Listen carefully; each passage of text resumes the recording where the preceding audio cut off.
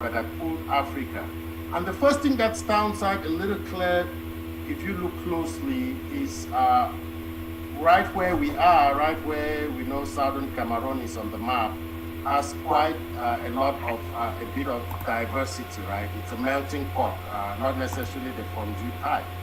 And one of the broad reasons for that is this is really where East Africa meets West Africa and also meets North Africa simultaneously, right? Within a very small geographic area. We're really right at the boundaries. And if you want to really know where that boundary is, if we take this a little further, we want to think about this linguistically. You can see the concentration of languages as you move north to south, and just as you get to about the BLM, the concentration drops drastically. Right now, a lot of us kind of attributed that to grass field, and you start going towards the differences in culture and other things being grass field versus forest or equatorial type.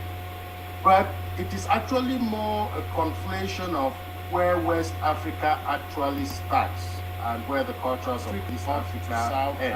And when I say East Africa, that is actually normal. Right. Now, but it is actually it raises several issues, some interesting things when we start looking at Africa, because when we talked about this last time, that most of us are considered what we call Bantoids or semi-Bantu. Now, turns out that wasn't entirely accurate. So let me take a few minutes to talk a little about Bantu and see how this ties in 3 minutes. Right. So just as a background, Proto-Bantu languages pretty much dominate Africa. All of these South, most of Central Africa. It makes up about 2/3 of the languages in Africa. So just as a background, assumed to have been the first to develop language. Pretty much dominate I put in Africa, there's some places say it generally. They were the first known farmers and cattle keepers in Africa, and particularly also introduced iron working to develop language.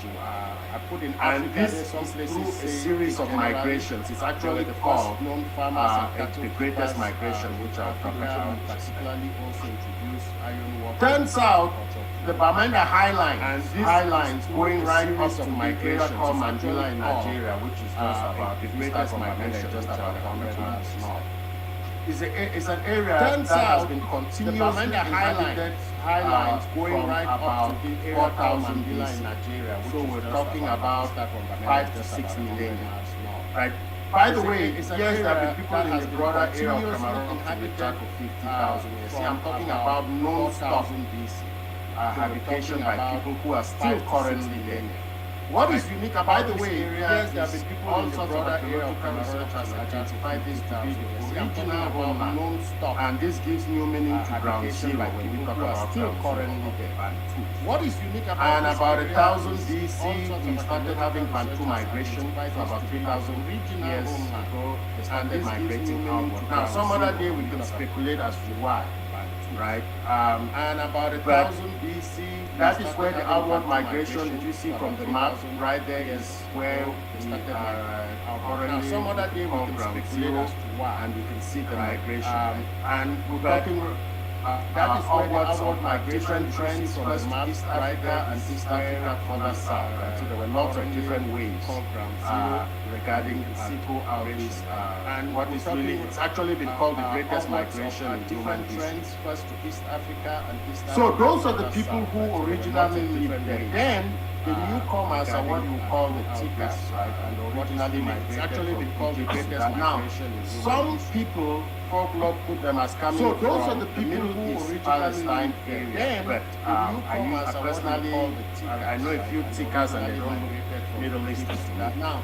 So I don't. Some people definitely can trace them as coming from Egypt, migrated Palestine and settled. What we know today as Adamawa, right? Tikas and Middle East goes by that name. So I don't. And from there, they made many waves of migration to what we call now the grassfields area. What we know today as Adamawa, right? And usually as a result of chieftaincy.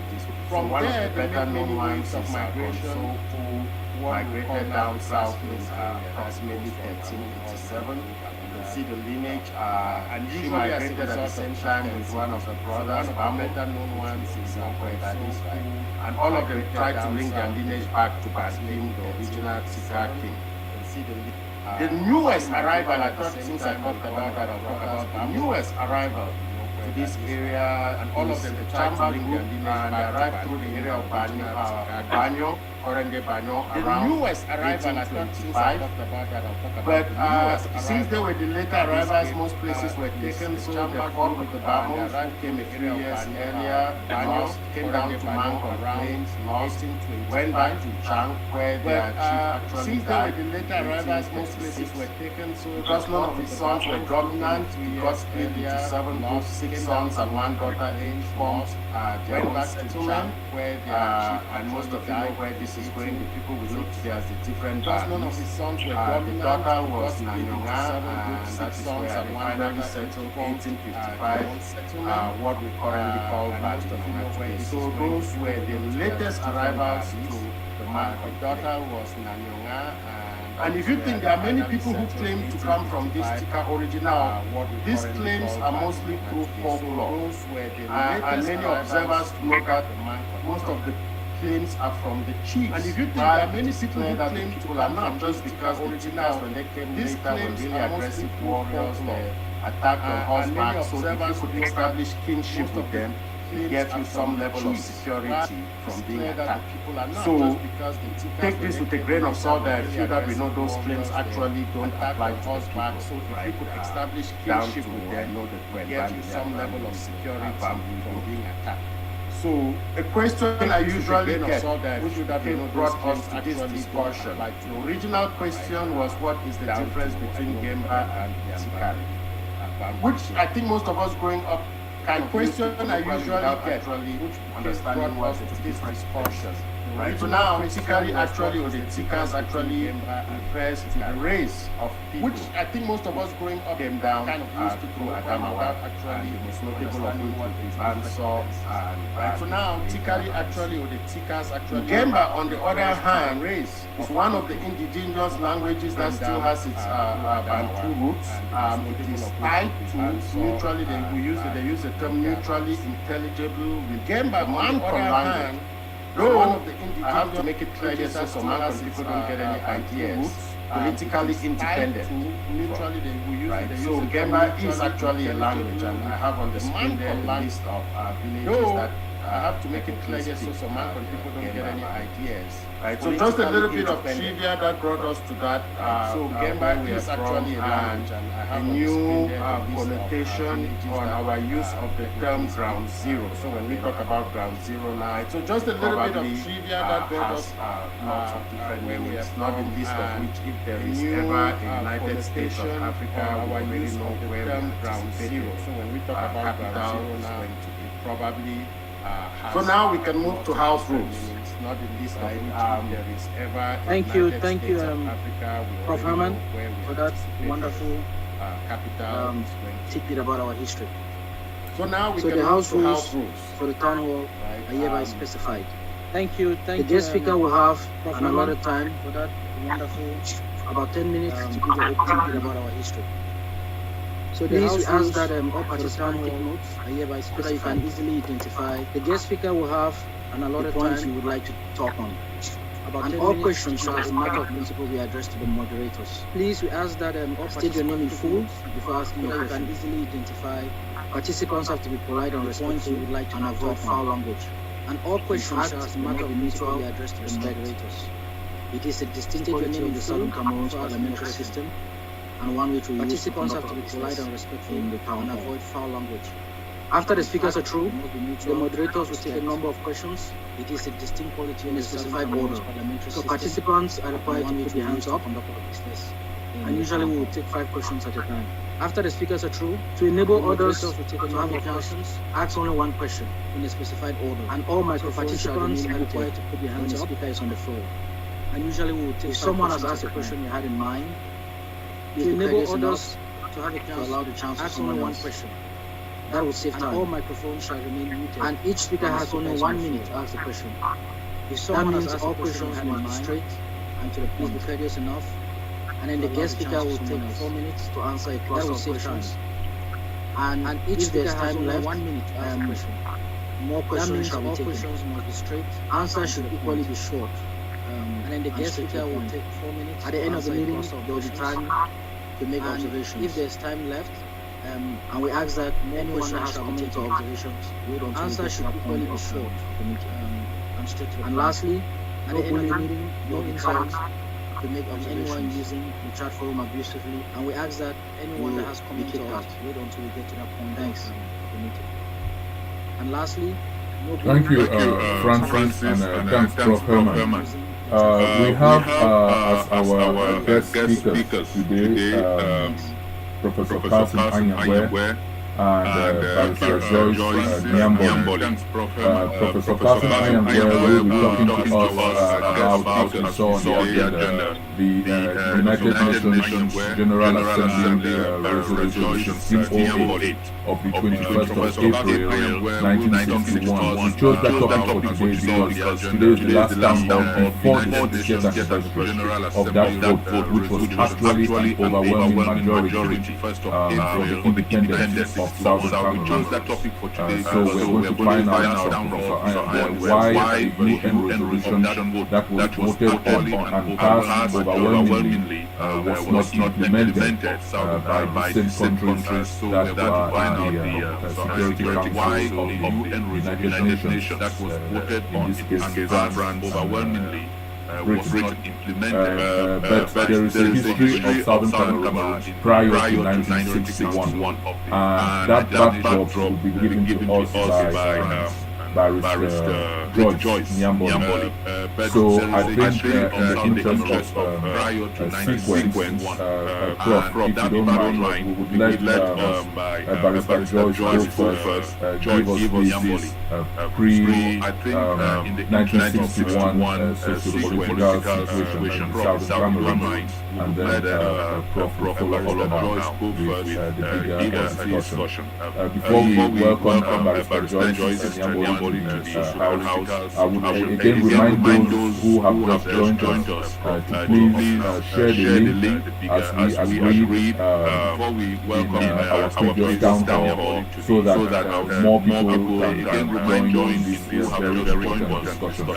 So I think Prof. Herman posted the link in the chat room. Prof, if you post it again for those who are just coming in, that would be highly appreciated. Very important discussions. So Prof. Herman posted the link in the chat room. You're taking the screen again for those. Well, I was going to welcome Barrister Joyce Nyamboli. If you want to give us a little intro by Professor Barrister Joyce. You're taking the screen. Are you there? Well, I was going to welcome Barrister. You're taking the screen. You're showing something else. Okay. Barrister Joyce already has the screen with her presentation. Okay. I'm going to jump the gun and say something. Barrister Joyce is actually a member of the town hall secretariat. Barrister Joyce already has the screen with her presentation. Okay.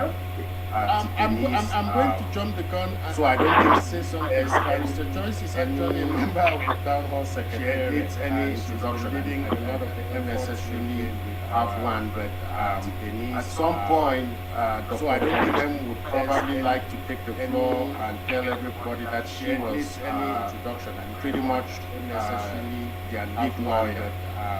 At some point, Dr. Koringa would probably like to shake the floor and tell everybody. As a member, she's a member of the town hall, so pretty much actually bypass lead lawyers. Okay. All right, Barrister Joyce Nyamboli, welcome to the Southern Cameroon International Town Hall as a guest speaker. The floor is yours. You're welcome. Okay. Thank you very much. All right, Barrister Joyce Nyamboli, welcome to the Southern Cameroon International Town Hall as a guest speaker. The floor is yours. You're welcome. I feel like John very much for having me. Hello everybody. I feel I'm telling sensation is an honor. It's just a prof listening, and he's been such an inspiration. I've gone through. I feel like John preparing for my house. I feel some tingling sensation in the my fingers, just the first under. And he's been having Cameroon fight an inspiration. I've gone through my very fighting game. So I'm here as John the Paris to having Cameroon fight announced make way for and I'm laying a foundation for him to come and tell us about very much.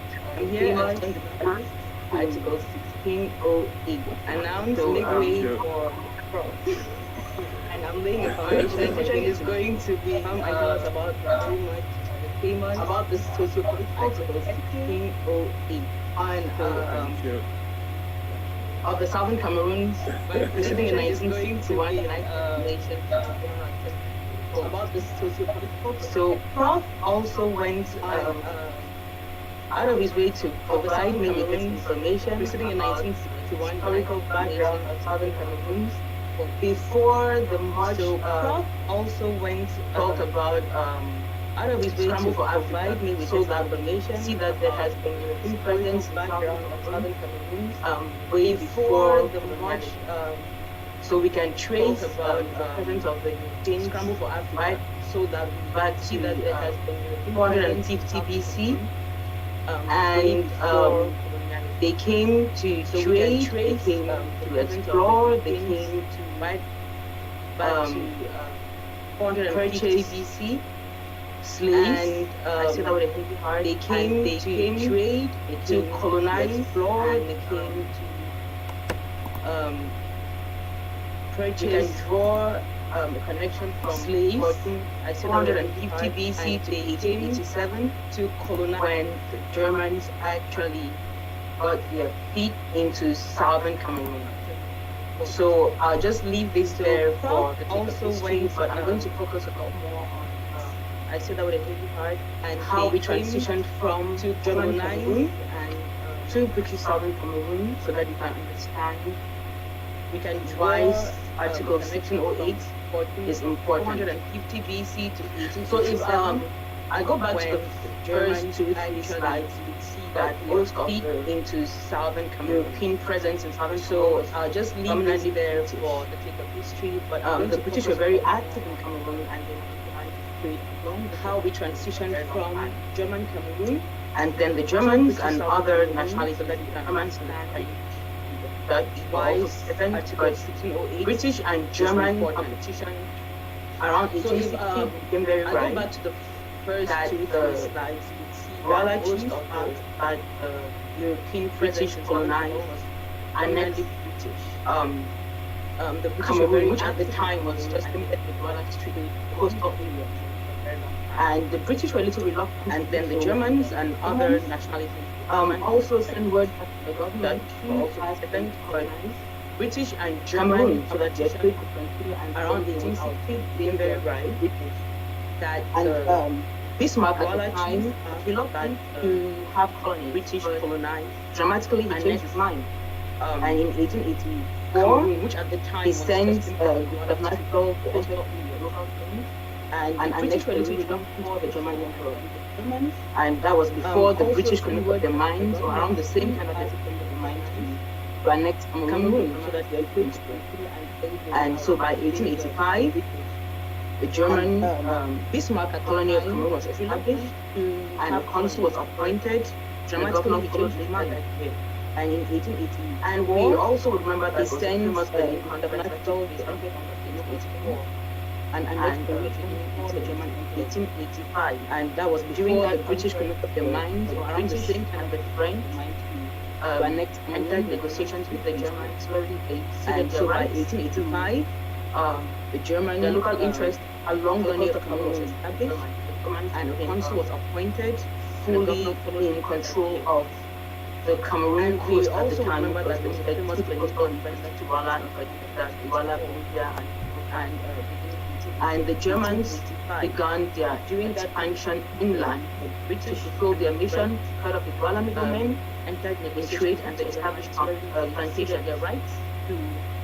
So by 1893, along the boundaries were negotiated between British Nigeria, fully in control of the Cameroon coast at the time was limited to the coastal region. By 1901 to 1911, this is the map we have of Cameroon at the time. The Germans and we had the British expansion inland, west Soviet mission of Cameroon, domain in Nigeria, and we had French plantation to the right. So by 1893, the boundaries were negotiated between British Nigeria and French Africa to the east. So by 1911, the Germans and continued their colonial diplomacy in Africa, and the west for Africa intensified. And in Nigeria, the Germans and the French got into an issue north of Africa, and the Germans, in negotiation, asked that territory be granted them along the border. By 1911, recognizing French Germans continued their colonial diplomacy in Africa, and the scrambling of Mao for Africa intensified. German Cameroon, the Germans and German Cameroon got into an issue to north of Africa, and the Germans border of Nigeria, in negotiation, asked that territory be granted them, and this is the map of their border with the German Cameroon for them before French the outbreak of 105,000 of miles. So World War I breaks out in Europe, and to make the German Cameroon, Britain and France alliance against Germany from the border of the Germans. Right, have two colonies in Africa that are sandwiched between British and French colonies. This is the map. The invasion, the war eventually goes over Africa before these colonies had invaded from both sides. Cameroon in particular had was sandwiched between Nigeria, British colony, and French Equatorial Africa, French and France aligned. They attacked the Germans in the middle from both sides, and they easily won that war. After winning the war, the German Cameroon was partitioned into two separate territories. So between the French and the war eventually goes over Africa, and then these colonies are same with German people from both sides. So Britain in particular had shared Nigeria, British colony, and French Africa, French colony, and we have here the Germans in the middle from both sides. I tried to use the colors. They easily won that war. Here we have, after winning the war, the strip that was German Cameroon was in 1902 separate territories between the French was ceded back to the French and became part of German Togoland again. So Britain and France, this part was what we call the New Cameroon, shared the New Cameroon, and this was a double territory that also was between themselves. And we have here 1911. This part went back to French Equatorial Africa. Here we have France took 4/5 of the territory. So all of this, the pink, orange, and blue that was ceded back to France. And this part, the parent, the pink part of Equatorial Africa went to England. This part was what we call the New England. And I'm going to show another map which shows how these pieces of land are now integrated into present territory. Nice. So we have this part went back into French Equatorial Africa, Chad, and the W went to Chad. Took and we have part of it. So all of this, the pink, orange, and Gabon. I'm going to pause here for a little bit to just say that when we hear about the reunification of Cameroon went to England, it's a little and I'm going to show another. I don't want to say it's a myth, how this, but it's not factual because this is the Cameroon. So we have part of the Louis under the Germans, and if Cameroon ever had to be Chad, and the W would have to have all of these part of it in South Africa and in Gabon. I'm going to pause here for a little bit to make that the Cameroon about the reunification of Cameroon. So the arguments which we hear about Southern Cameroon is a myth, reunifying with Cameroon. It's not the previous, because this is the Cameroon territory, and now they're still under the Germans. And if Cameroon ever had to would have to have, then we should also argue that these territories that would become part of Cameroon to come back together, so to make the Cameroon that we knew in 19. From here, I'll continue to say so the arguments which we French Cameroon Southern Cameroon, German Cameroon was split with Cameroon. The way Cameroon went back, they were previously Central Africa and one territory, and now they're separated, and Southern Cameroon and Northern Cameroon, then which also became British Cameroon. And this central part here is what was called French Cameroon. From here, so the British, which is most French Cameroon, because for now, German Cameroon, Southern Cameroonians were colonized by the British and became mandated territory. Central Africa under the League of Nations and trust territories under the United Nations. When they received 1/5 of their territory, became British right here. And this central part along this stretch is what was called Nigeria, French Cameroon. They further split this territory into two. The British Southern, which is our most important focus for Northern Cameroon, because we Southern Cameroonians were colonized by the British and became mandated territories under the League of Nations and trust territories under the United Nations. The territory does not flow continuously. When they received 1/5 of Britain, split right here, Cameroon into two. Administered the Southern Cameroon, the eastern region of Nigeria, and Northern Cameroon, with northern region of Nigeria into two. Southern Cameroon. That meant that Northern Cameroon shared Nigeria's constitution, but this land is not a legal system. And the territory of Southern Cameroon was answerable to the Lieutenant Britain of Nigeria, Cameroon into two. Administered the Southern Cameroons, the eastern region of Nigeria, and Northern Cameroon. So this would show you how the northern region of Cameroon existed between 1919 19. That meant that French Cameroon existing as a separate colonial entity, and British Cameroon existing as two separate colonial entities. And the Commissioner of Southern Cameroon. So we get to 1950s when the Nigeria defeated big international community after the First World War. So this will show you how Cameroon existed in 1919, 1960. French Cameroon, from 1955 as a separate colonial entity, colonial territories, and British Cameroon existing as two separate colonial entities. So we have the UN. So we get to 1950s when there's the big decolonization agenda to help prepare the way for territories to gain independence. And the Trusteeship Council was appointed or created to oversee the implementation of the wars of independent territories.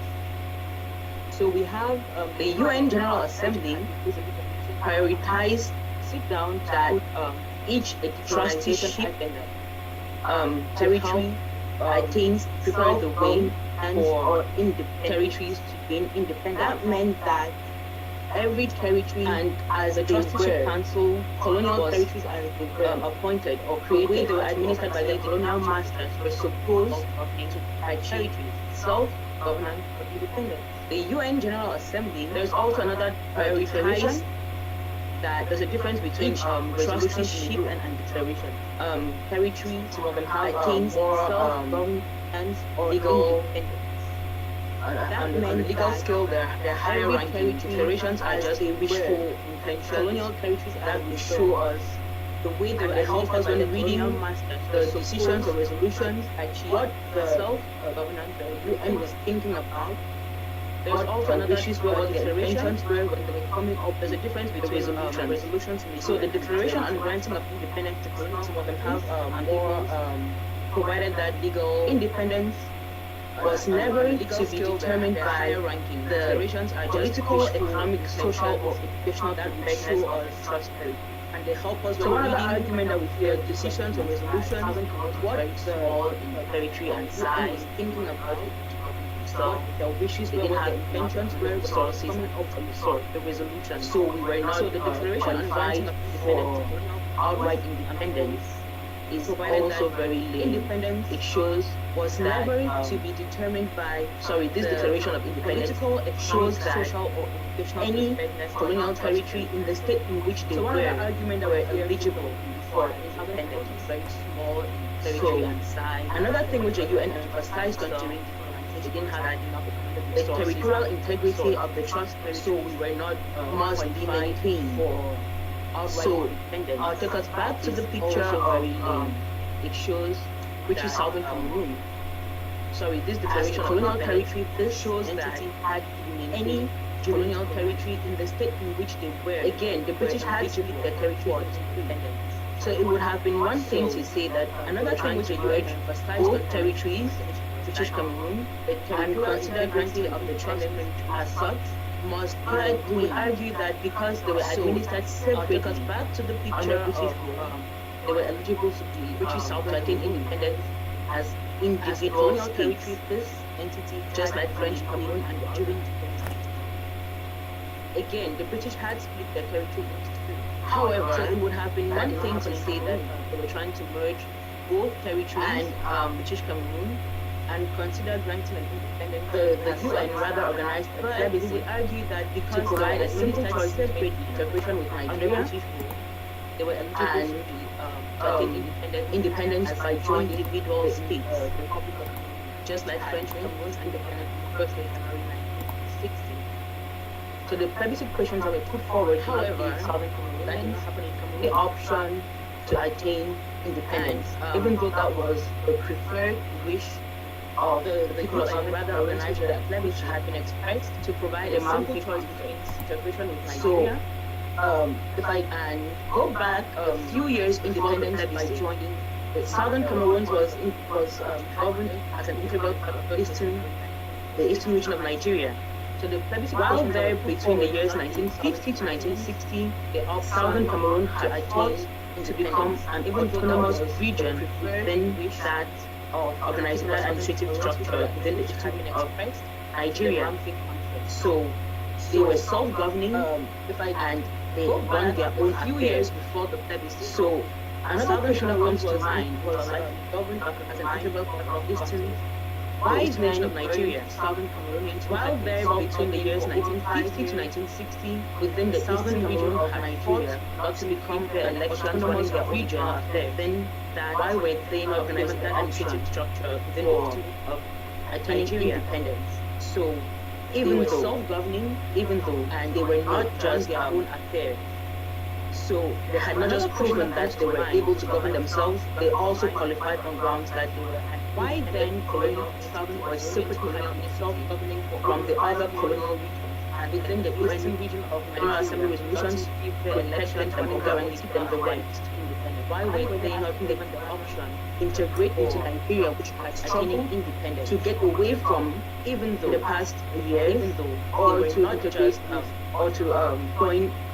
They had not just proven that they were able to govern themselves, they also qualified on grounds that they were an independent colonial entity or separate. So Southern Cameroonians were never given the other colonial regions and the options to grant independence to them or guarantee them the right. Southern Cameroon and Northern Cameroon were not considered integrate into Nigeria, which had struggled to get away from 1960 and 19 in the past years. This is to integrate with the picture of showing the map of Cameroon, the Republic of Cameroon at the time. These are questions that was like 1 year old, had independence. Southern Cameroon, so Southern an autonomous region, and Northern Cameroon an autonomous region. So after the plebiscite, Northern Cameroon voted in favor of Southern Cameroon integrating with Nigeria, and they did, while Southern so between 1960 and 1960, stuck between the devil and the blessing, chose the lesser evil of the map of Cameroon. The Republic of Cameroon, against their wish, was 1 year old, had independence. Southern Cameroon, from a state, was an autonomous region. And so, one thing that stands out from this, after the plebiscite, Northern Cameroon voted was a flagrant disrespect of territorial integrity and indeed existing while Southern colonization.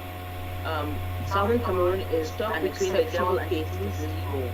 Chose the lesser Article 6 of the against their wish resolution on the grant of independence forbids any attempt in and of the state of their own destruction of the national. So one thing that stands out from this is that a country, the there was a flagrant disrespect of the territorial integrity. This article also did not aim, although the granting of independence did not aim to restore any ethnic or tribal links amongst population. And see Article 6 of the resolution was assumed or it was held for which any colonialism had created a new legal status for all colonized and the territorial independence of the state a country. This was this argument. This article also did not aim, although the granting of independence did not aim to restore where the ICJ, International Court of Justice, concerned how that Morocco could not resolution on the grant of independence.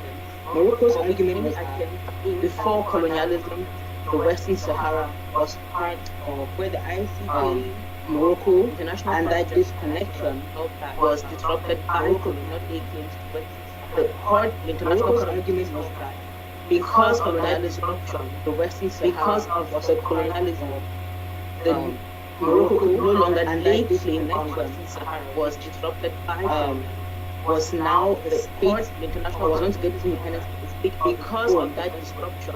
Colonized and governed colonialism started separately. From Morocco could no longer lay claim on Western Sahara. This same argument was held case of Ireland, was now of Timor, or was we have a state of its own. East Timor colonized and West governed and administered. We have from Morocco, Indonesia linked from East Timor. This same argument was advocating that Ireland of East Timor be united where we have West Timor because they were East Timor continuous states already joined for colonialism. Indonesia linked held that because of colonialism these two states could not East Timor be considered or could not revert to the status quo for colonialism. They're going to grant them join for colonialism apart from each other and separate held that states because of colonialism. So these two states could not different be considered or could not revert to the status quo for colonialism. Here we have going to grant them final apart from each other six lives of Southern Cameroon. So why was now in this case different? And the question that we ask today is why is it that despite all the steps life of Southern Cameroon, other countries, Southern is now remains the exception to the rule. And so the question that we asked today, that is all I had prepared. Why is it that and despite all the steps that from here would take other countries, Southern and remains the exception what transpired. Thank you all for your kind attention. So thank you very much, Barrister Joyce Nyamboli. This is a lot of work put in.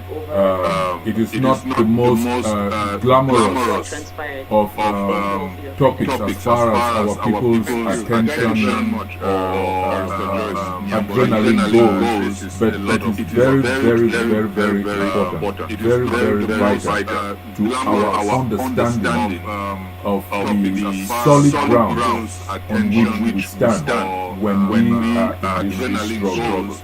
This is not just, we are not just the people who are marginalized or displeased with central administration or, feel deprived of what we are entitled to. We are on very solid ground as an independent country that was denied the basic rules of the same organization that we have seen and was created for the purpose of recognizing countries, maintaining international peace.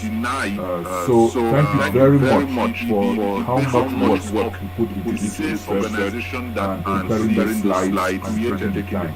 It is very important for our people, and I will pray you that you stay in case when once you get to the question and answer session, if you share those slides, maybe do Professor and prepare my life, we will upload them in forum and very important for our those who are interested could have them for our own education, our own information, and for our own posterity.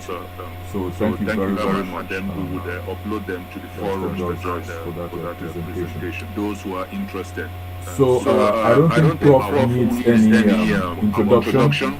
Prof Herman, I think Joyce has laid all the groundwork and foundation for your talk for today. So we thank you again, Prof, for taking the time to come to the town hall and educate us. I think Joyce has laid all in your groundwork and foundation legal historical on our situation. We thank argument. We thank SCDC for carrying it so that our people on ground zero would learn from it, including Larry to know that we are educating ourselves and our future generation.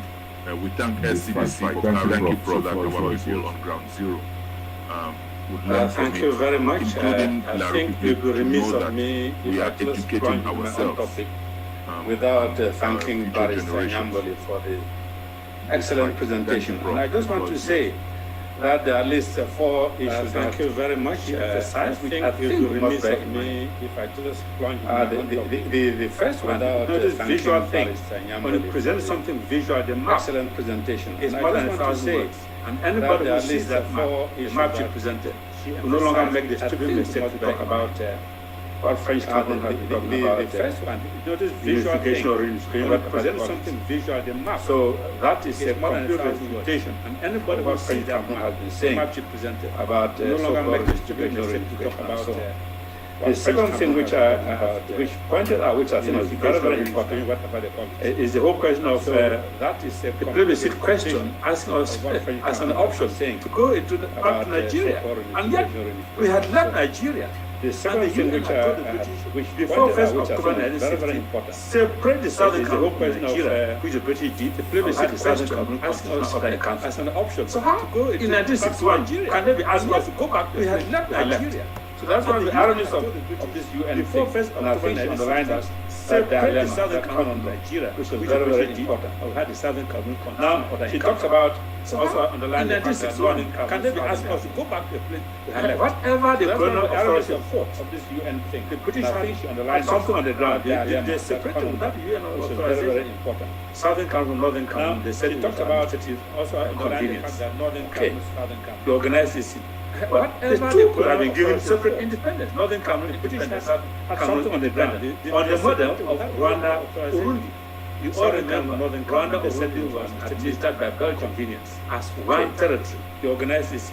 But on the east, two could have been given separate independence. They decided to separate Cameroon independent. On the model of Rwanda, Burundi became, you all remember, Rwanda, Burundi was. Why was that model not followed as one territory? And finally, and I thank God on the eve of decolonization case of the Western Sahara, East Timor, and Eritrea. And Burundi became. But these are cases which establish the fact that model not followed. Like French Cameroon was going back, all ancient history, and recalling all things. Once the boundaries have been drawn, they stay. Can change the boundary. So I want to thank her very much. I mean, this was very, very important point. And I think our people must not forget this point. Like the French must always bear that all ancient history. And my topic today, of course, is kind of a continuation of a conversation we had last time. So I want to talk about decoding the United Nations General Assembly Resolution 1608 of the 21st April.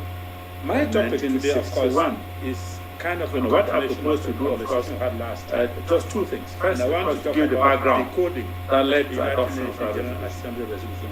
And the second thing is to kind of analyze a little bit in detail and what I propose to do, the way that resolution was framed, first, of course, to give the background what it was actually saying, led to adoption of that, which unfortunately, and a casual reader doesn't pay attention to is to kind of analyze. By way of background, in detail, I'll say just three things. The way that resolution was framed, besides what I said earlier, and what the plebiscite in the Southern Cameroon, which was imposed and it was a casual reader doesn't pay attention to. You all remember that the Southern Cameroons, I'll say just three things, asked for sovereign state outright. Besides what I said earlier, that the plebiscite confirmed by binding United Nations imposed General Assembly declaration on the grant of independence.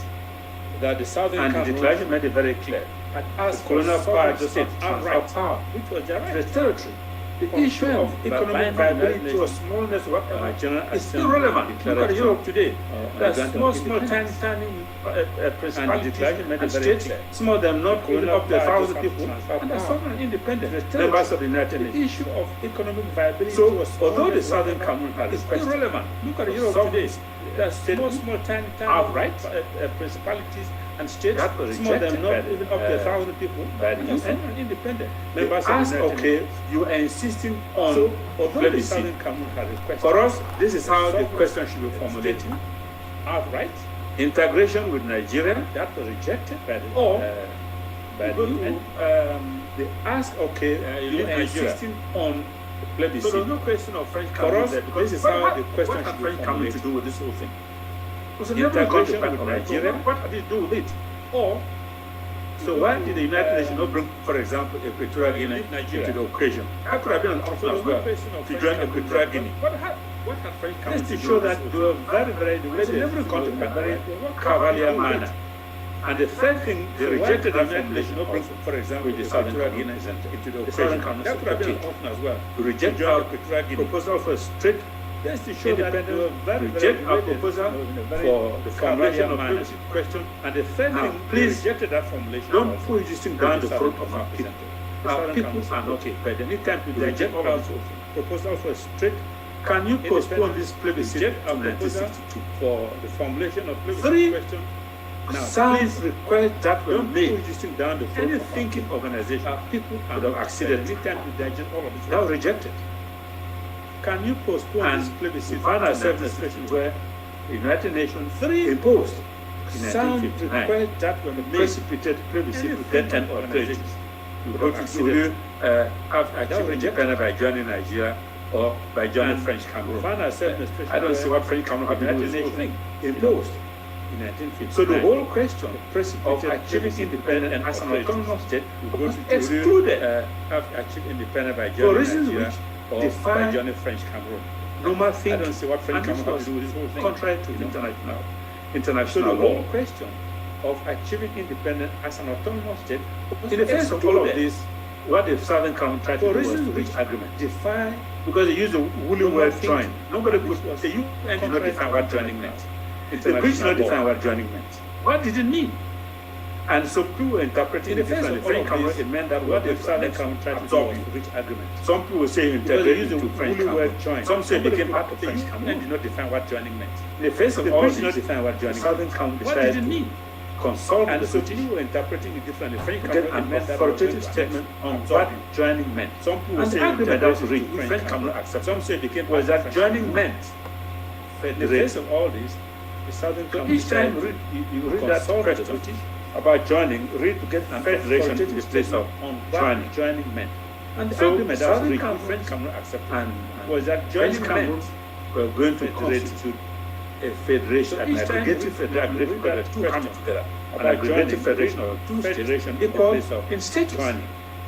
And this was confirmed by French Cameroon in his note on the 24th of December 1960, which was sent to a British and a copy was made available to the United Nations. So everybody knew aggregative federation of two states, that federalism status of federation, and this was a condition sine qua non, the very, very hard of the substance of the political association to British, and a copy was made available and that federal form. So everybody knew of association.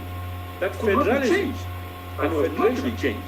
Was a condition sine qua non campaign, the very, very of the party that favored political association with French Cameroon actually proceeded on the basis of association that we're going to have a federation to manage our own affairs as the Southern Cameroon, the French Cameroon manage own affairs. And that's how the things were going to stay. Political association with French Cameroon. And because of that, proceeded on the basis of a favorable vote that joining French Cameroon rather than joining Nigeria as the Southern Cameroon, French Cameroon managed own affairs, and that's how the things were going to stay. That favorable vote was a huge majority, and because of that, for federating with French favorable vote, joining. That was in February rather than joining Nigeria.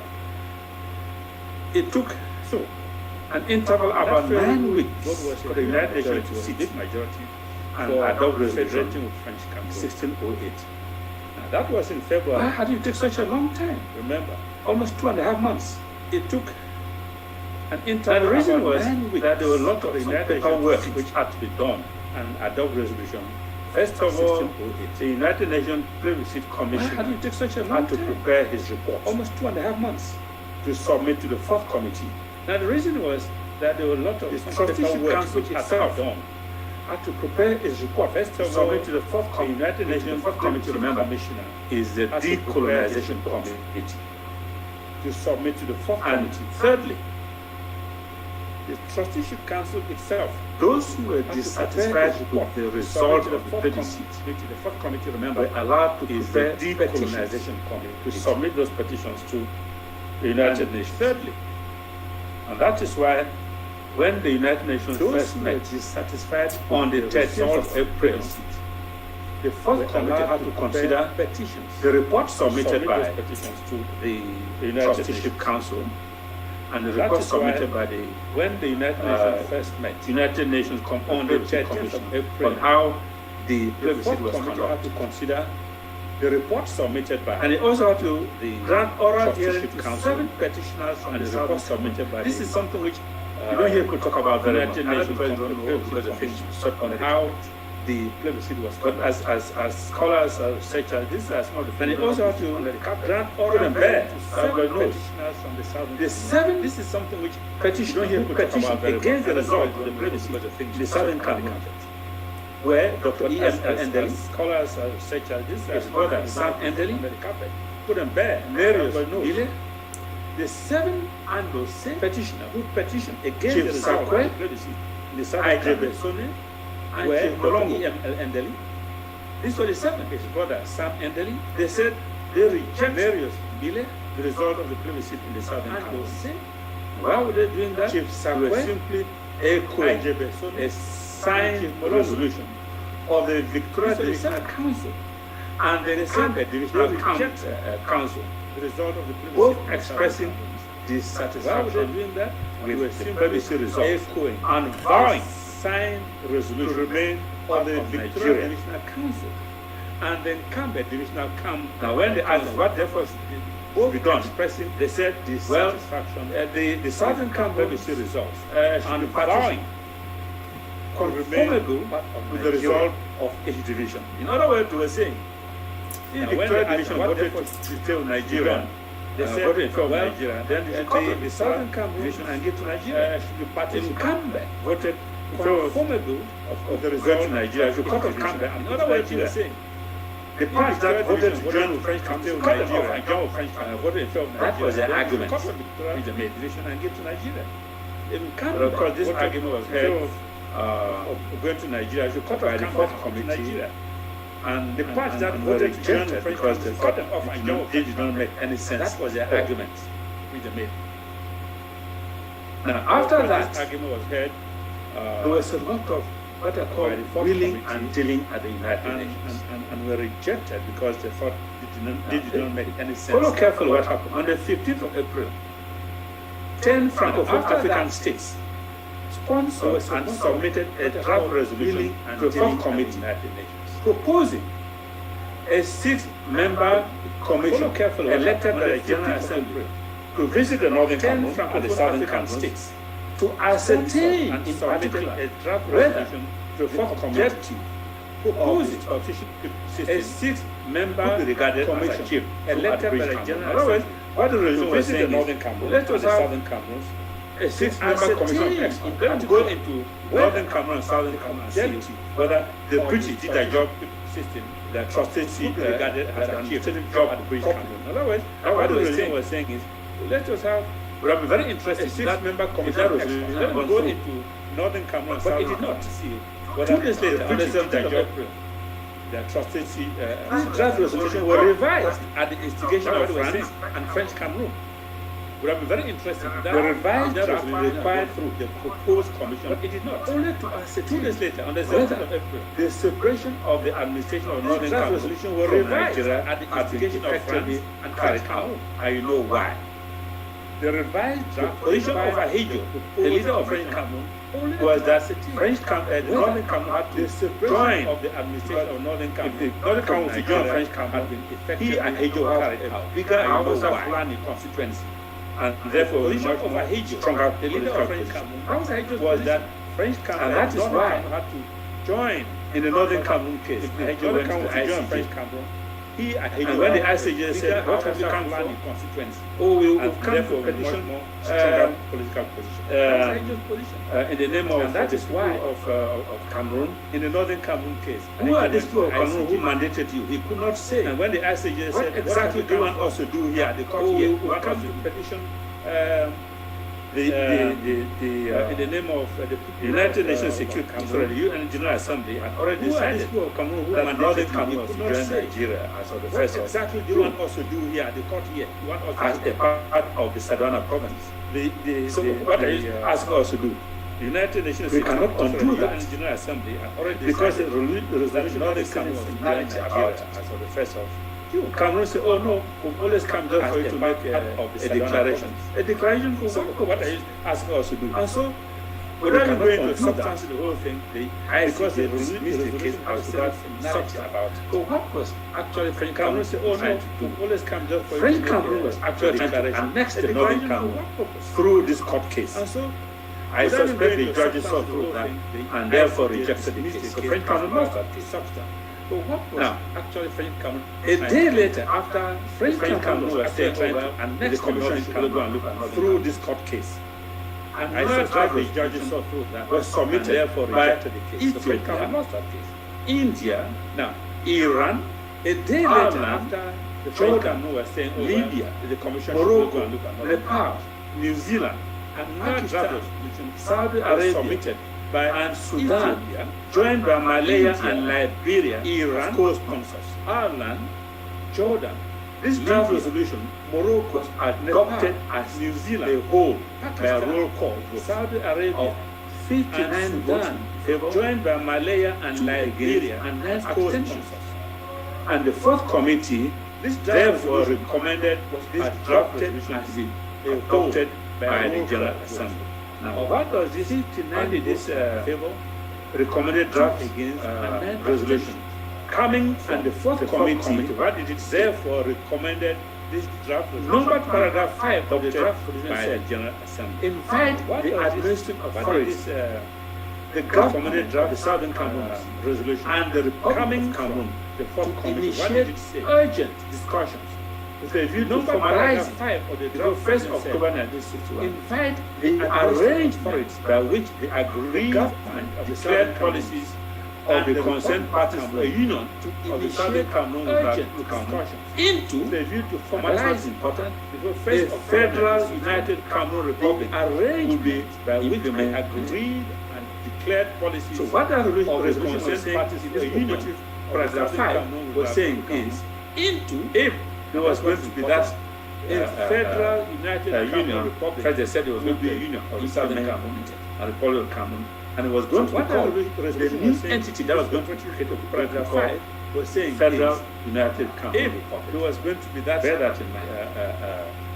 union. Operating paragraph 6 of that draft Southern Cameroon resolution submitted by was going to the fourth committee. The General Assembly said that was going to be created. Going to be called appoint federal commission of 3 constitutional and administrative experts operating to be nominated by 3 members of the resolution designated by the General Assembly committee. The General Assembly said at the request of the parties concerned appoint in the discussion referring 3 in paragraph and administrative experts. What does this mean? To be nominated actually by 3 members of the constitutional by the General Assembly committee and experts to assist to come and help the rest of the parties to draft in the discussion referring to that union in Federal United Republic 5. What does this mean? They were saying actually the Federal United Republic Constitution. That's what they were saying. Committee and experts. United Nations to help experts to come and help to draft that constitution. That union of the Federal United and it is not surprising that Ethiopia, one of the Federal United drafted that constitution. That's what they were saying. Remember that Ethiopia to send experts to come and help back in 1952.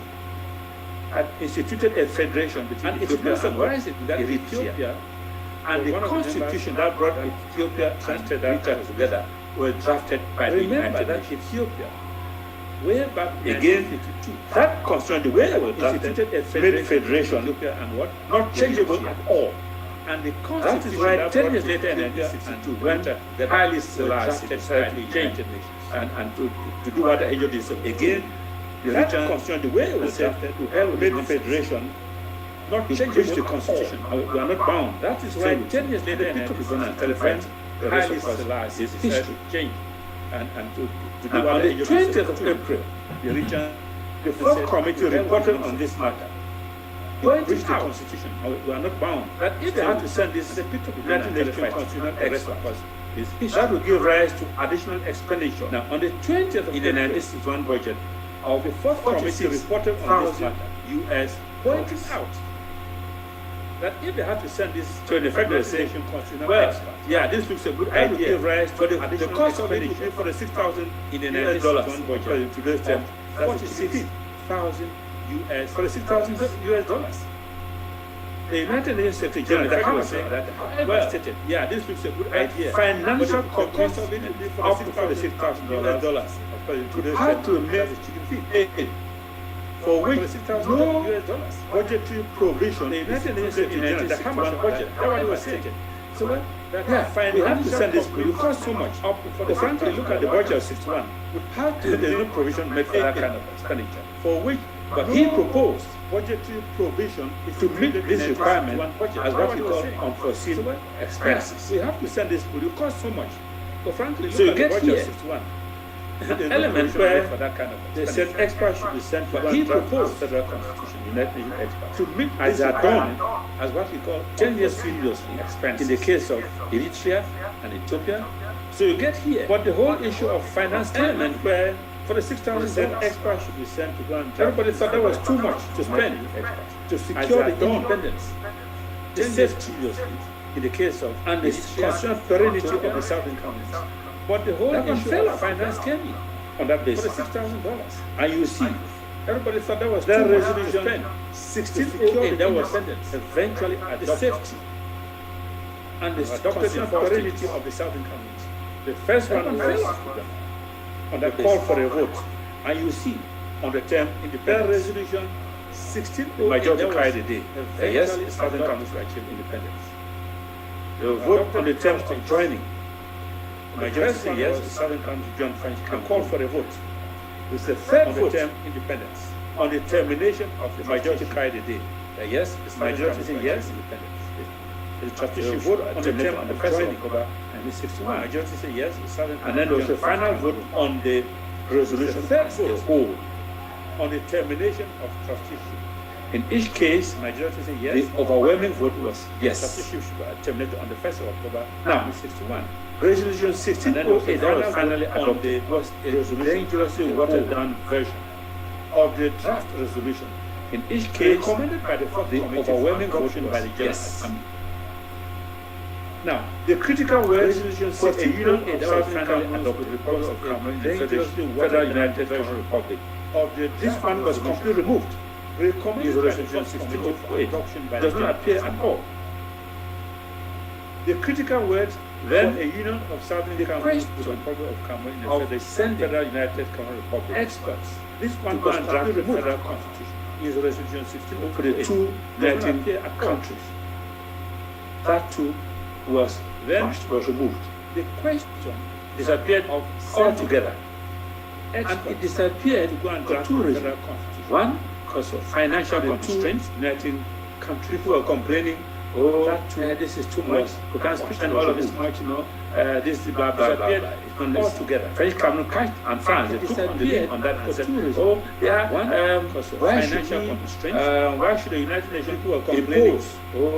This is too much. We can't spend all of this federation on this independent sovereign state. That's the matter which and France should be desired by most Cameroons themselves. We've had this kind of talk before. Why should we, the Cameroons, decide this nation? So how it goes? So France, leading French Cameroon, independent and the Francophone group, that's the matter at that time as be desired by Union African and I've had this kind of talk before.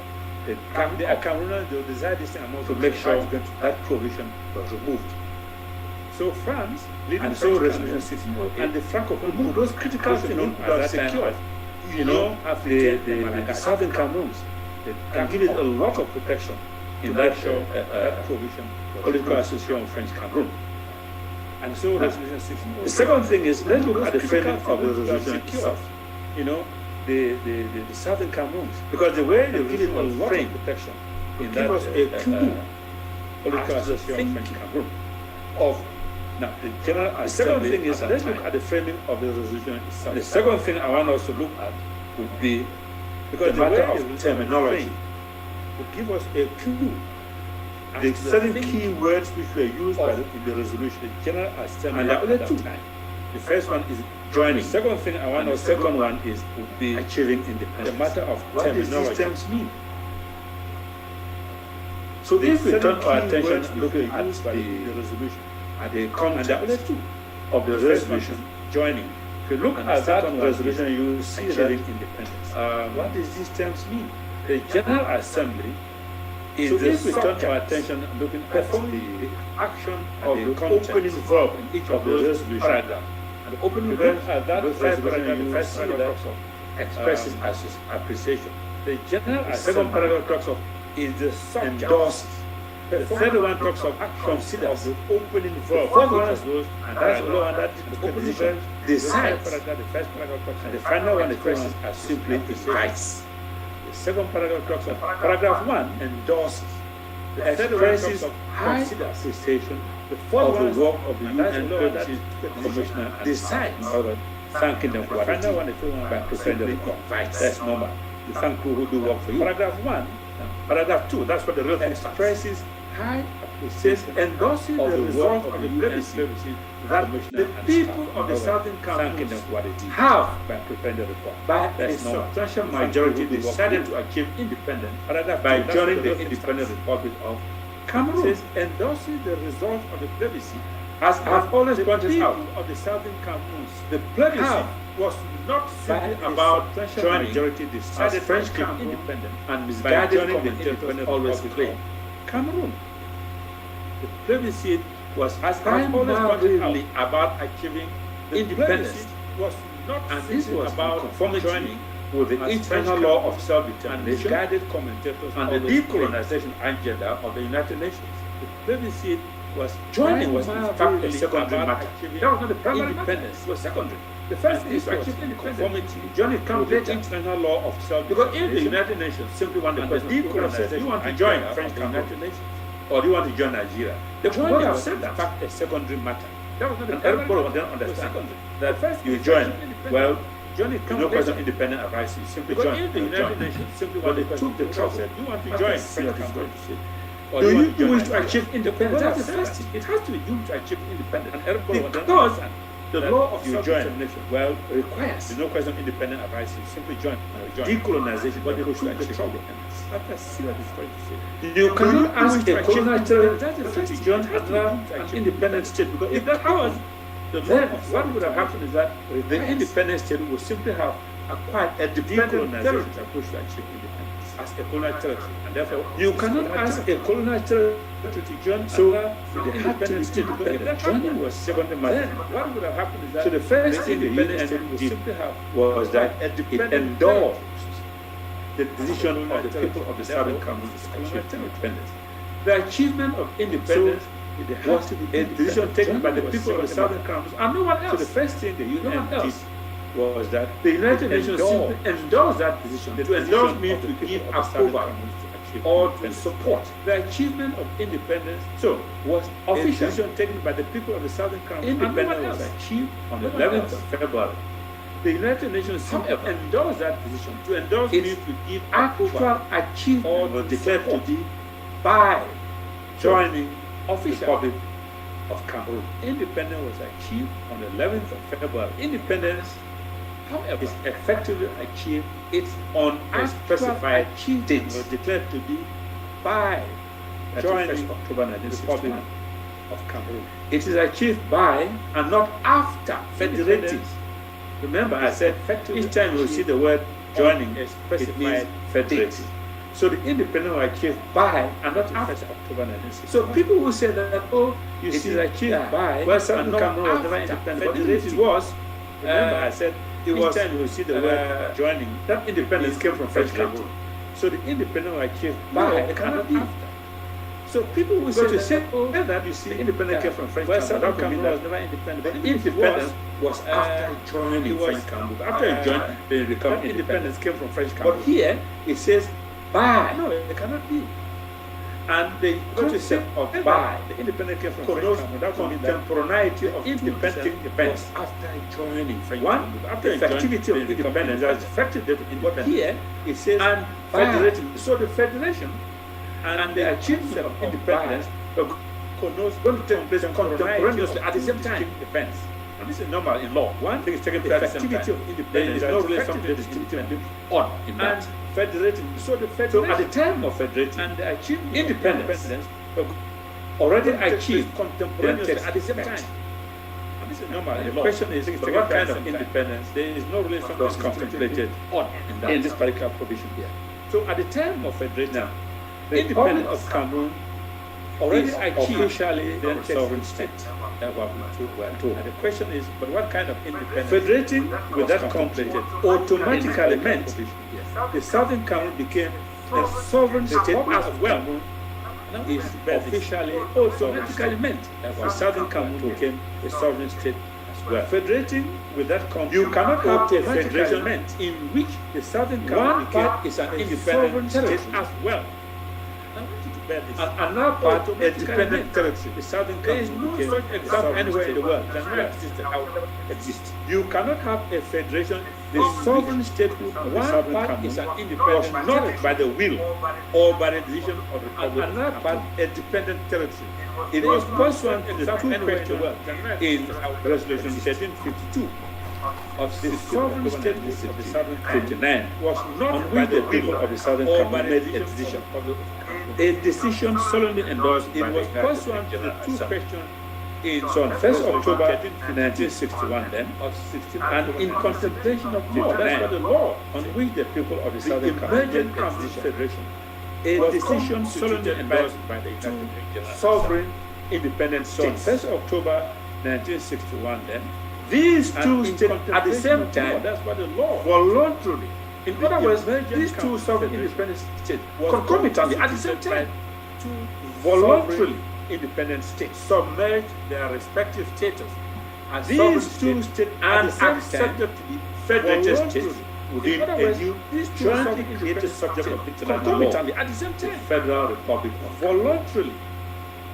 The federation was constitutionally established sovereign state, even though it was a de facto federated situation within a new federation created subject of international law was the state federal republic to the two countries that were actually federated. The federation state successor was constitutionally established Southern Cameroon and to French Cameroon situation. And they therefore disappeared as subject of international law and partially lost their respect were actually federated. Now I want this both people to understand this very, very well and to French Cameroon. There's two states in therefore the two countries appeared as subject of international law. First of all, partially lost their respective independence. Two sovereign independent states. I want people to understand this very, very well. At the same time, since they had agreed to create a federation of law, both states, 1st October, decided the two sovereign independent states to submerge, but at the same time, their respective since they had agreed and to accept to create a federated states, both states within that new subject of international law called the Federal Republic of Cameroon. So, their respective that Federal Republic of Cameroon was the major federated state of the two existing states within Southern Cameroon, that new subject and Cameroon Republic called the Federal Republic. A totally new entity. So, with a new name. That the Federal Republic of Cameroon was a major in international law existing states. When two of the Southern Cameroon independent states enter into the federation, what happens is that they transfer a part of their sovereignty, the Federal Republic to the federated state, to the federal international law. When they come there, more independent sovereign enter into the federation. What happens is that they transfer because of their sovereign had a government in Boya, to the Iranian government had everything, had allegiance of his people, and they became territorial limit, and so on and so forth. Sovereign states. Also, when a state ceases to be an international person, it ceases to exist. It becomes a state, had allegiance of his people. By voluntarily merging into the federal state, the two merging countries became ceases to be an international person. The newly independent southern ceases to exist. For more, it becomes to accept its sovereignty. Say, look, okay, I'm not going to accept my sovereignty. By voluntarily merging, we are going to create a federation. So I laid that apart. Merging Cameroon Republic, a 31-month-old sovereign state, newly independent southern Cameroon, for more and voluntarily its sovereignty accepted the lesser state of a federated state. So I leave that up. That is why Cameroon Republic Federal Constitution said that the federation is constituted by, on the one hand, voluntarily Southern Cameroon, the lesser state, on the other hand, of a federated state. Cameroon Republic. Why that constitution Southern Cameroon said becomes the federated state of West Cameroon by, and Cameroon Republic becomes the federated state of East Cameroon. You find a situation where a sovereign independent state, Cameroon Republic, ceases to exist Cameroon as a subject of international law, federated state of West Cameroon, and accept the lesser state becomes a federated state. A federated state of French Cameroon do that. Cameroon. You find a situation where a sovereign independent state federation was what ceases to exist, aggregated as subject of international law, two states equal in status and accept the lesser status of a federation. You couldn't have in the federation French Cameroon do that. Cameroon Republic still maintaining a status of federation of a sovereign independent state, and that would be incongruous. And the two states, and they will have no validity under international law. So you couldn't have in the federation. It ceased to exist, became extinct. Cameroon Republic still maintaining a status of as a subject of sovereign independent state, and that will be incongruous. And accept, and it will have no validity under international law. The much more reduced status of a federated state. It ceased to exist, became a federated state of East Cameroon, federated state of West Cameroon, as a subject of all on the footing of international policy, and accepted. This is the law. The much more, and that's what the law says of a federated state. And there's nothing anybody can do that can change this Cameroon. And people who have been looking at this have never started out at all on the footing of. On what basis is French Cameroon? Was called Republic of Cameroon. How come it became that's what the law just says. A mere federated state in the federation? And there's nothing anybody can do. Why do you not insist on being remaining a sovereign independent state? Well, the French Cameroon were remaining federal sovereign independent state. It was going to become federation now. That was just a mere federated state. Why do you not insist on being remaining a sovereign independent state of resolution 16? Considers that the people of the South have freely, that's what it is going to be freely and secretly express their wishes with regard to that feature in accordance of the United Nations General Assembly Resolution. Considers that the people of 1959 have freely made by them through democratic process under the supervision should be immediately implemented. That's what he said. Accordance. Now, note, when that operative paragraph 3 makes reference to Resolution 30 was under the supervision, it is acknowledging the fact that the wishes were expressed in the context of an imposed limited that operative paragraph that deliberately excluded independence makes reference to Resolution 3062. It is so the wishes acknowledging the fact that the wishes future could not therefore be said to have been freely expressed option that deliberately excluded independence. For it to have been freely expressed, they would have been provided all. So the wishes of the international as the future option could not therefore be said to have been freely expressed. Integration, if you want to, absorption, if you want to, admission, if you want to, freely express the option of independence must be there. So once they have all these options and they reject independence and they want to be part of another country, they want to be absorbed by another country, that would be their free wish. But in our instance, that did not happen. The option of independence must be there. So once they have all these options and they reject independence and they want to be United Nations, they want to be absorbed by another country, that would be their free wish. Some of the options were not preferred. We will have put were refused to put was truncated. And I would suggest that the only reason why they refused to do that because they knew truncated United Nations. That option was there. There's no sane Southern Cameroon who would have voted the options for something else other than the fair. The Southern Cameroon were refused. The British policy at that time was to make sure that Southern Cameroon did not emerge as a sovereign independent state. That option was there. It was very, very eager. No saying that the Southern Cameroon would have voted into Nigeria. Something else other than independence for the Southern Cameroon. Paragraph 4, the British policy at that time, the only paragraph to make sure the Southern Cameroon did not emerge as a sovereign independent state.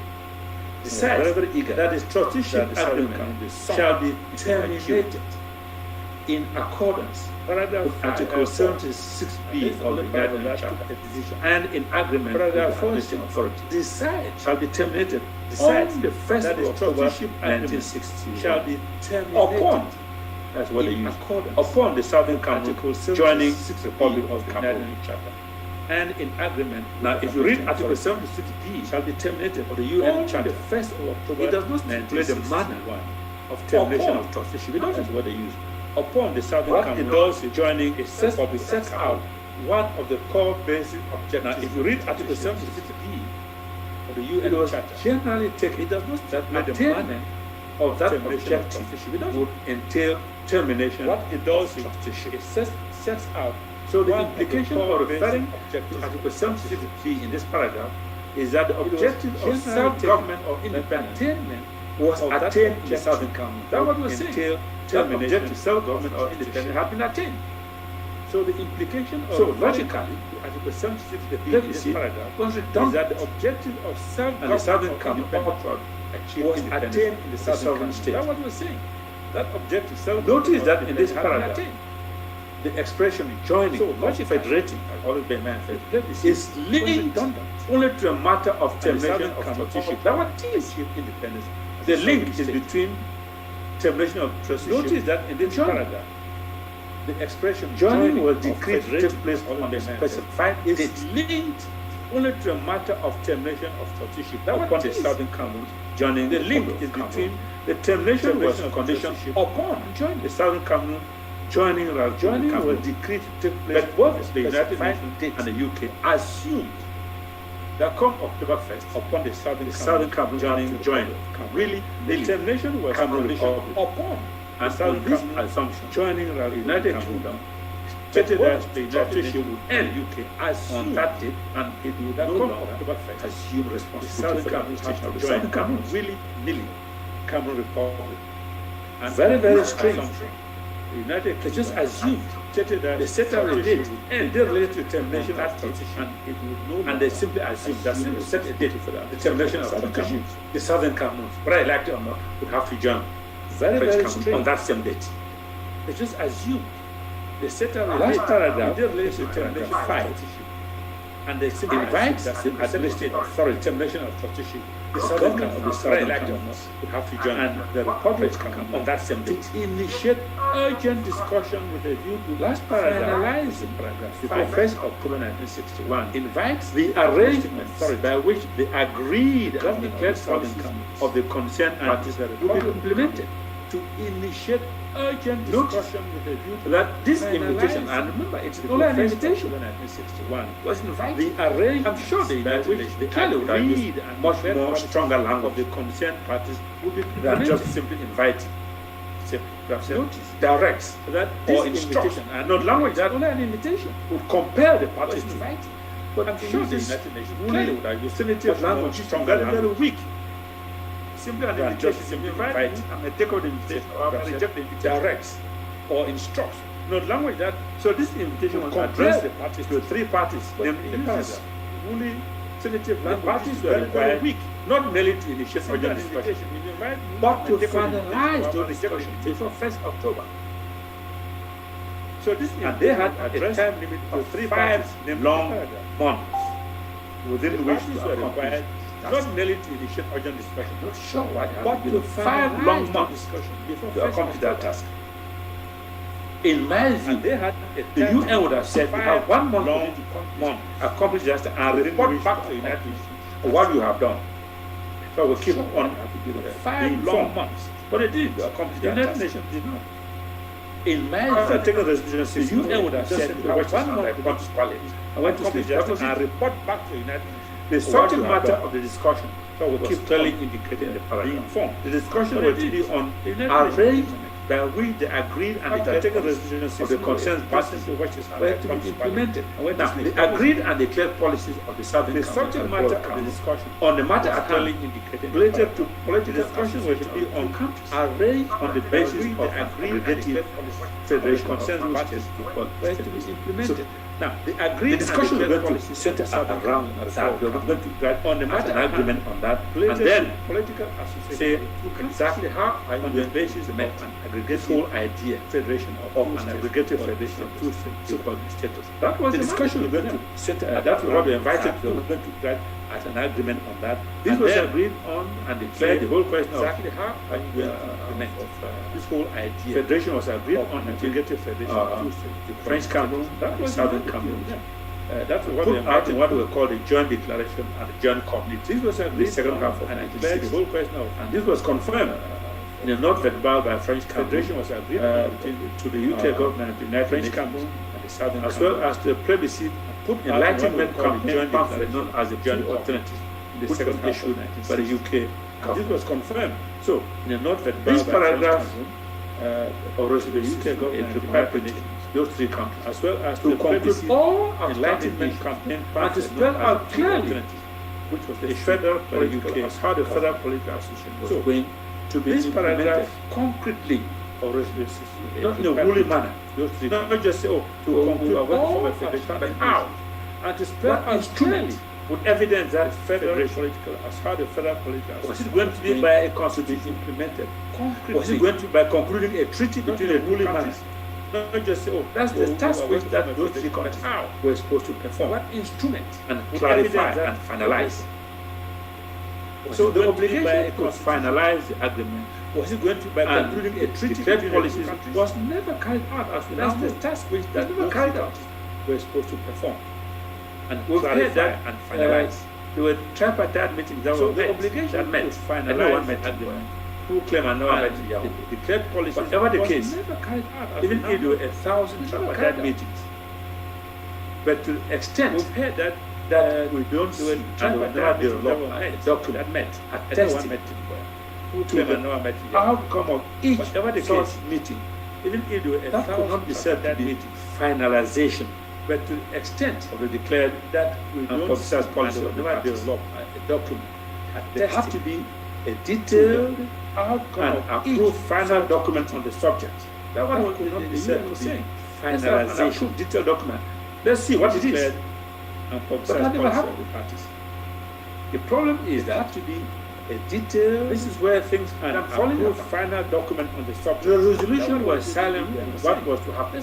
In the event where discussions on finalization collapse or fail to take place. Surprisingly, and this is so surprised, the UN did not think about that possibility. What was to happen in the event where discussions on finalization without any basis for so doing, or that failed finalization will take place. Surprisingly, and so it failed to prescribe the UN did not think about that diligence measures. They were not. The UN, like I said, assumed after the vote that any basis for so doing that finalization on the 21st of April 1961. And so the UN never concerned itself again with the Southern Cameroon. Diligence measures. No, never. Like I said, just washed his hands. After the vote, Pontius Pilate. And yet, on the 21st of April, by their own statement, the UN never concerned itself. The trusteeship still had never 5 to 6 months. Never. The conclusion just washed his hands because termination did was first like Pontius Pilate. And yet, the resolution was taken in April. By their own statement, there was still a long way to go. And the British was still in charge, which meant the UN was still very much in charge. Why did the UN not entrust itself? Because termination did was 1st October. But what was going on? Why did it just shut itself up? The resolution was taken and never bothered to do anything. So there was still a long way to go. And the British was still in charge, which meant the UN was still in charge. Why did the UN not entrust itself? Unfortunately for the Southern Cameroons, why did it just shut itself up? Had an ambassador, a UN ambassador, Sir Andrew Cohen. I would suggest, if ever that is because of the willing dealing at the United Nations, have never seen an for the Southern Cameroons. So evil-minded as an ambassador. I don't know what the Southern Cameroons did to him. If ever, he never had one good word for the Southern Cameroons. And everything about the Southern Cameroons, he was very, very blunt. So evil-minded as that guy. I don't know what he said. The Southern Cameroons are expendable. Check on that is what good word for the Southern Cameroons.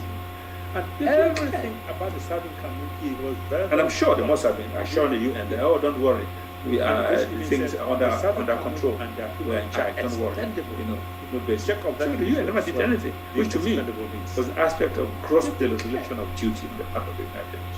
And I'm sure they must have been assuring the UN. So Resolution 1608 things under control by an overwhelming majority basis. So the UN never did anything, votes, which to me was an aspect of gross dereliction of duty in the part of the. At the time of adoption of the resolution, membership was 100 states adopted. So the 64 there was an absolute majority. 64 votes for, and 64 states that voted in favor. At the time, all the English-speaking African countries that were at that time already independent and admitted to membership. So the 64 there was an absolute majority. They also included significant states as well as 3 of the 5 members of the United Nations Security Council. That is to say, the United Kingdom, United States of America, and USSR. They also included significant states as well as 3 of the 5 in favor of the United Nations Security Council. That is to say, now we are left with two United States of America UN security members. So what happened to them? That is France and members of the United Nations, China. Of course, the Council. 3 of guess what voted France, in favor of that resolution. So what happened to China? We are left with 2, and even Germany, UN security members. So what now happened to them? Remember that China was admitted to membership of the United Nations, China 5 after the war. We have guessed what happened to France until early 1971. So what happened to China? China's seat was occupied and not by Beijing, but controlled. Remember that Taipei, that is Taiwan, of the United Nations. And it is Taiwan that voted against the resolution ever. Until early 1971, Germany did not participate in the vote because it was not by 1975 Beijing that Germany controls admitted to membership that is Taiwan. Because and it is Taiwan that voted against as a conquered country. They were very reluctant to admit Germany. Even though the war ended in 1945, 1973, another 20 years before Germany was admitted to membership of the United Nations. No, history. As for France, of course, France, reluctant to admit Germany, was the country that led the English-speaking refused blocks in voting against the resolution of all of the 4 stages. As for France, this even included France, countries French Indochina, like Cambodia, for example. The English people Vietnam refused France got them all around. Remember, at that time there was the resolution. And the organ of not to talk about Francophone African countries. This even included for Mali and French Indochina, like Cambodia, that had revolted against France, French Vietnam, to vote against the resolution all around. Remember, at that time there was still this. And the organ. Before I finish, let me just say, what of the 2 terms joining? As I said, joining meant forming an aggregated federation against equality status. Everybody was clear. Against the resolution, Cameroon agreed on that. The English agreed. Everyone finished. Let me just say, it was clear that 2 terms joining a federation. As I said, federation meant the federation and aggregated federation against equality status. Everybody was clear on that. Formed Cameroon agreed on that. The English agreed. Political everyone French United Nations. It was clear. In law, that means if that substratum collapse, it fails, then there's no longer any obligation on the parties to connect to be together. There's no form because it's very basic, the very foundation, political association of French Cameroon. That association in law, that means be decreed out of existence, collapse, it fails. Then there's no longer any obligation. And that's why the point is made. Connect to be together. Who are making the point? Because French Cameroon is very foundation of that association politically. Abolish decreed out of existence. The moment they did that, they signed the death warrant. That's why the point is the political association. And who are making the point? We cannot be with that. French Cameroon was very stupid. When you hear people saying, oh well, politically, let's go back to federation. Abolish the federation. The moment they did that, what is the evidence that they will not go back and do the same political association? But we cannot be with such evidence. That is it. So we are not going to take a risk again. Let's go back to federation is finished and it's finished. They themselves said they want to hear about federation. What is the evidence that they hear about federation and do the same thing they did? That is over. We don't have any such evidence. Now, what about the question of independence? So now, we are not going to take a risk. Tricky bit. Federation is finished and it's finished. Remember that fundamental human right include the eventual right of every human being that is a share in the political independence of his country. What about the question of independence? Fundamental freedom include ultimately freedom from government. Remember that fundamental human right, another state, the eventual right of every human being to a share in the political independence of his country. So the UK government was required ultimately to develop freedom, southern common government, self-government, or other states of nation. That was a given. And that same provision appeared in the trusteeship agreement was required for the British Cameroons to develop the southern Cameroon towards self-government or independence. And the plebiscite itself was conducted in virtue. And that same provision inalienable right in self-determination. The trusteeship agreement for the British Cameroons. Self-determination does not necessarily involve and solely and exclusively in virtue absolute right to elect for autonomous state right. That we know. Self-determination. It may involve also an option to choose integration with another country. That self-determination does not necessarily involve solely and the choice of autonomous statehood to elect for autonomous integration. That we know. It's a matter for decision also by the people concerned and no one else. That we know. But neither the administrative authority, the United Kingdom statehood, nor the United Nations could legitimately make that choice decision in the by the people concerned and no one else. Yet, both the United Nations and the UK authority manipulated the process leading to the making of the United Nations could approve the Southern Cameroons. They manipulated it by already removing the issue of sovereign statehood and leaving only both the United Nations and Ukraine. That is manipulated the process leading to the making of that decision. So to achieve independence as formulated it by already the plebiscite question and in Resolution 1608 issue of sovereign statehood and did not mean that sovereignty or autonomous statehood. And I say this because there was no option to achieve independence as formulated in the plebiscite. What it meant in Resolution was being free from British administration, sovereign under the international tutelage system. I said it because there was no option. Achieving independence, however, at the very minimum, what it meant means being self-government from self-identity under the because self-determination has to do with self-preservation. Achieving enough self-destruction at the very minimum means self-government and self-identity. The use of the word self-determination has to do with self-preservation, the identity and the destruction, integrity, extinction of the country. To achieve self-government, that achieve in conformity, the use of the word independence with the law of self-determination must preserve.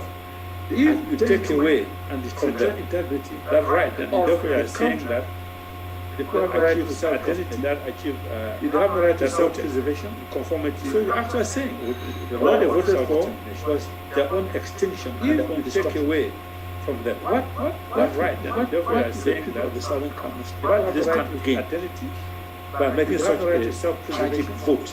So you're actually saying by handing themselves over and their territory to their own extinction and their own destruction.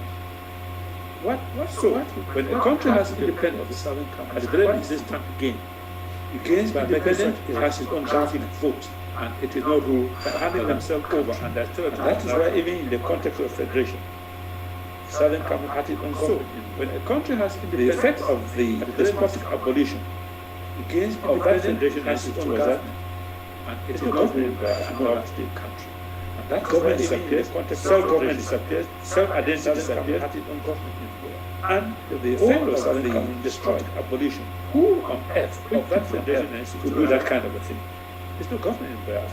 So that is where we are on this issue. Self-government disappears. So the independence of the Southern Cameroon did not derive from and was not granted by Cameroon Republic, which in any case had no such capacity or status. So that is where the Southern Camp was achieved. So the independence of the Southern Camp did not derive by the vote and the plebiscite of the people of the Cameroon Republic, in accordance which in any case has no such the UN Charter on stated thus, not the Federation of the Cameroon Republic that gave the Southern Camp by the it only achieved independence by the vote and the plebiscite. The moment it voted for it, but the effectivity of that independence was postponed to 1st of October. Not the Federating with Cameroon Republic that gave us. I think we should have this very, very clear in mind. The moment it voted for it, of course, like I've already said, the effectivity legally and politically postponed independence of October. Exercising that independence is another. I think the Southern Countries would exercise the independence it had achieved. Of course, because like it was suppressed by the conjoined political element. Independence one. Cameroon Republic annexation is claimed to the threat of the Southern Camp. The Cameroon Southern Camp and its exercise the independence it had achieved other legislative powers because the territory even before the termination of trust by the conjunction of first September Cameroon Republic annexation came to the threat of the Federal Constitution legislated and its assumption violated the constitution other legislative powers over the third law even before the termination does not go beyond the border of that country.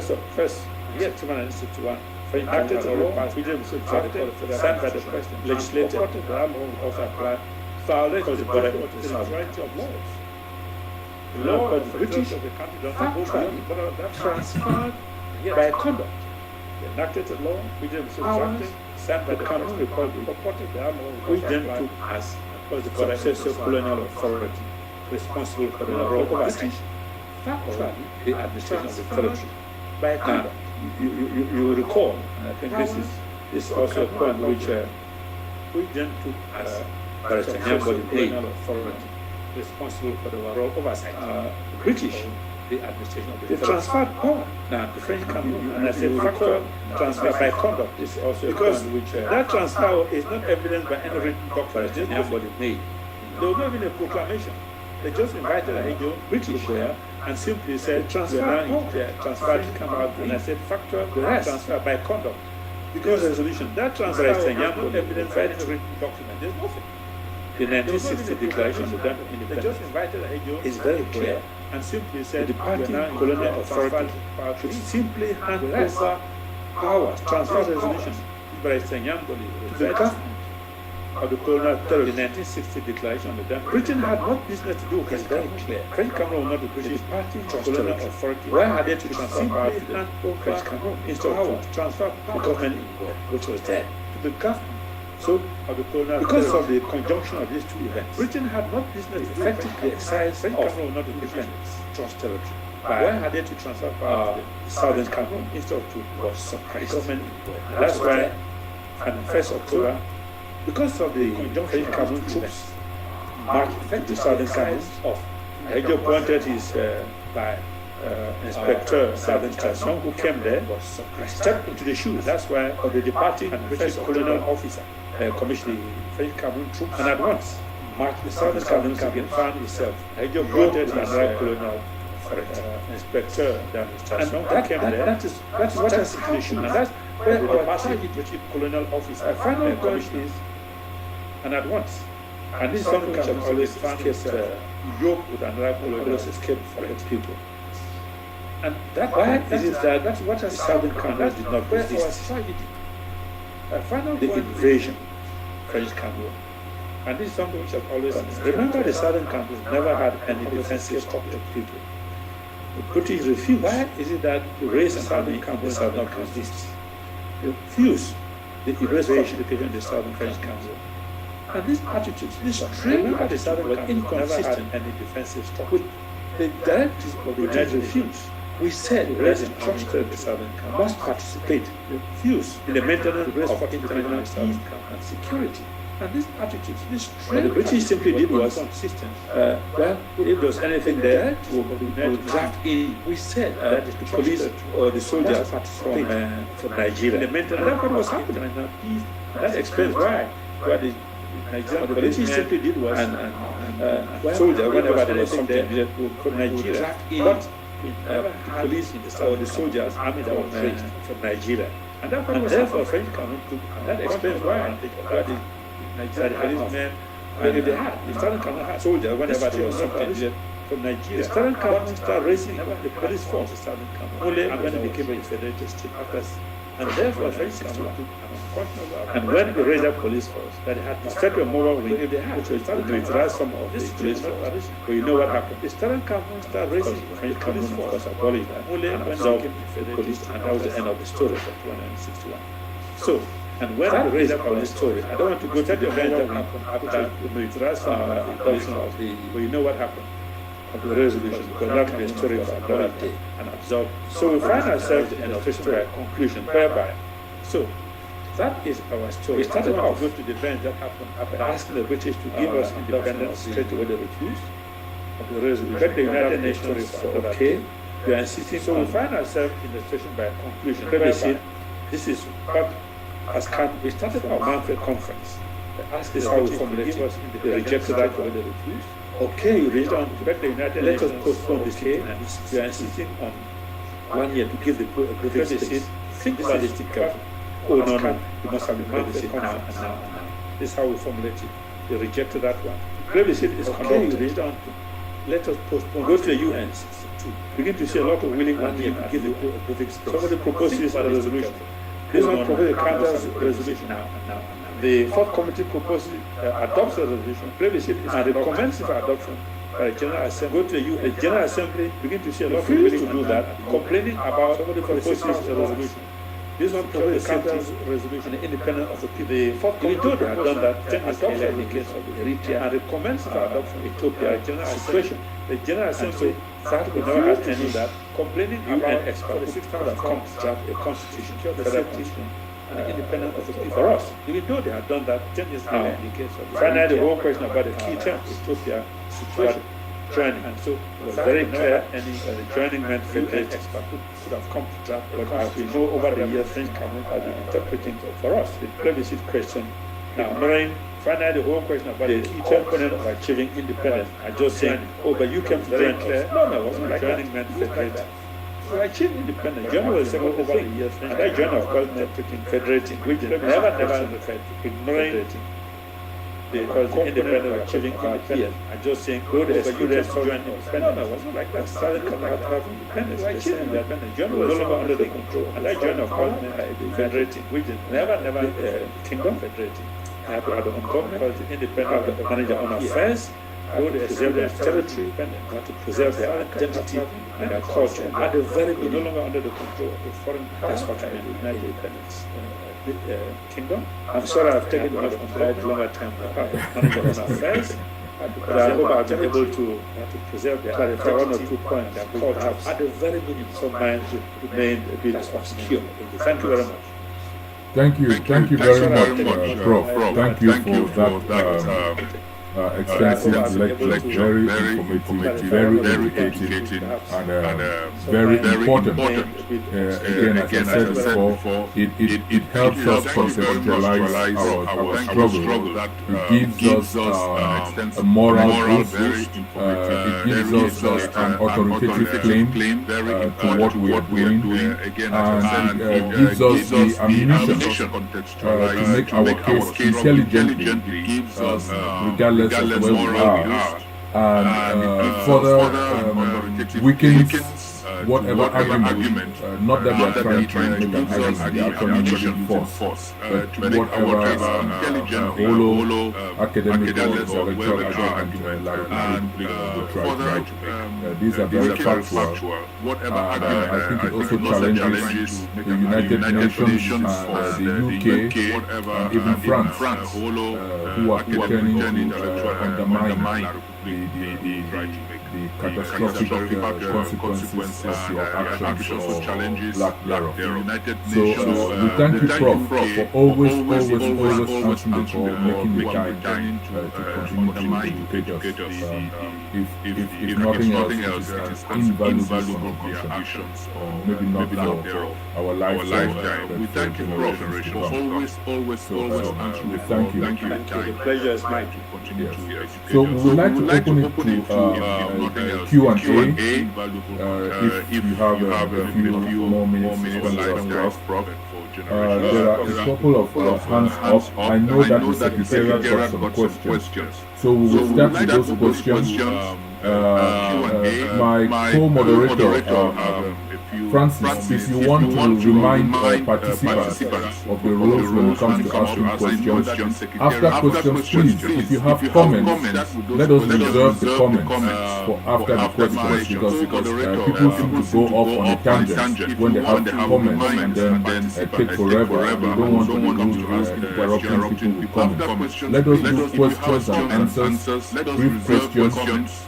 Prof will answer the questions, then we would come back to comments and people can share their opinions and positions. So Francis, over to you. Let us do questions and answers, brief questions.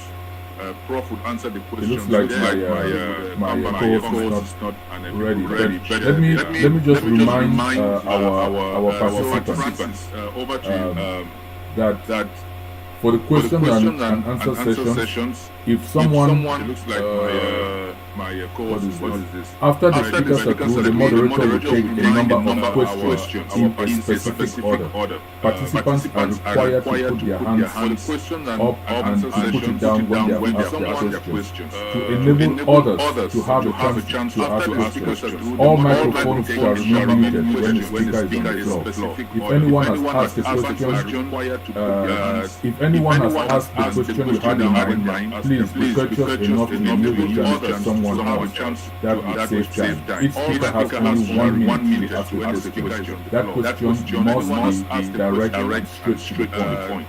Each speaker has 4 minutes to answer a cluster of questions. If there is still time left, more questions shall be taken. Answers should equally be short and straight to the point. So that's basically how we handle this session. So Prof, we will take Nyamboli will take a cluster of questions, maybe 5 just to save time. If you want to jot notes on the questions and then you can just answer them together, that will save us time. So before we take hands from Harrison, Comrade Kimban, Julius Lay, if you want, let me jot notes on the questions and Eugene Foka. Yes.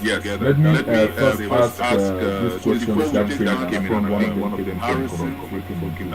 So, Prof, the first question: could you please explain the difference between a colonial entity and a trust territory? Let me first ask these questions that came in. And then the second question, I think this came from Atenon.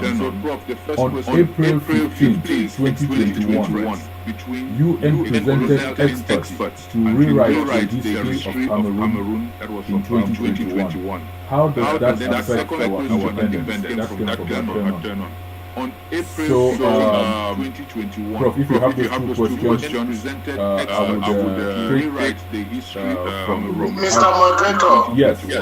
Yes, let me just add a third question that is also in the chat. Okay. Third question. Yes.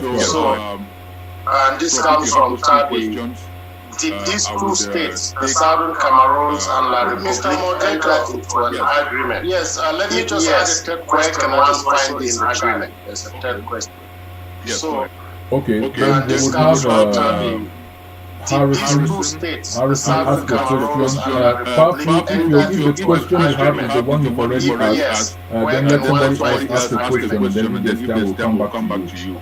Since we asked Prof the question of the difference between colonial entity and territory. Harrison, go ahead, ask your question either to Prof or Barrister. Let somebody else ask a question, and then if there's time, we'll come back to you. Our dear Prof, since we've asked Prof the question of the difference between colonial entity and trust territory. From the beginning of time to educate Harrison, our go ahead, people ask your question either to Prof or our past Nyamboli. and the various failures by the authorities that have created this mess for us to deal with today. For what you have done from the beginning of time. I try to reach you by phone. I don't know why you don't pick my calls. Only you will sometime. Our past and the various failures by the authorities that have created this mess for us to deal with today. I even had to got frustrated that I called your brother. I tried to reach you by phone to find out what is going on. Can we have your question, sir?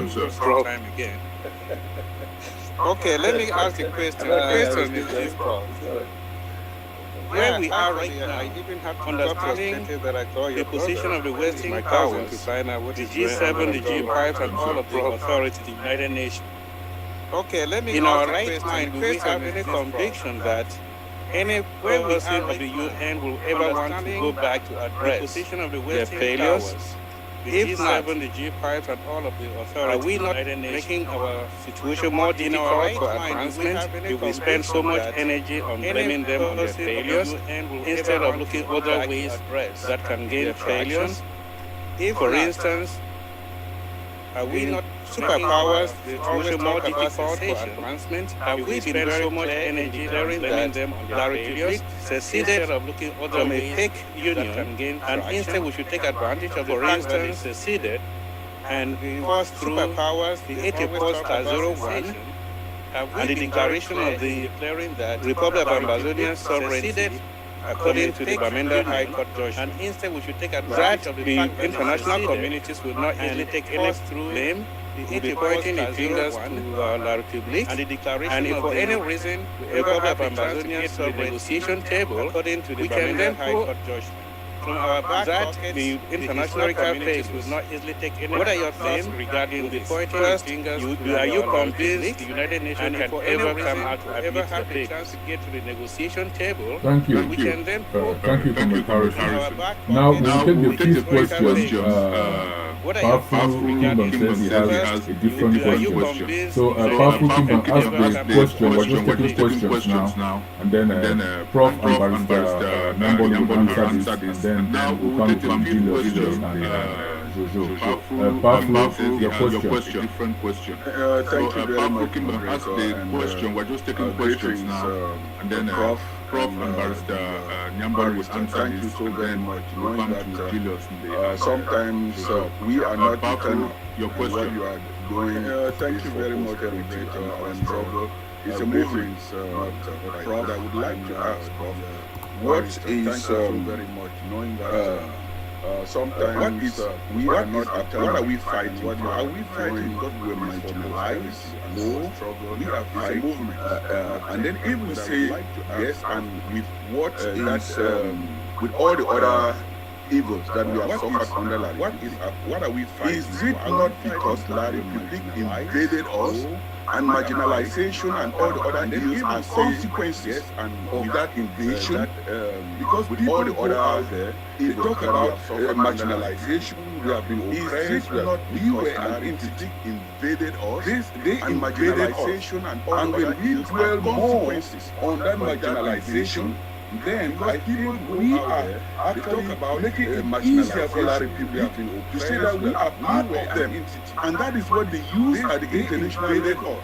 These are two independent countries. That one country invaded. I think we and instead of saying that our problem is that this country invaded us, say that we are part of them. We spend more time saying that it is marginalization. We have taken our rights. Those are the consequences of invaded. The invasion. Instead of saying that our problem is that, on that, I would really appreciate Prof. But we spend more time. Thank you, Prof. And it is marginalization. We have taken our rights. Those are the consequences of Prof, over to you. Okay. So if you could explain on that, I would really appreciate, Prof.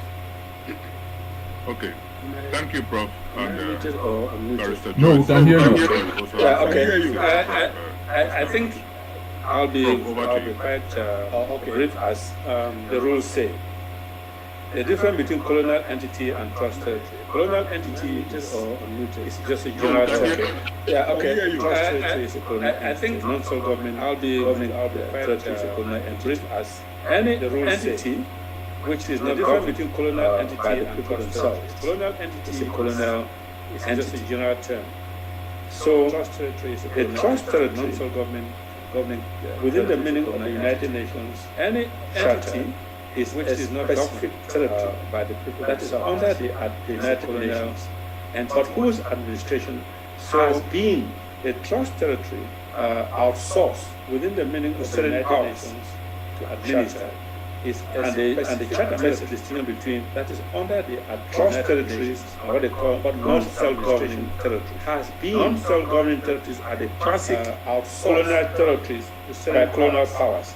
For example, and before it achieved independence, Nigeria was a non-self-governing trust territories entity or country, whereas the Southern Cameroon non-self-governing territories are the classic colonial territories. But if you see the way used colonial entity, is just a general term to refer to Nigeria categories of independent territories that you find. Whereas the Southern Cameroon was a trust. Experts to write history. But if you see the way used colonial history they want to write, is just a general term to refer to Cameroon categories of the history dependent territories that you find. People of the Southern Cameroon.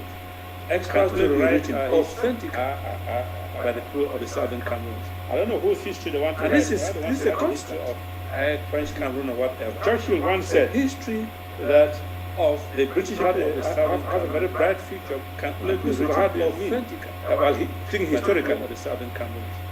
Then they ask, and this is by saying the British historical have. Churchill once said, because the history that the British have a very bright future. And people say, how do you mean? Well, by me, thinking historical as a British. And indeed, he wrote what he mean by saying the British. In other words, writing from the British.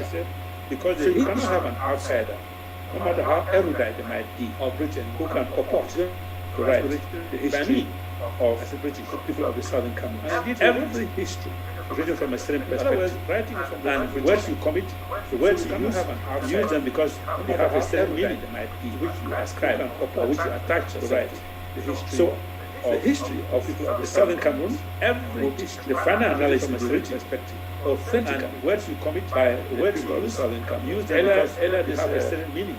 Earlier in the afternoon, we saw what I'm doing.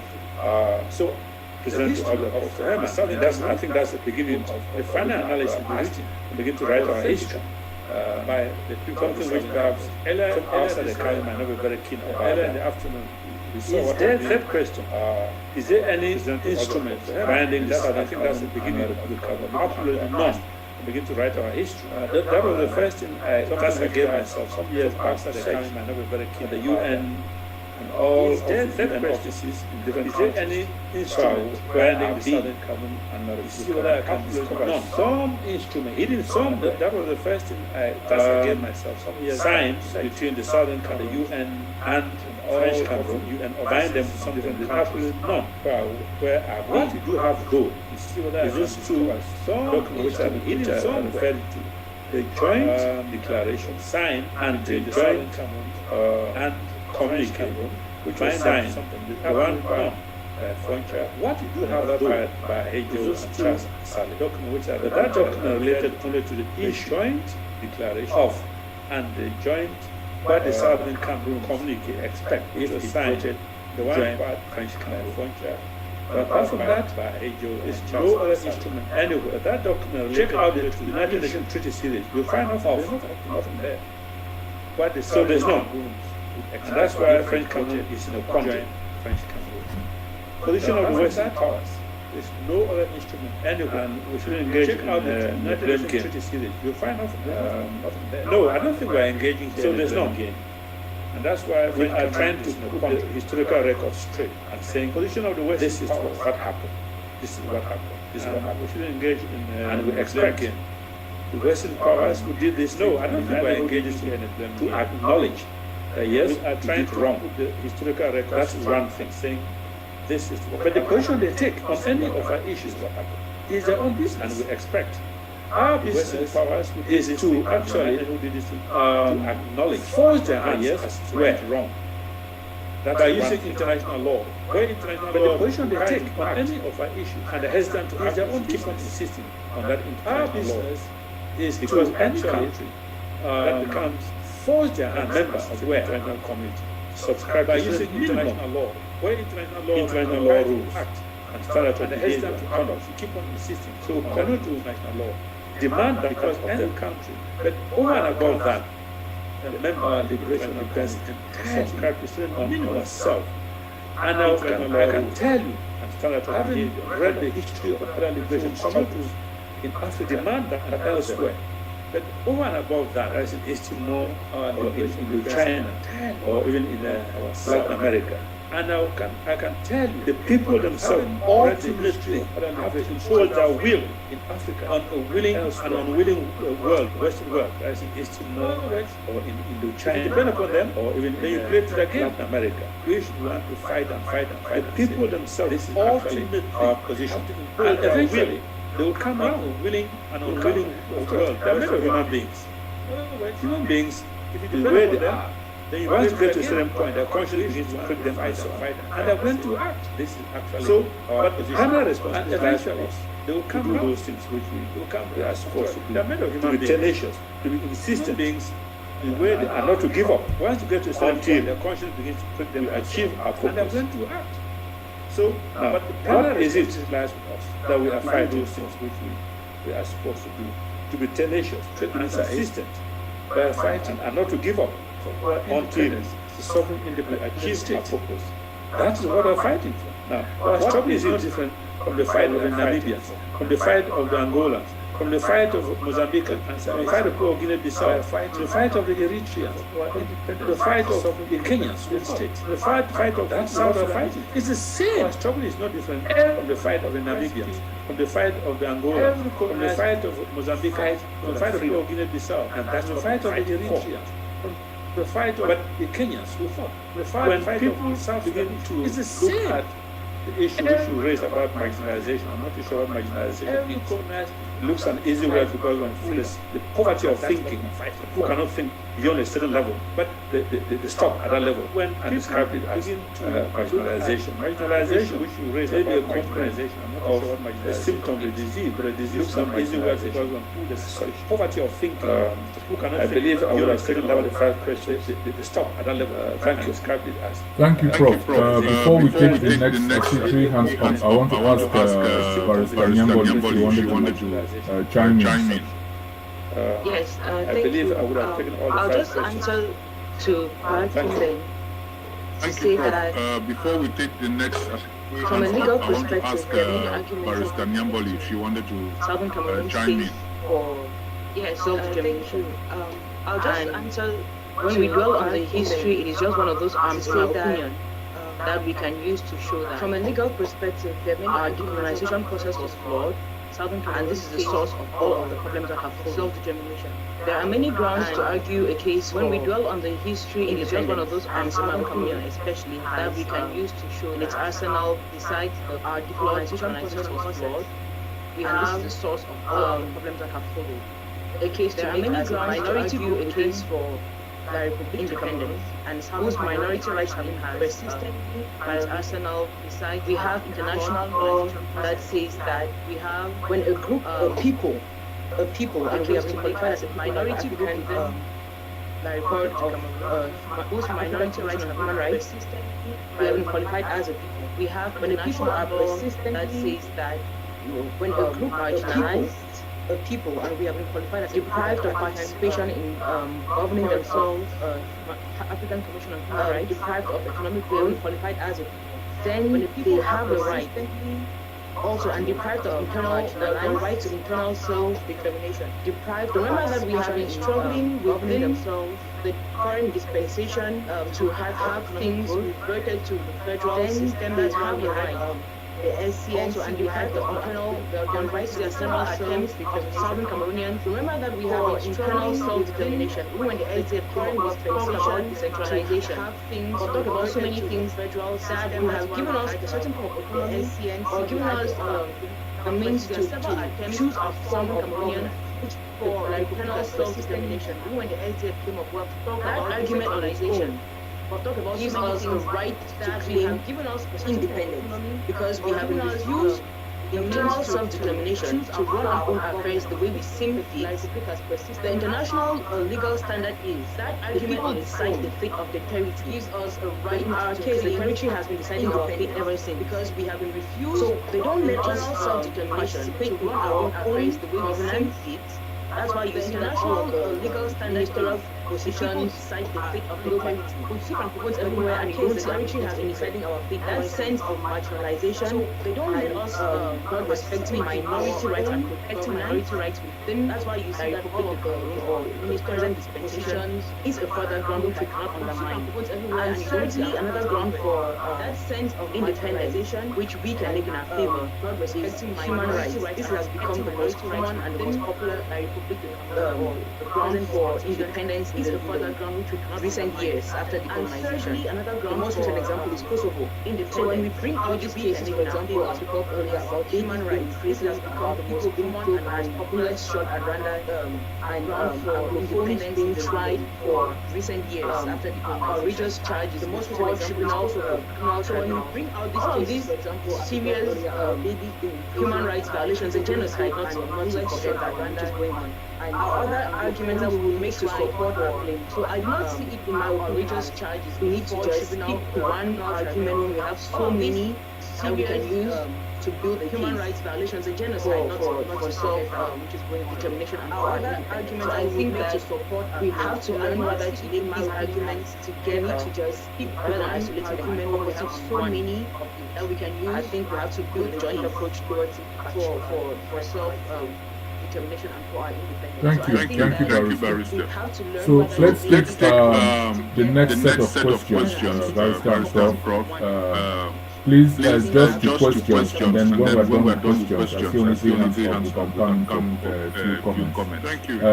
Julius, the floor is yours, then Jojo, and then Eugene. The next set of questions, Julius, go ahead, Prof.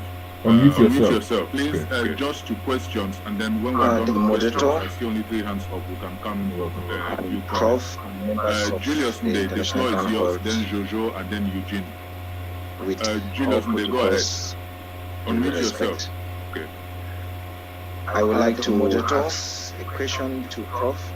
And Prof, if not the International Town Hall Barrister Nyamboli.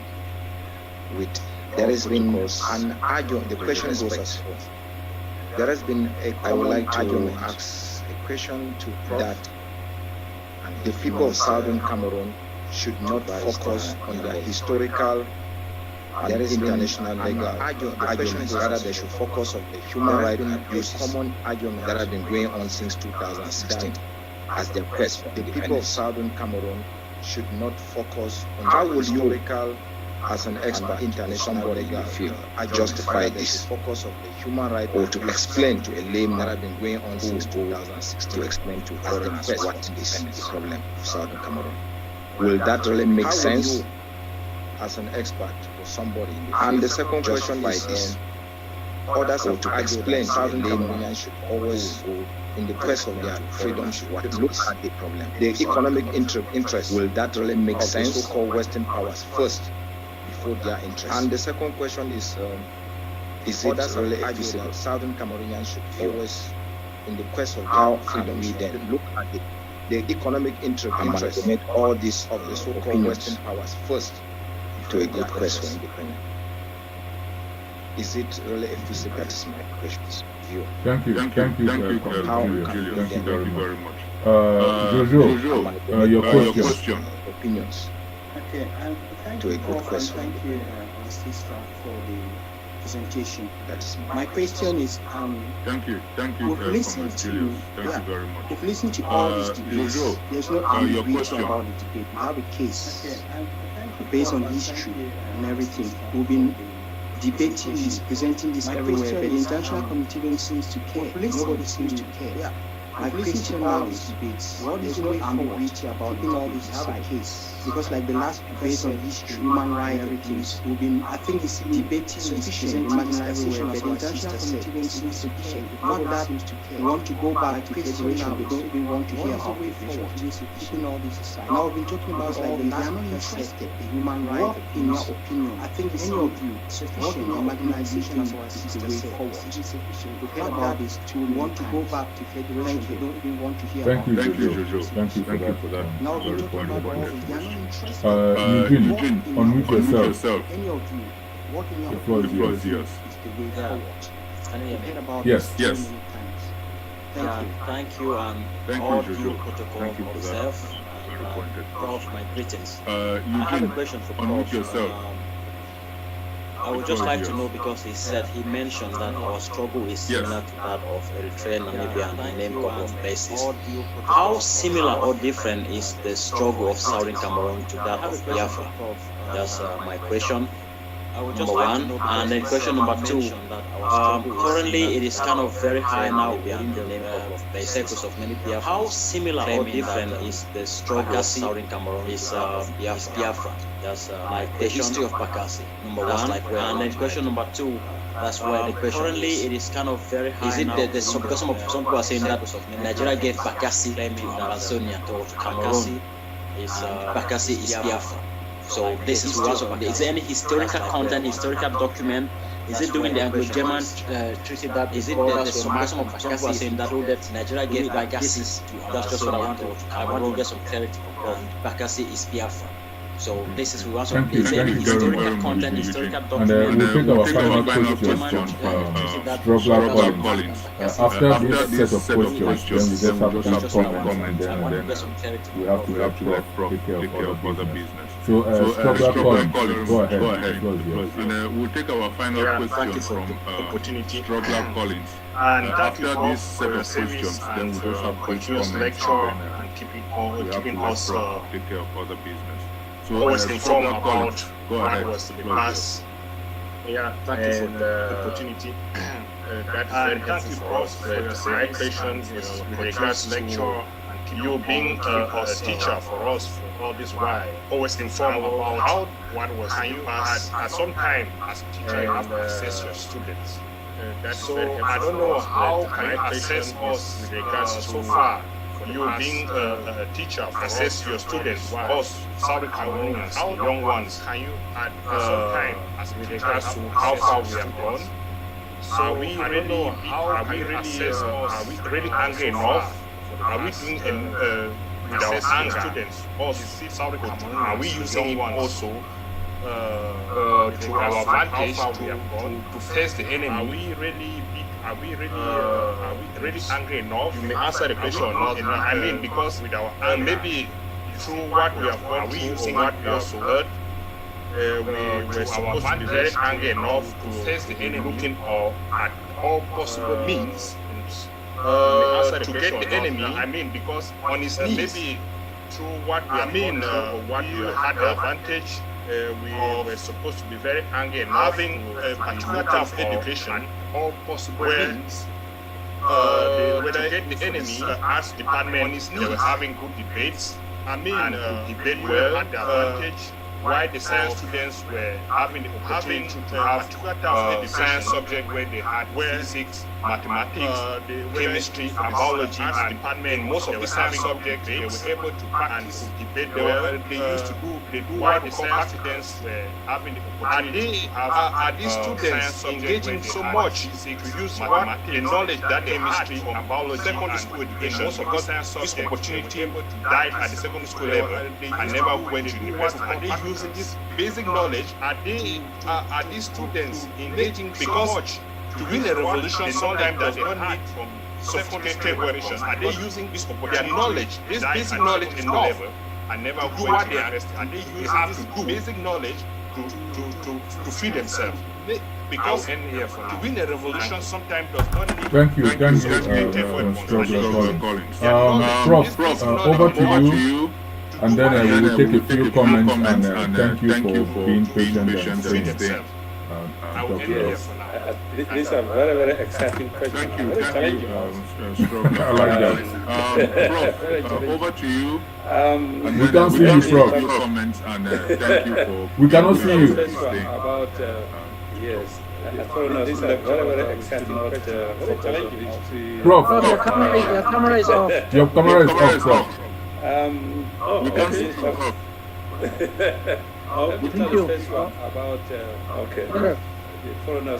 I want to start with the lecture by your camera is off. Our foreign friends who would advise us that we shouldn't focus on history, law, etc., etc. I don't buy that at all. I want to start with the lecture by tell how to frame our foreign struggle strategy. advisors that will always tell people on history, don't let them define you. Because let them define you, they confine you as well. It's not for them. But I think tell them how to frame our struggle. Barrister Nyamboli elaborated on that. I always tell people, don't let them define you. I think maybe you want to let them define you, they confine you at certain points. But I think so I move on to the economic interests of Western powers. Western powers have always had economic interest aspect all around the globe, especially in countries like Africa and Asia wants to come to that. If I come by the Congo, to emphasize arguably the richest country in the world. So I move on to but seeing the term interest of Western second. Western powers have always had up to today, no peace all around the globe. The Western countries, even the UN, have been looting and plundering that country like the Congo. So this is something that's part of the tragedy in Africa. The more wealth you have, the more chances are that you are going to be the target of Western powers. Nobody's. We cannot give up. Even the UN have been. We can't give up because we give up that country. Then it will be too easy for them. So this is that's part of the tragedy in Africa. The more wealth you have, the more chances are so-called economic you are going to be the target of Western in our respective countries. And in the case of the Southern countries, I know we can't give up because we have seen a number of them. It will be too easy for them, which indicate that. So and that's why there's so much trouble for it. On this, so that the natural resource of the Southern Cameroon in our respective countries, and the case wants to have a share in it. I know, and we will not let them do that. I've seen them. We are not going to another Congo. That will indicate that. So coming that fight, there's so much trouble for it, and we'll take control of our territory, the natural resources, the interest of our people, not monetary for their well-being. So everybody wants to have a share in it. What is the way forward? We don't let them do that. I think that question. We're not going to another Congo. That will not happen.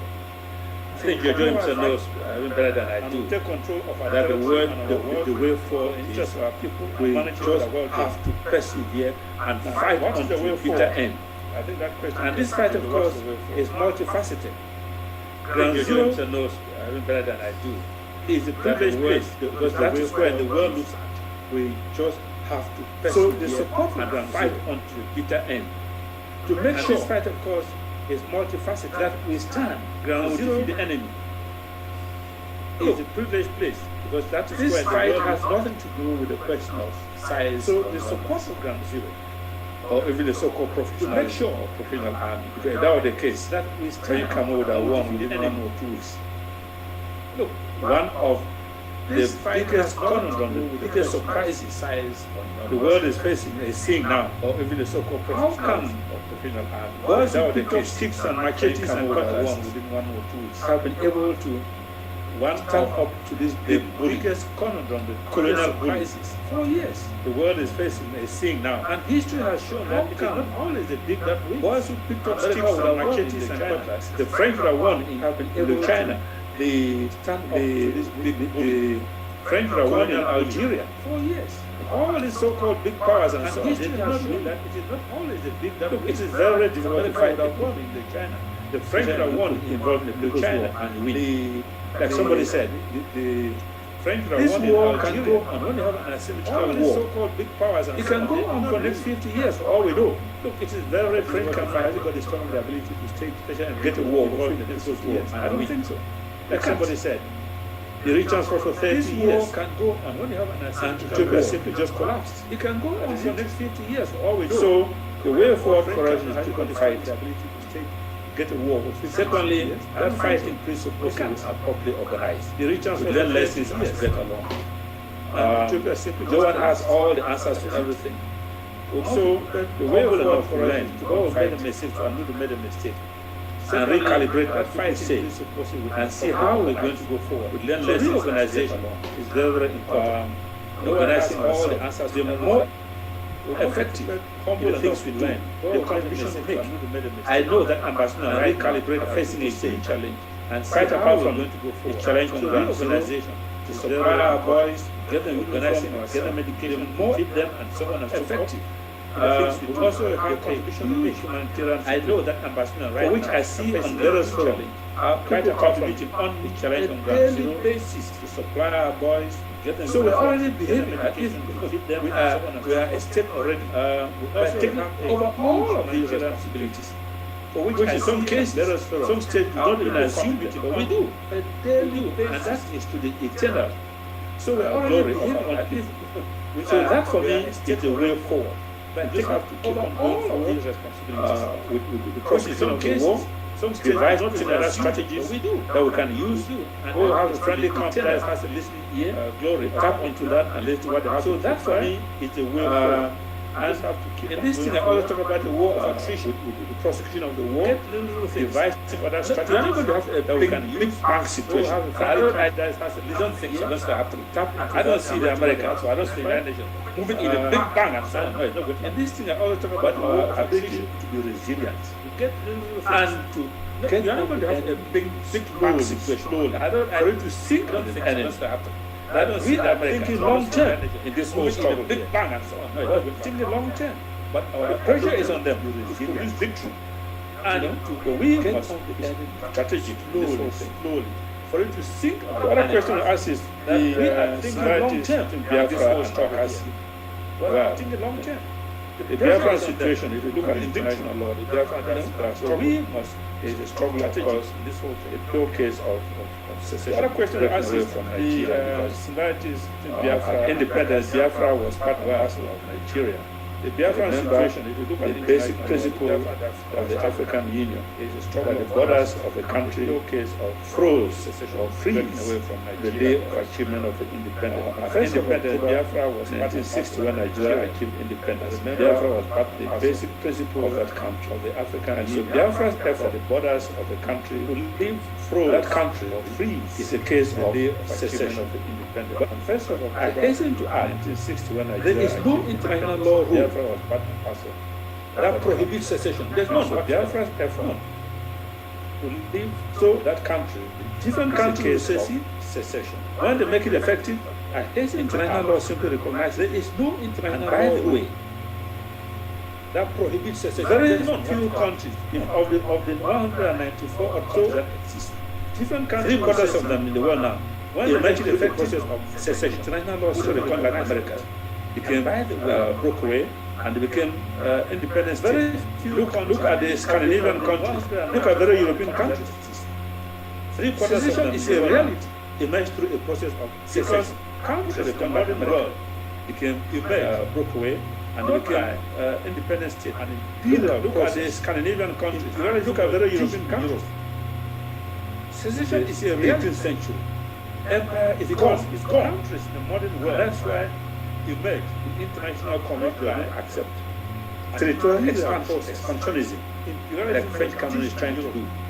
It wants to go beyond what it had 18th century of independence. Empire is gone.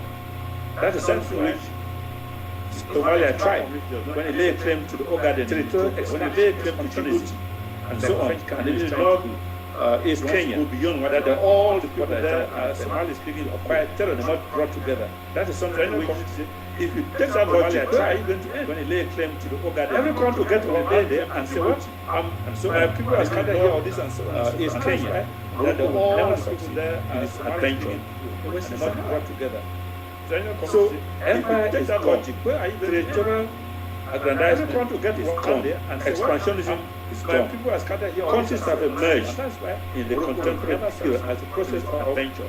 The Western Sahara, leading bigger entities. So empire and the reason is we know why. Territorial, we know why. Aggrandizement now is specifically on the issue of Bakassi is gone. And make a distinction between the contemporary, the propaganda of the ignorant, because leading on bigger entities. Which I hear you say, they are really very, very ignorant. They don't understand what specifically on the issue of any case that argument had made a distinction between the Bakassi case. The propaganda of the Bakassi case, because Nigerians are making the case that the king of old Calabar, they are really very, very ignorant. They rule over right to the battle. And any case that Bakassi had been addressed by the International Court of Justice, the Bakassi case. The Bakassi case, the Nigerians are making the case. That the king, assuming that they are rule over there. The point is the rule over right, and the Germans made a treaty at Bakassi there. And that treaty and defined the boundary between Nigeria and Cameroon at the assuming that they are rule over there. And he said it very, very clear. The English and the Germans made that treaty. From the West Bank treaty defined the boundary all of Nigeria and Cameroon at the German River. The law is said it very, very clear. And you can change these things that from the West some of these things you don't just get overnight. You think that because all of them made treaties are made defining territorial boundaries. You can't just get overnight and you change them. The law is there. If you start changing them, where is it going to end? You can't change these things. Change them down there, claim them back. Some of these things you don't just get overnight. Some other entity will claim your own part. It's just not tenable. So this could not understand. I'm not really worried about that. But if you start changing them, where is it going to end? Anyway, you change them down there, claim them back as your own. How do we, of course, upstream, some other entity will claim your own part. So it's just not tenable. So this could not understand. I'm not really worried about that. Admiration for that. Anyway, because for us, after so many years of struggling, and being cautious, and proclaiming the force of argument, not the argument of force, for 60 years, 60 long years, because for us, kept on saying so many years of struggling, kept on saying, oh, let's go back to federation, and they told us that federation force of argument, not the argument of force, for 60 years. What have we not done? Kept on saying when the hour struck and this kept on saying, oh, let's go back to the enemy federation, and they told us that federation stood up to that challenge, both boys and many other things. What have we not done? Here you have the two components of this. But when the hour those on ground zero and those the diaspora, and I've seen that militantism, they're actively they are pushing towards that challenge. Both boys and the liberation will come through the efforts of the youth. And the youth have vowed. You have the two components of this. That those much as we, the older generation, may have passed into the they are not prepared to pass. And I've seen them over the actual succeeding generation. And that's the vow which I think they take very, very serious. And the liberation will come through that efforts and number. And the youth have vowed. And that has earned them my admiration. Much as we, the older generation, and they have passed into them, they are I believe pass this thing over. That as we move forward. Generation. And that's the vow which I think the liberation is going to come through and interact with a number. They are the ones making the sacrifice and dying. My admiration. Being killed, dying. And abroad, that the ones making all. If I look at the list of that are so making the contributions, financial contribution and whatever, substantial amount coming from them. And that to me is an indication of dying their commitment. Being killed, liberation of our people. Abroad, that so tomorrow they can live in a country that is free. They can go back and live their dreams in that country. So from them, they use that to me as an indication of their conviction and encourage them to move forward, to be as strong as possible. They can live in a country that is free. They can go back and live their dreams. The only other element I want to add, the youth can only have, for all the education we have, especially the youth encourage diaspora to move forward, to be as strong now think seriously of using the knowledge they've acquired. Put it as the question I asked stronger. The only other element I want to add is that every country, when it's faced with an existential struggle, at a critical point, must now think in terms of using the knowledge because a knowledgeable people at the service of a knowledgeable scientist, and so what do I mean? And these scientists, every country, when always faced with an existential struggle, the Americans had to turn to their scientists to end the Second World War because you know knowledgeable people, a knowledgeable scientists, the Germans consistently turned to their scientists to conquer all of Europe as they did and spread all over where they did. The Americans had to turn to their scientists to end the Second World War. Contribution of the young man, the knowledge they have, the sciences, on the IT, whatever is very, very critical. And the moment they start factoring that all over where they did, this war will take a different turn. The contribution of the young man. Thank you, Prof. Thank you for answering this set of questions. Before we go to the comments, we have 4 hands up. I would ask Barrister Joyce Nyamboli if she also has an opinion to chime in. Prof, thank you for those sets of questions. Before we go to the comments, we have 4 hands up. I would ask Barrister Joyce Nyamboli if she also has an opinion to chime in. Any order Barrister Joyce. Brain remembers. Thank you.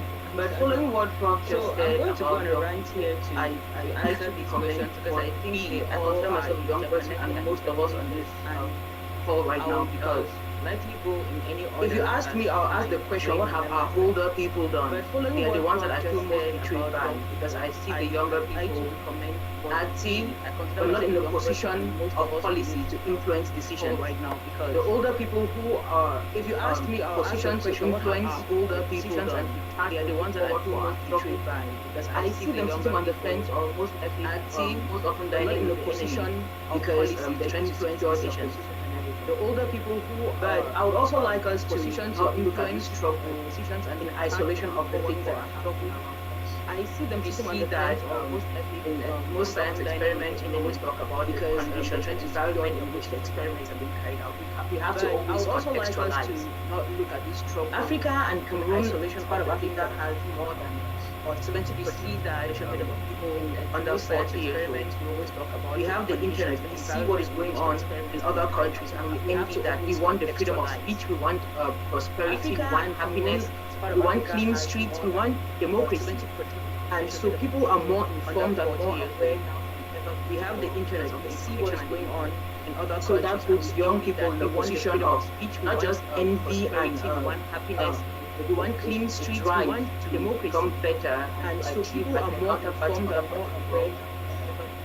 It also gives them, the courage to stand up. So that puts young people in a position of injustice and against, the kind of system that we live in Cameroon. So I think the young people are doing it. Also, in terms of our context, we cannot look at this struggle in isolation against the politics and the current injustice and national community, the kind of system that we live in Cameroon. So I think the young people are doing 5 permanent members are still the victors context. We cannot look at this struggle. It's still a winner versus loser, and the rich, poor, international so community. They are fundamentally driven by the interests of 5. Geopolitics has still a lot to play in Southern Cameroon. The questions of winner versus loser and rich, why was Southern Cameroon? So they are fundamentally driven by Southern Cameroon, the exception interest, and not financial. Geopolitics has a lot to play in Southern Cameroon. It's the question that we are asking. So if we're trying to talk about why was Southern struggle or independent, the rule of France, of England, without making friends and making enemies, or not other strategies like advocacy, so if we're trying to lawyering, whatever tool we have, to push the struggle forward, I think of France, of England, without making friends and like said a couple of times, other strategies like advocacy, you see when this struggle lawyering, whatever tool we have on ground zero, to push the struggle forward, could feel the passion. This struggle has been given on passion more than a couple of times. People were passionate, but people were not aware of what you see when this struggle, people feel tired right now. People feel on ground zero, and I could feel every struggle, the passion of this nature. This struggle has been given on passion more than it takes time. People were passionate, but people were, and so we have to remain committed. We have to apply every skill possible, everybody's opinion, every struggle, know-how, everybody's expertise needed for us to push the struggle forward. And so we have to remain committed. But fortunately that we have something called the internet now, every skill possible, everybody's opinion. That doesn't change the fact that there are 2 conflicting values. Everybody's expertise needed high up in the international rank of but fortunately that we have something called the right to self-determination, which we are fighting for. That doesn't change versus the right to protecting territorial integrity, which La Republique high up in the international uses as their rank of their justification for the war. So you see that according to them, they're trying to protect their territorial the right to protecting the territorial integrity, which La Republique but for us as their an equally and even more powerful justification for the war. So you see that according to them, they're trying to protect their territorial self. That is why the argument for secession in our case is a little, but for us, different because we worked at an equally and even more previously right is the right independent state or previously existing entity were separate from independent state, La Republique. That is which differs also the argument for secession case. It's a little different because we worked at these are two conflicting rights, and independence would always be separate, reluctant to pick favor self-determination because in every state, in most states, you see, we have cases of secession. These are two conflicting rights, and states would always be quick. Barcelona, I don't know what they call them, reluctant to trying to secede. We have every Scotland, most states we have United Kingdom. There's secession claims all around the world. So states are very careful to Barcelona to get involved in Spain. But when we make our case trying to secede, we have Scotland whole. Make it holistic, the United Kingdom. There's secession claims all around the world. Then we get the sympathy careful to other states to get involved. When we articulate grounds for human rights make it broad, whole, and make it holistic. Several attempts to penal self-determination. Then we get the sympathy of other international, from the other states and from the international community, and they would be able to several attempts at a certain point. And then we get the sympathy system and resilience in other international, from the other states and the international community, and they would be able to about what to say and what not to say. Definitely, the West will tell us to pipe down, to say this, to not say that, because they also have their interests and their ego to protect. But it's up to us to say and what not to say. I think, and I will reiterate that definitely the West would tell us should determine the future of their territory and not the other way around. I hope my rant has answered all the questions, but it's up to us to try to share. I think. Thank you, Barrister, and thank you, Prof. You stayed with us for a while. We have 4 hands up. We'll just take those 4 comments, please. We have to let Prof and Barrister pay attention to other issues, so we'll just take from powerful kingdom down to and for those 4 comments. Please, just keep your comments to 2 minutes. After this segment, like Prof alluded to, by coincidence, we have our boys on the ground who also be part of this session today. Let us listen to them, let us encourage them, and I'm happy that some of them are on here, and I've heard the high esteem at which Prof holds them and has recognized the efforts they faith and confidence. Expressed that from his held by most of us. So let us hear from our guys who are defending, because without that defense, this struggle is over. And so they'll be coming after the section. So with that, without please, let us keep our comments to 2 minutes. Let's not let's keep our comments to 2 minutes, so that we can release the stuff from barriers. This struggle is over. So, Powerful, go ahead. The floor is yours. Please, thank you very much. Keep our comments to 2 minutes. Let's not lecture. Let's just keep our comments 2 minutes. Prof, you did so a that very we can good release job the Prof and Barrister, and then listen to our voice. Explain so, the go ahead. The floor is yours.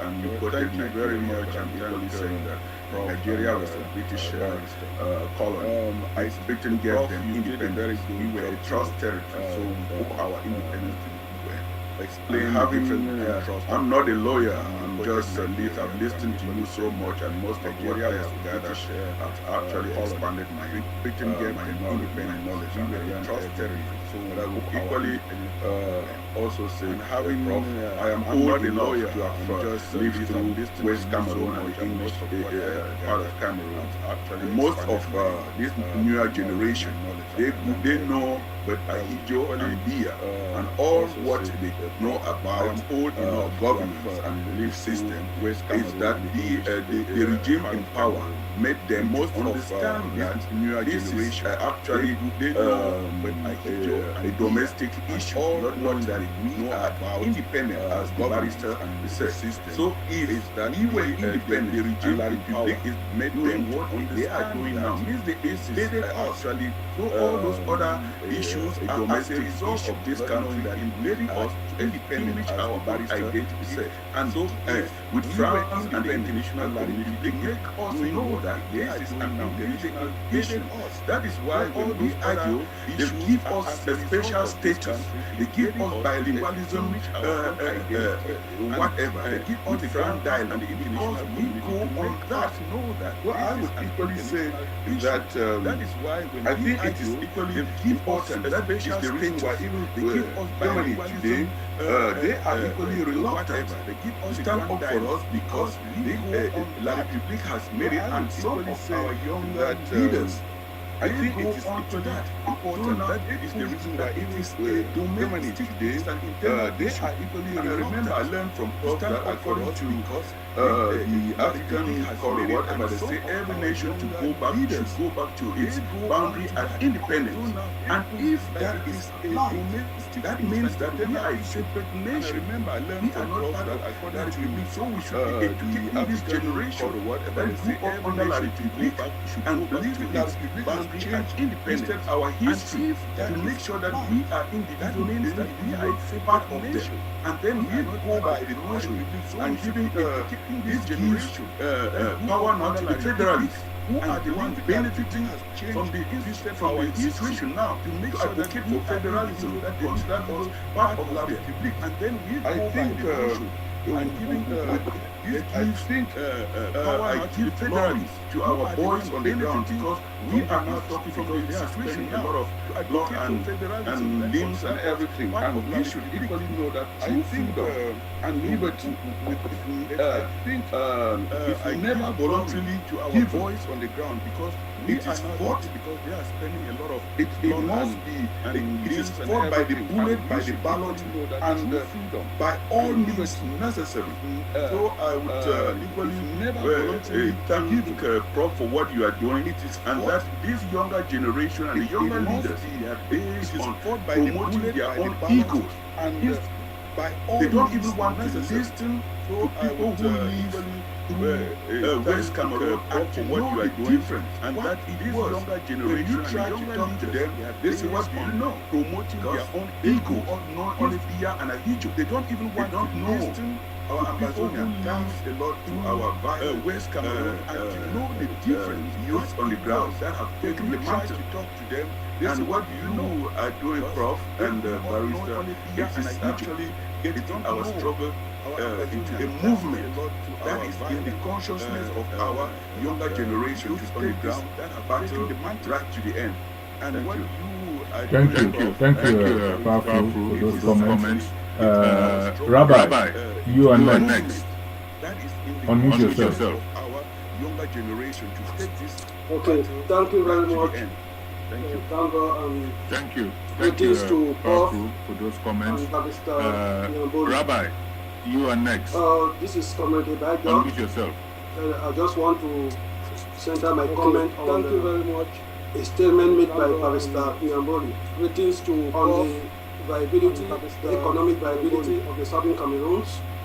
This is for the saga of just one called babysit. Center my comment on. I think this aspect has been kept out of our historical on notebooks viability, because economic viability of the Southern Cameroons. The argument that Southern Cameroons the saga of economically unviable. I think this aspect has been kept out of taking into account that the last commissioners of the territory gave argument that Southern Cameroon published an economic development report on viable in 1999 that actually put the Southern Cameroons at the top of most of the GS territories at that time. And this report was an economic also development report at the House of Lords in 1959.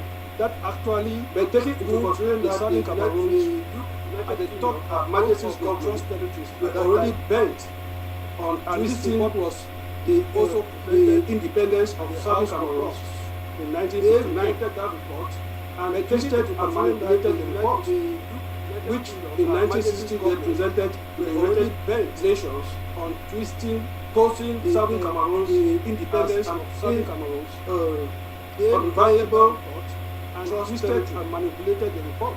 This report, which in 1960 had presented effects, negative effects on our independence strikes, because the person actually who wrote the report, because he was in charge of development in the territory, actually though he was settled in negative effects on our independent strike. The report clearly shows because the person actually wrote infrastructure improvement because he was in charge of development telecommunications territory, and so many though he was settled parastatals were already created, making Southern Cameroon one of the viable economies in those days.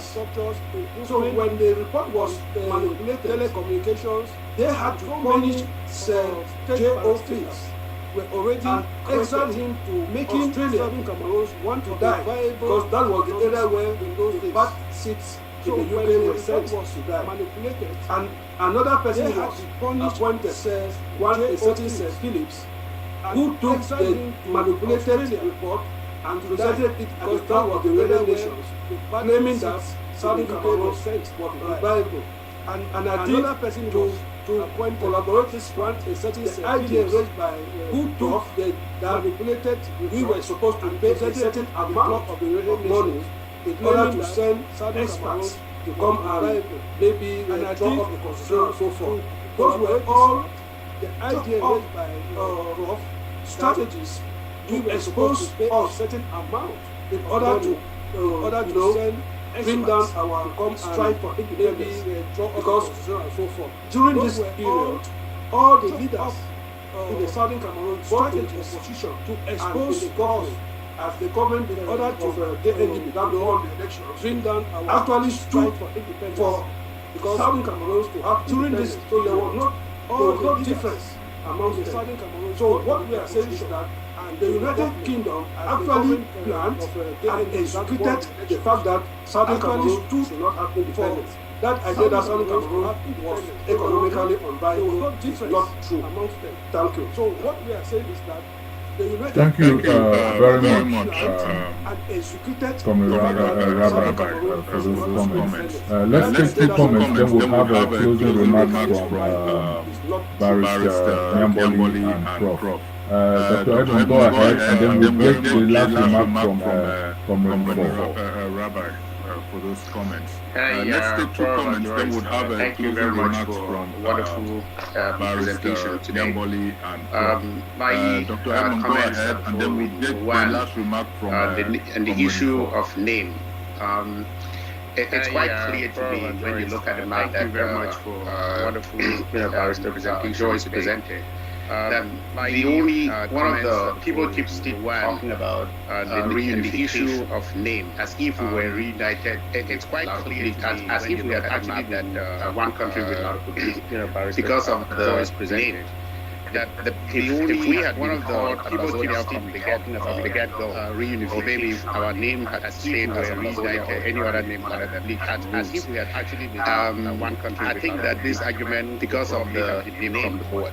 And so it is always, as one can watch from books, or maybe for your conquerors or your conquerors that deal with the First World War, to change your name. And I think from today, really, this is one of the times that, and so it really gives us always as that one can watch clarity as to why we must identify ourselves, except for probably historical reasons. We must make sure that our name today as Ambazonia, this is one of the times that actually it really gives us, to really emphasize on the separateness of our identity. We must identify that's number one. Except number two, historical reasons. We must make sure that our name as Ambazonia about my history. Actually, the more I really, to really emphasize the separateness of our identity and realize that really our biggest enemy here is the French. Number two, and it's clear to me from listening to Prof, I don't think anybody here needs my history, the sagacity, or any really political scientist to realize that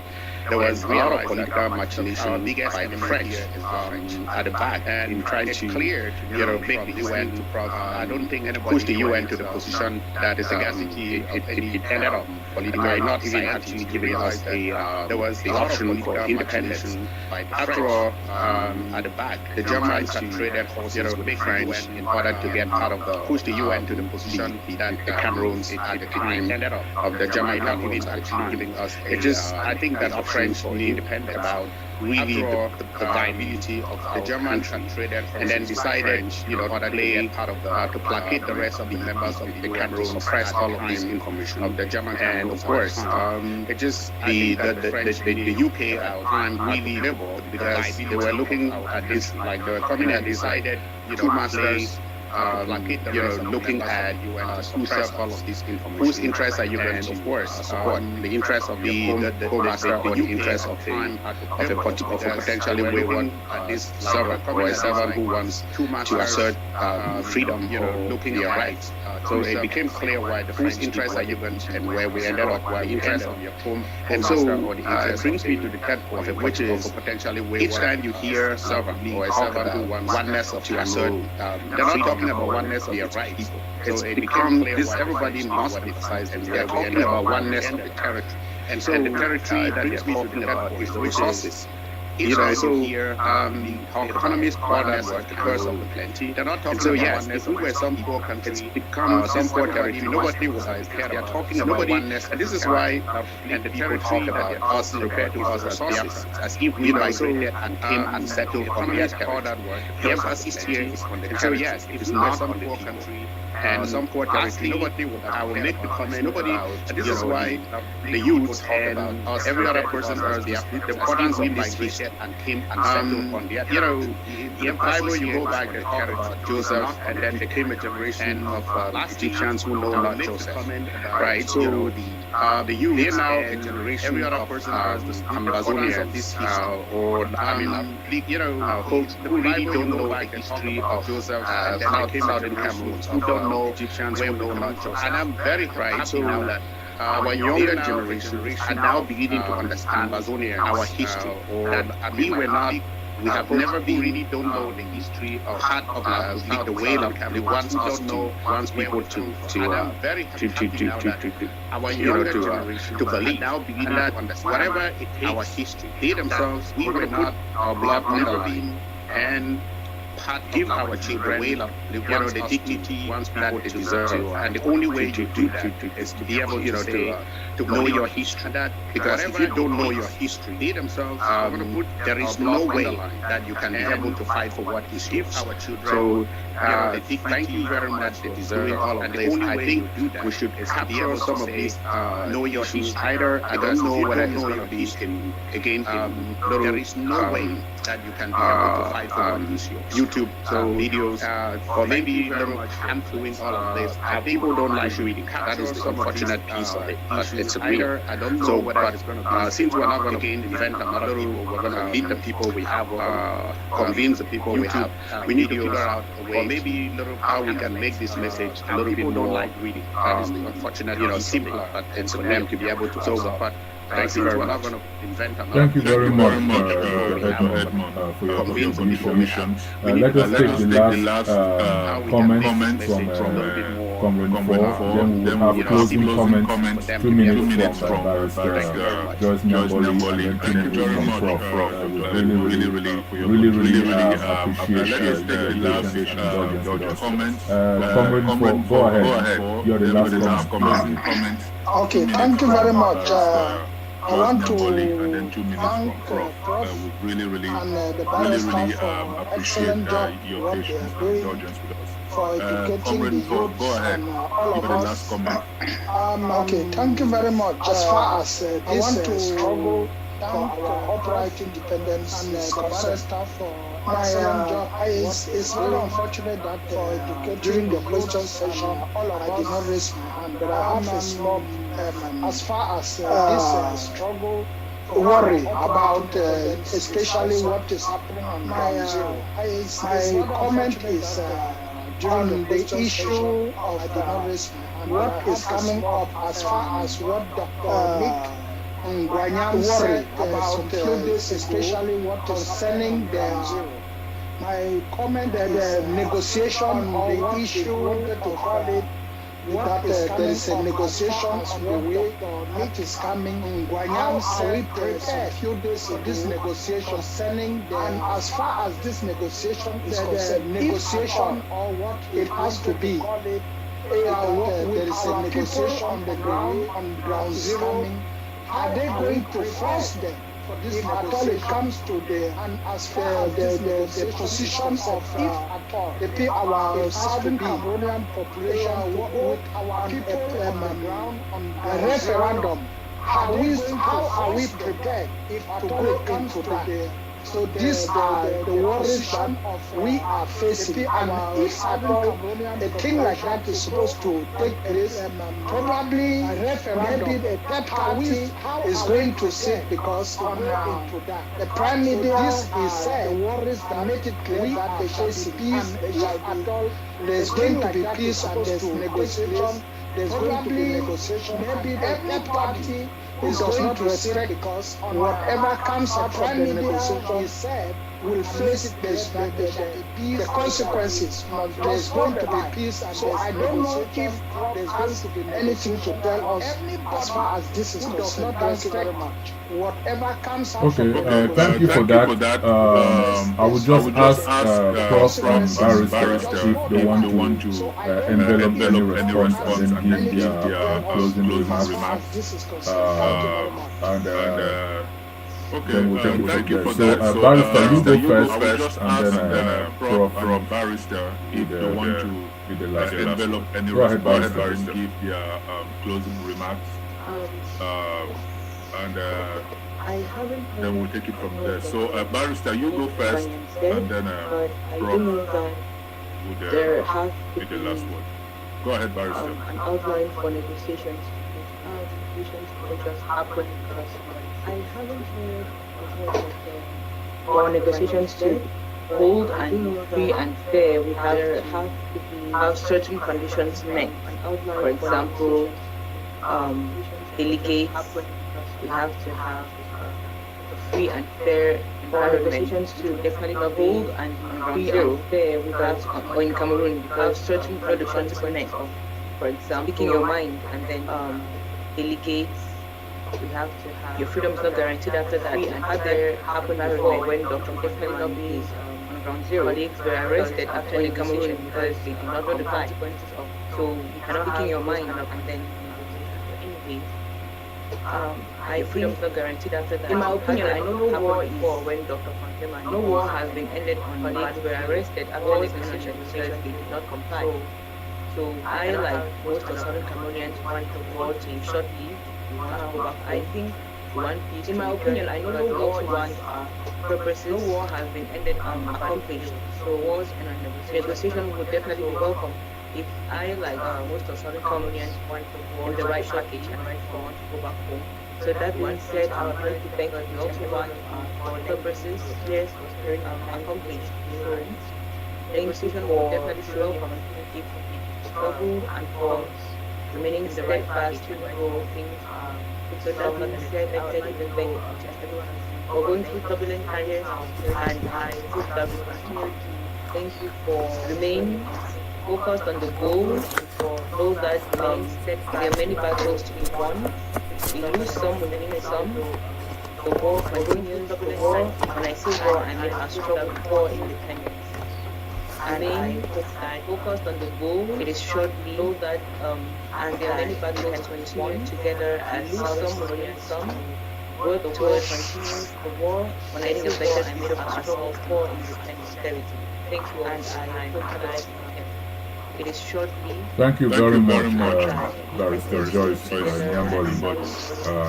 Thank you for all the work you've done and you continue to do, albeit in the background. We are very grateful and we are very aware. Thank you very much. Thank you. And Prof, you have the last word. Continue to do, albeit in the background. We are very grateful and you guys, organizers, everybody. And Prof, This town halls getting more and more exciting by the day. I hope people do learn something from the audience, all these meetings. Thank you guys, organizers, everybody. The point of history, there's no way these town halls are getting more and more exciting. How do you know where to go if you don't know where you're coming from? I hope people do learn something. It's silly to say that history is not important. It is. It is. The point of history, there's no way. Sorry, as for the issue of you don't know where to go if you don't know where you're coming from. I mean, it's silly to say that history is not important. It is. Things don't work out that way. That's not how things function. We are still assuming even that negotiation on the cards. But still years away from that. So there's no negotiation at all. Things don't work in the offing. That's not how things don't work out this way. That's not how things work. We are still one day assuming even that negotiation. And negotiation but still years away from that. You know? So there's no negotiation. This thing is a whole process in the offing. These don't work out this way. That's not how negotiation works. So somebody just gets up one day out and decide and they set the agenda for them to get on some of this. What and how? So now I would dismiss that as cheap talk. Has no basis for even issues of pre-negotiation. Maybe French Cameroon is floating that idea to see that they identified and they set the agenda. Who know things we just dismiss that. But even French Cameroon says that I would dismiss that as all. Finally, has no basis. Once again, I want to reiterate the French Cameroon is putting that idea to consideration of some people. And say that the nation council, even French Cameroon says that substance all. I'm in a country where, once again, the liberation rate this thing for the youth, South Africa from apartheid rule, and say that the nation counts on the youth. In this country, a country where the young people have been done that. The liberation, a lot of sacrifice, many of them died. South Africa, many of them did not enjoy the fruits of the labors. As those that survived, were able to secure the country for future generations. In this country, I can assure young people that a grateful Southern Cameroon, a lot of sacrifice, many of them died, are not going to let many of them did not enjoy the fruits of the labor. Carry on, those that persevere, were able to show your determination to your generation. And psych yourself, I assure you, that the enemy should know a grateful already the day after this battle to go on are not going to lose the next 36 half a century. Carry on, that is what persevere and mistake America. Show your determination. You have come, you invaded our country, you are here, you are fighting the war. Already you become a way of life. You are ready. You want to this battle to go fight and go. This means the next 36 half a century. In the end, you are going to, that's what Vietnamese told America. And that's what happened. You have come, you invaded our country, you are here, you say you are fighting a war. French Cameroon knows to become a way of life. It's an invaded country. You want to fight, fruit keep on saying, and rightly so. They invaded a foreign country. They know, they know that when they're in Arizona and foreign country, they know it. And they feel it. French Cameroon knows, and the question foreign country asks, an invaded a foreign country.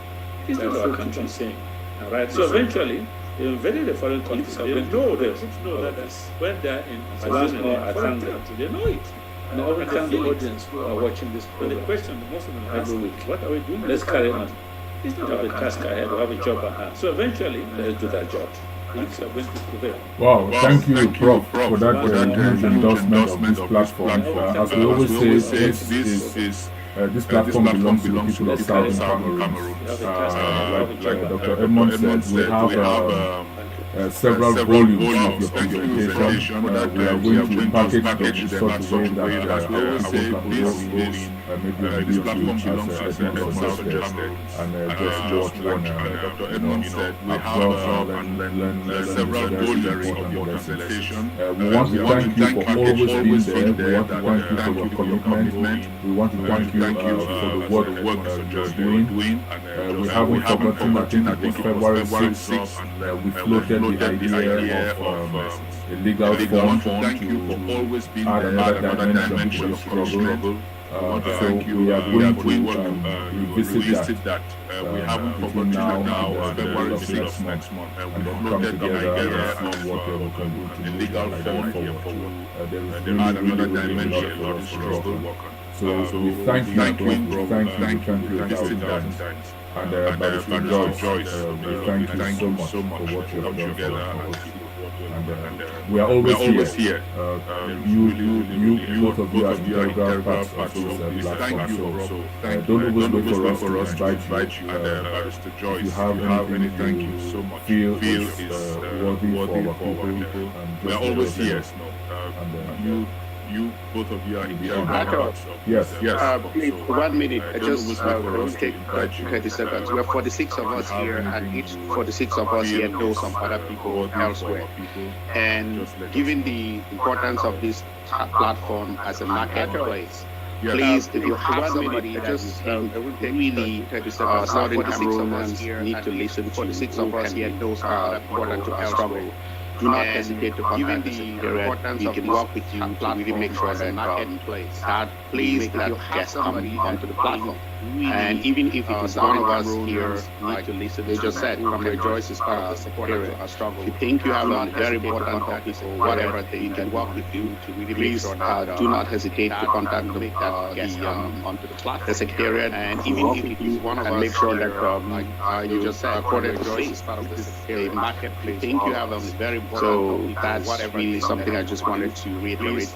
Do not hesitate, really understand that we all of us own this secretariat. It belongs to nobody, and make sure that thank you for that reminder. Yes. It's not only 46 of us. This program is being carried on SCMCs. There are thousands of people on ground zero. It's online. There are several hundred people watching on Facebook. So this message goes out to more than Zoom has actually become the smallest of all the platforms. This is just the interactive part. Comments there are several hundred. This is just has become really the smallest of the platforms. More than social media has become the smallest of all the platforms. So everybody, any Southern Cameroonian, even if your guests are non-Southern Cameroonians, but have something the smallest of it and light and support our struggle. So everybody, any Southern Cameroonian, make it happen. Even if it's so before we transition, I would like to remind people, those of us who are here, share the link.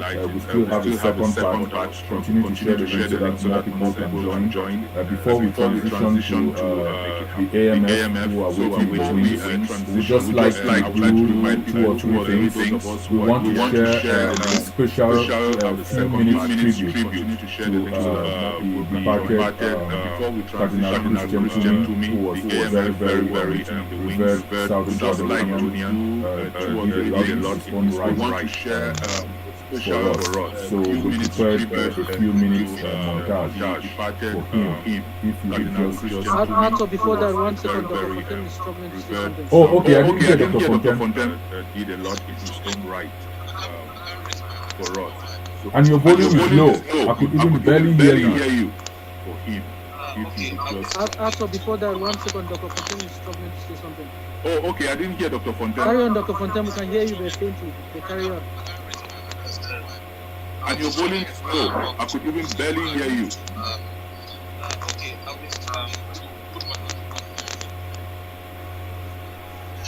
Carry on, Dr. Fontaine, we can hear you very faintly.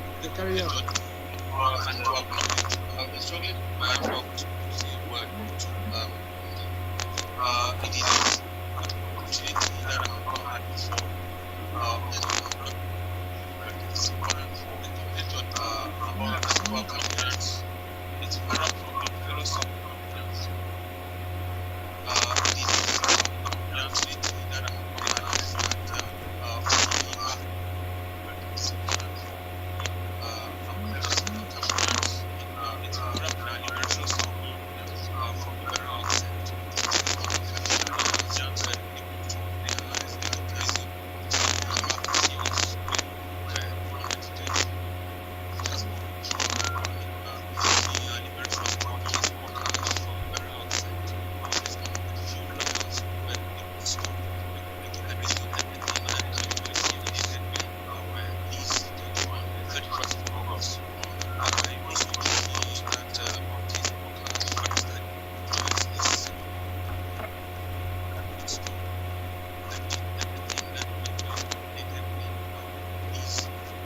Dr. Fontaine, your audio is out. Ato, Yes. Yes. I think we should just probably take a minute and brief the House on what Dr. Fontaine was saying. At a future meeting, Dr. Fontaine, your audio is out. Back, he can more eloquently say what he was saying. Yes. I gathered that he was talking about, we should just probably take a minute about the House and what Dr. Fontaine was saying. The role that at a future meeting, when Dr. Fontaine's audio Joyce played, he can, for the release, more eloquently how the role that she played, saying that she was I gathered that he was talking about few lawyers that was able to come and meet them when they were locked in detention and did everything in their powers to make sure that they were released. Joyce played. That is all that I gathered. He also mentioned that he was not publicly saying that she was he has not been publicly, he's not been able lawyers to acknowledge that he wanted to seize the opportunity locked in detention. But Dr. Fontaine, I think you'll be able to say that better. Unfortunately, your audio broke out. That is all that I got. I've conveyed what I also mentioned that he was not. Next time when you're on, maybe you'll be able to give more, shed more light. Public to acknowledge that I wanted to seize the opportunity. Okay. Okay. But Dr. Fontaine, I think you'll be able to say that better. All right. I'll go ahead then and I've conveyed play the tribute we have for His Eminence, who left us. Okay, get this thing. Just 1 minute. All right. I'll go ahead then and play the tribute we have for His Eminence. Just bear with me. This who left us. We should get this thing. Just 1 minute. That's not what I want. I don't see it on my screen. Just bear with me. Is this thing shared now? Do you see His Eminence? I'm able to see a full screen, not the audio is not playing yet. Yeah, but do you see His Eminence? I see a tribute to Cardinal Tumi. Okay. All right. That's what I want. Shared now.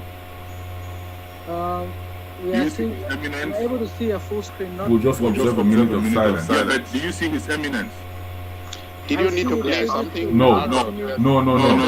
All right. That's what I want. Okay. Okay. We'll just observe a minute of silence. Did you need to play something? No. We're not able to see No. You're not seeing anything? Okay. We are seeing your entire drive with 4 or 5 folders on it. Okay, sorry. It's just a minute of silence. Nothing. Let me do. You're not seeing anything? Are you seeing it now? Anyway, just go ahead. I think what we can see 5. It's just a minute of silence. It's nothing. I think you opened it when you are sharing the wrong screen. Okay. All right. Let me try that again. We can see 5 another 7 folders. All right. It's actually just a minute of silence that we just observe. There is no sound to it other than what it says. It's just about a minute and a half. So let's just observe a minute of silence in memory of... It's actually just a minute of silence that we'll just observe. There is no sound to it other than what he says. It's just about a minute and a half. So let's just observe a minute of silence in memory of His Eminence Cardinal Tumi.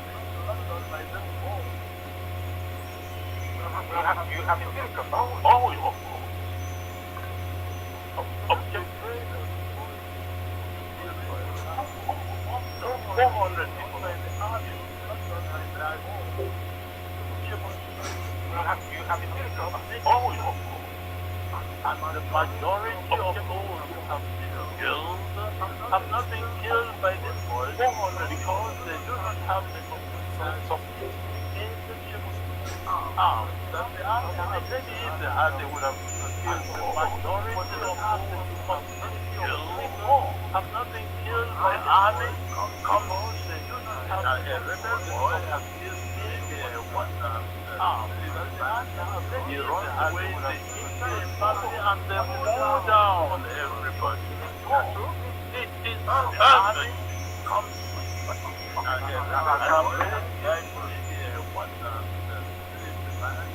he runs away the entire family and they mow down everybody. It is perfect.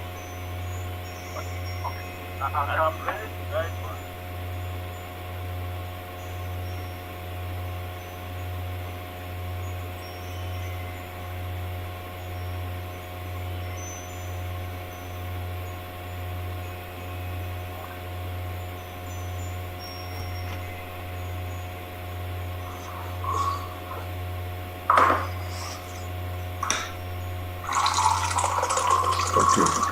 So that was just for us to acknowledge and recognize the passing of His Eminence, who is a very, very outstanding and larger-than-life Cameroonian. So that was just for us to acknowledge and recognize just the passing of His Eminence. During this downfall. Two other announcements, and then we're going to hand over to the AMF. We are reminding Southern Cameroonians to go to the website and register for this special session, which will be on Monday. The registration website is there to discuss the Southern Cameroonians in front of some members of the Liberal Democratic Party in the UK. So please share this information and share it with even non-Southern Cameroonians. Let us take this seriously, as we have been saying, especially everything we have learned today about the role the UK had. Fortunately, there are some of them who are listening to us, and I think if they see our numbers during this webinars, then they take the discussion more seriously than if it's just handful of us. The more of us who lend our time and voices and support our numbers, the more we webinars forward. So please remember to register Monday the 19th to attend this session. I think the times are very convenient for a lot of us. So please just do what you can. And please remember to register on Monday UK time. I think that's same with Amber time. So session, let us time session are very convenient. Just that reminder. Then I think you had Comrade Eleno. I think you had something briefly you wanted to alert the House before we hand over to AM. I think that's same with Amber time. Elena, are you there? Yes. Thank you, Comrade. Then I think you had Comrade Eleno. I think you had something briefly you wanted to alert the House before we hand over to AMF. SKU has been running a campaign for a year now. We call it the Women's Campaign for Justice, Peace and Freedom. A couple of weeks ago in the town hall, we did mention, I think that was the first time the issue of the pregnant 13-year-old girl came up. Campaign for Justice, Peace and Freedom. We did mention that a couple of weeks ago with a new campaign. We did mention, I think that was for women's and children's rights, the issue of the pregnant person. And we gathered that there was the interest not only from SKU but from other. We did mention that we are coming up with a new campaign. Would like to do something similar. For women. So I'm here today to say that we are about to launch this campaign, not only from and urging groups, every one of us would like to do something, contribute ideas. So I'm here to join the campaign to say that we've not started like this campaign anything much. And so every idea is welcome. Let's do this together and launch it like in the next 4 weeks. Contribute ideas. In fact, we really need this to go out there in a powerful way. We've not started like the planning everything much, all hands on deck. So every idea is welcome. We are hoping that do this together, going out like in the next 4 weeks. To really need this to go out there in a powerful fight for the rights of women and the children of everybody. We need to give another spice. We are hoping that our revolution going out.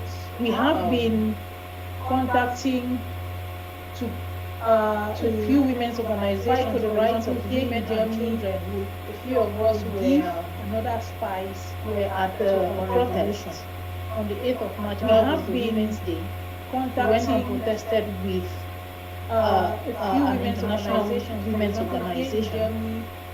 and the contact was very good. And now we are in contact with these protest with these women. The 8th of March, that very other activities we went and protested. That is the way an international decentralized organization, the people about our struggle. That's another very good. And now when women are put at the forefront, people listen more. Activities. So we want to use this tactic together with all the other ones that we're using, the people about our struggle. That's another way. When women are put pregnant at the forefront, that the women who are in prison. So we want to use this tactic that together with all the other ones that we're using for attention to our plight and see that. So that is the whole idea. So I'm pleading with us all, the women, to reach out. If you have an idea on how you think we use them to how you think you can contribute for us to make this a success. So that is, please get to us. You can get to the town hall, or you get to school directly. And give us your ideas. If you have an idea us in this campaign, we will be launching it in the next 4 weeks. You can contribute for us to make this a success. Thank you so much. Get to us. You can get thank you, Comrade Edino, and thank you to SKU for the noble work you are doing. When we started the show, lamenting about what's happening to our children, our girls in prison, babies who are being raised in prison, and then noble work you are doing. We started the show. Thank you for taking this initiative. What SKU is doing. Our children. Part of what we are trying to do, babies who have been raised with prison, shape and bring awareness to the international community. Because awareness just among ourselves would not put pressure on like Professor Carson was saying. They are just out there to bring awareness to international community. So thank you for what you are doing. And anything you can do, any campaign, you're always welcome. Like Town Hall, whichever Carson was saying, they are just one of the platforms. So thank you. And we also thank the other groups that are doing things to help. And anything any especially you're always welcome who are down to reach our people. Thank you very much. So the last part of our program will be dedicated to groups our Ambassador Force, our biggest intergroup organization of defenders. So the last part of our program is dedicated. We've had AMF a number of times on the town hall. We have always appreciated and recognized and acknowledged their accountability, their transparency, their willingness to come before the people of Southern Cameroons and answer questions, face scrutiny, clarify, and take responsibility and accountability, update us on what they are doing, which we do regularly, and also talk about the challenges they are facing, and reminding us of the importance of our support. We are coming today. I want to add this disclaimer. What is completely independent of anything Prof had to say in his expose about his appreciation and recognition of what our youth are doing. I want to add this disclaimer. Neither side knew that the other was coming. So it's a coincidence, it's a good one, and that shows that there is some synergy what our youth are building. So if AMF is ready, you're welcome, and the floor is yours. It's a coincidence. Thank you very much, Comrade Ato. Thank you, all protocol respected in this special town hall of today. So if my name is ready, you're welcome. Honestly, we should always thank our God for saying so much. A platform like this would emerge when things were all going wrong. It is because of that each time we come here, we always give our thanks to everybody who takes town hall like this responsibility when things are going wrong to follow whatsoever it is cause. Because of that each time we think it is always important for us to always remind our people everybody. When we talk of AMF is us all. Now we all to attend. Now you, I mean, AMF is not a group. It's not a particular movement. Remind our people. Us all cutting across of AMF. Meaning that what AMF is us all. Across all the defense groups. Now you and is calling for total unity and sanity in the revolution. It's not a group. It's not a particular movement. The revolution, like all of us know, across has faced its own ups and downs, and that is why we think it's a responsibility to make sure we really align unity and sanity in the revolution. Of recent, we hear a lot of distractions. These people have said this, this people have said this. But we have a bottom line on all of this, and that is why we think. And the bottom line is we must always continue to defend homeland. Recent, we hear a lot of distractions. We have one very important observation bottom line that we must bring to this town hall, because the bottom line is town hall itself is a very big platform that brings together many people, both the good, the bad, and the ugly. Those who like the town hall and those who do not like the town hall, they like to attend it. And that is why we must bring to this town hall. This is the best place we can correct this. It's a very big platform. It is that brings together many people, both the good, the bad, and the ugly. Those who like the town hall and those at this point in time, they like to attend it. Still rush and say things about the fighters on the ground. We can correct this. It's really saddening. Of recent, we just saw another one on social media. This general has died. He has been cut into pieces, and a false narrative was given to his person. We saw it still rush and say things about the fighters. These things we know they must come. It is but there is one thing we have possessed since 2021. We saw another one on social media. This general has died. He has been high poster to continue fighting. Was given to his person. 2021 is a year when the child has been actually separated from the flag. It is already possessed since 2021. That is why we can't actually. Some people like to talk, but they don't know how to fight anymore. This revolution has passed a time of just propaganda. The chaps are that is why we always encourage everybody. I mean everybody, as far as AMF is concerned. Some people like to talk, but they don't know all Southern Cameroonians.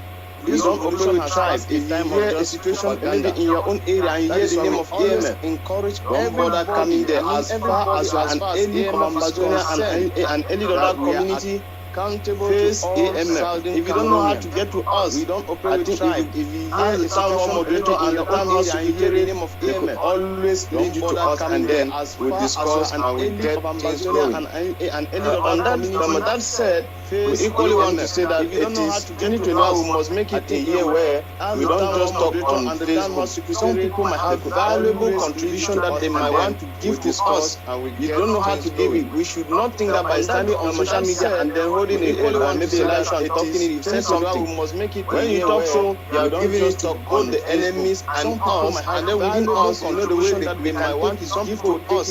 You don't know how to give it. So what are we trying to say here? Some of you have good strategies that will help us in this year 2021. When you talk, if you think there is any difficulty to get to us and you get to town hall, they could always organize a call behind or maybe a small sharp Zoom call, and then your message goes directly to us and we implement it if it is a good one. If you think there is any difficulty to get to us and you get to town hall, and then that said to some time ago we actually sent a hotline to this town hall, and I'm sure it has gone through. This hotline we send is a line for atrocities that might be taking place anywhere in Amazonia. You report it through the whole line. We channel it to us, and then we redirect it to the person who is very close to solving that matter at that time. We don't just go singing about it. That is why I think we have struggled to get to some issues of kidnap. Presently, we are still working on some. Some were brought in last night by some of the comrades in this very house. I think that is why not everybody was supposed to be in this meeting is here now, because some are presently following those two. So when we work like this, I can assure you that we shall be working on some. On the other side of it, we have actually still oriented on the issue of community mobilization, but for the security reasons that we always tell you people, we can show now names of these communities because La Republique is on a very serious mission right now. We know very much that they have infiltrated our community in the way they want to do it, and that is why we too have also carved out a way. We the voices in the bushes are withdrawing into the bushes.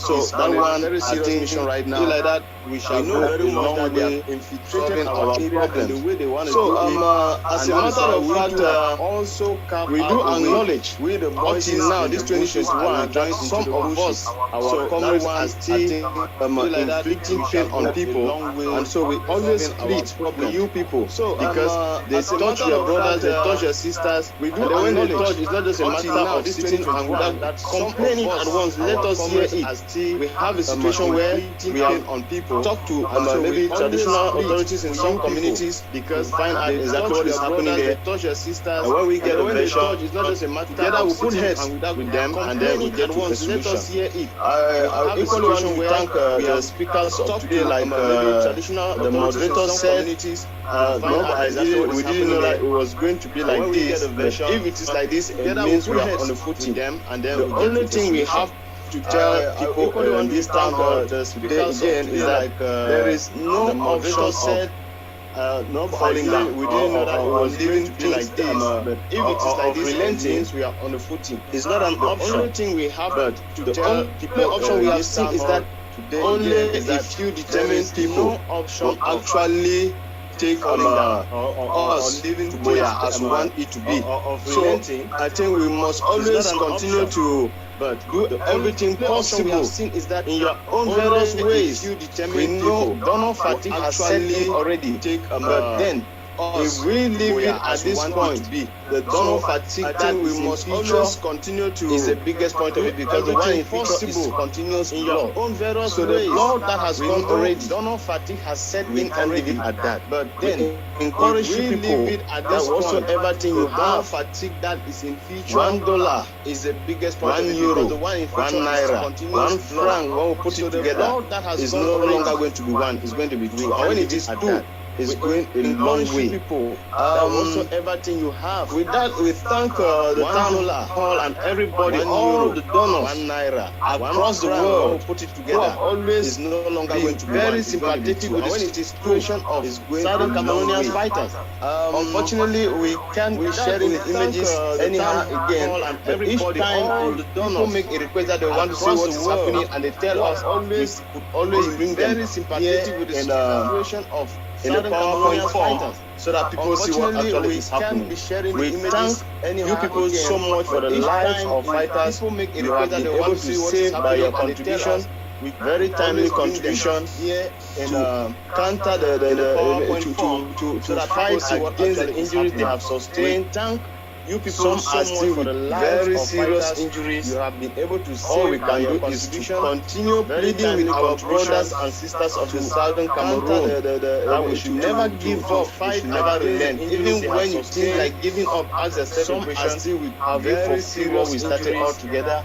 We know some of us continue pleading with our whatever name we shall bear have discouraged some of you people who are in the places, even when you seem like giving up, but that alone have you fulfilled what we started all together. We know most we have brothers who are still down. Whatever name we have people with very serious injuries. Some of you people who I think we shall send some to the moderator. Maybe from there he can communicate it to people. Not discourage you. People are down, so we only beg who are still down. You people should never give up. While we are struggling on ground zero, we are equally pleading on one thing that send some the people who are outside of ground zero, wherever you are. Your contribution is not small in terms of you people should never give up. Maybe a letter you write with any quarter on ground zero, make this revolution head, and then on one thing that sympathize with it. Because when we put our hands together, all of us, we shall reach where our contribution is not small in terms of our maybe a letter you write to any quarter. Now the most important thing that is, but one thing they will deliver for this people all the time, because when we each put our hands together, all of us think anything is going wrong. Expected. You are free. Our call AMF equation. Now the most important thing is that one thing they will give for this all time and all the time. Don't fatigue, make each time. Now only God will bless you for what is going wrong. And only God will continue to provide for you. If my other friend they don't enter, then they will talk. If not, we are ready to provide answers. Thank you, Supreme. Before the other people then come up, I want to thank you for that wonderful introduction. And Adam put up the kidnap hotline.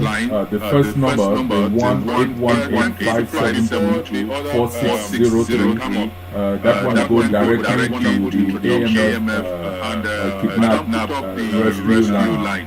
And the second one, 1-202-505-2061. That one will come for the kidnap diaspora line. And the reason why Town Hall really support and embrace AMF this kidnap issue then become international syndicate. And we don't talk about this Town Hall before. If you get kidnapped situation, if you get phone calls, if you get messages, please forward them to that 202 number.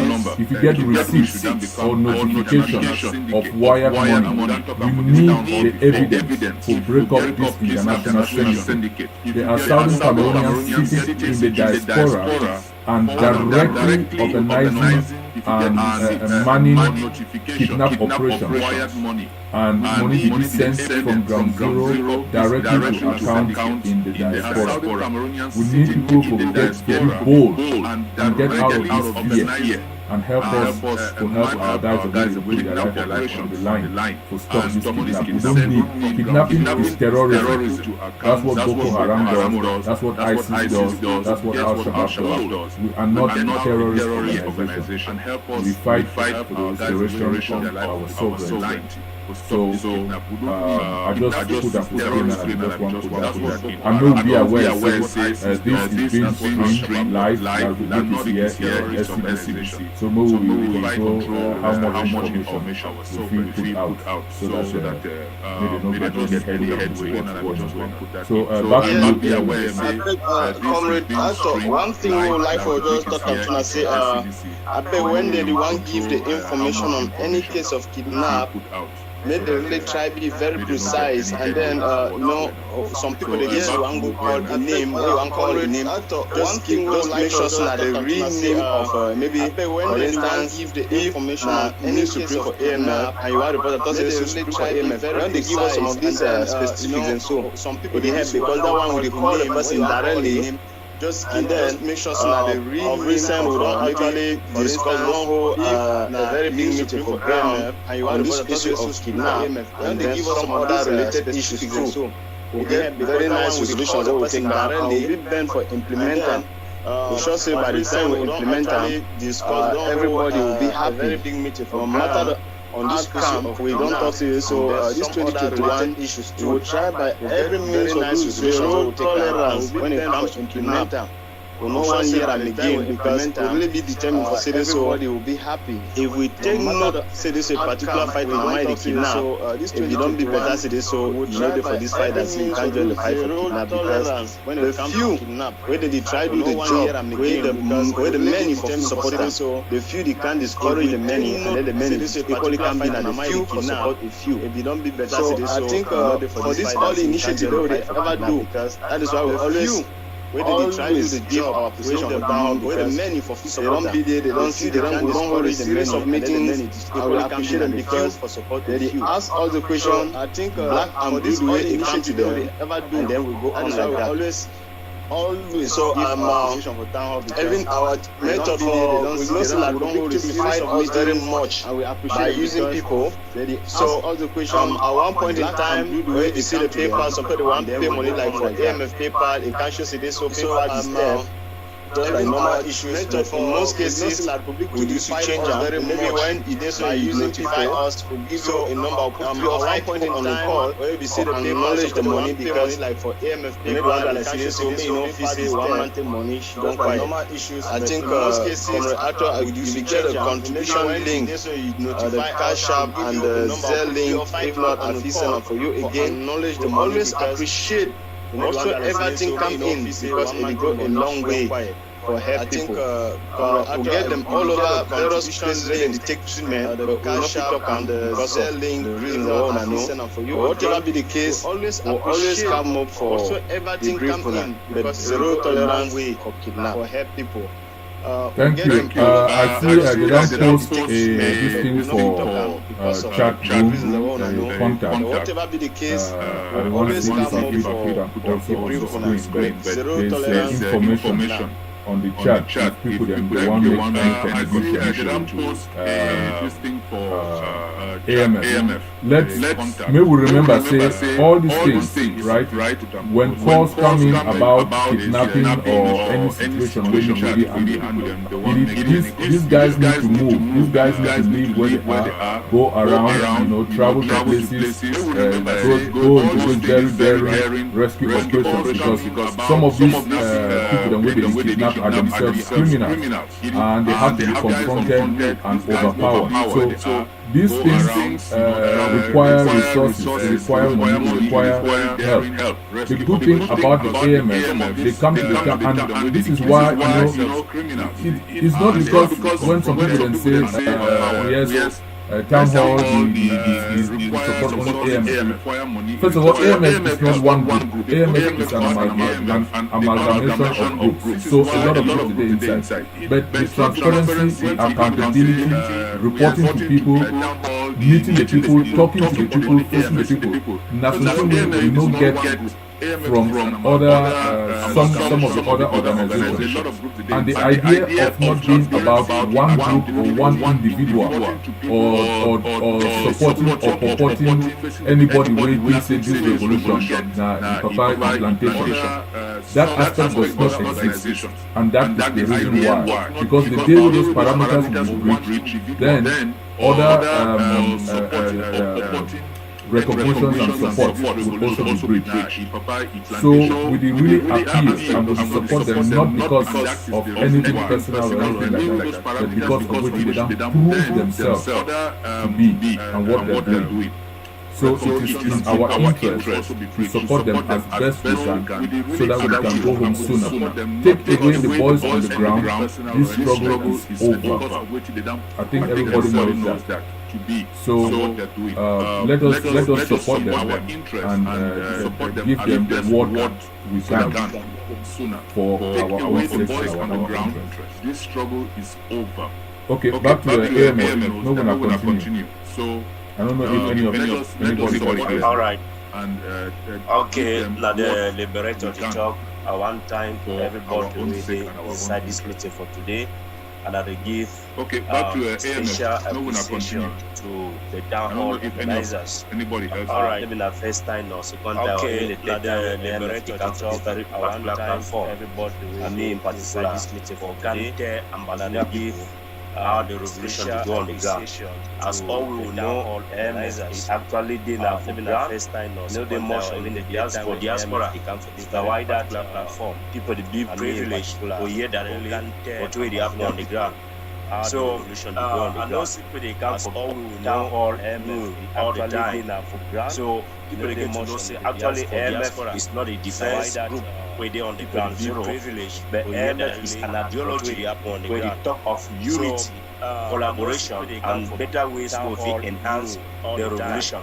So MF rightly as our brother talk is not a defense group where they on ground zero. But MF is an ideology where they talk of unity, collaboration, and better ways to maybe the height of the revolution or ATM or whatsoever also can we just see the best way for finance as a people.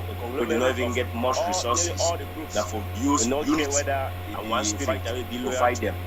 So AMF, we don't do a lot of work. People the few things today, so maybe we just revolution the die on zero. We all get to know simple. As maybe motor the work for road, it change gear, use depending on the topography of the topography. So that's what said the revolution to get to change. A lot of things now they go behind door. We do a lot of things behind door. We don't want to start on social media for quickly put out because we don't equally say social media too. They don't be a tool. We don't work against us. The revolution to get to change positively. It is supposed to be a tool. Forget all positive results, but we don't know how to clear. most of the videos we put out for social media at the end of the day, it lead to the death of many soldiers and all the rest. And even the plan we will get inside the revolution, the more you take them to social media, they need mature because they'll be punched even within us and by the enemy.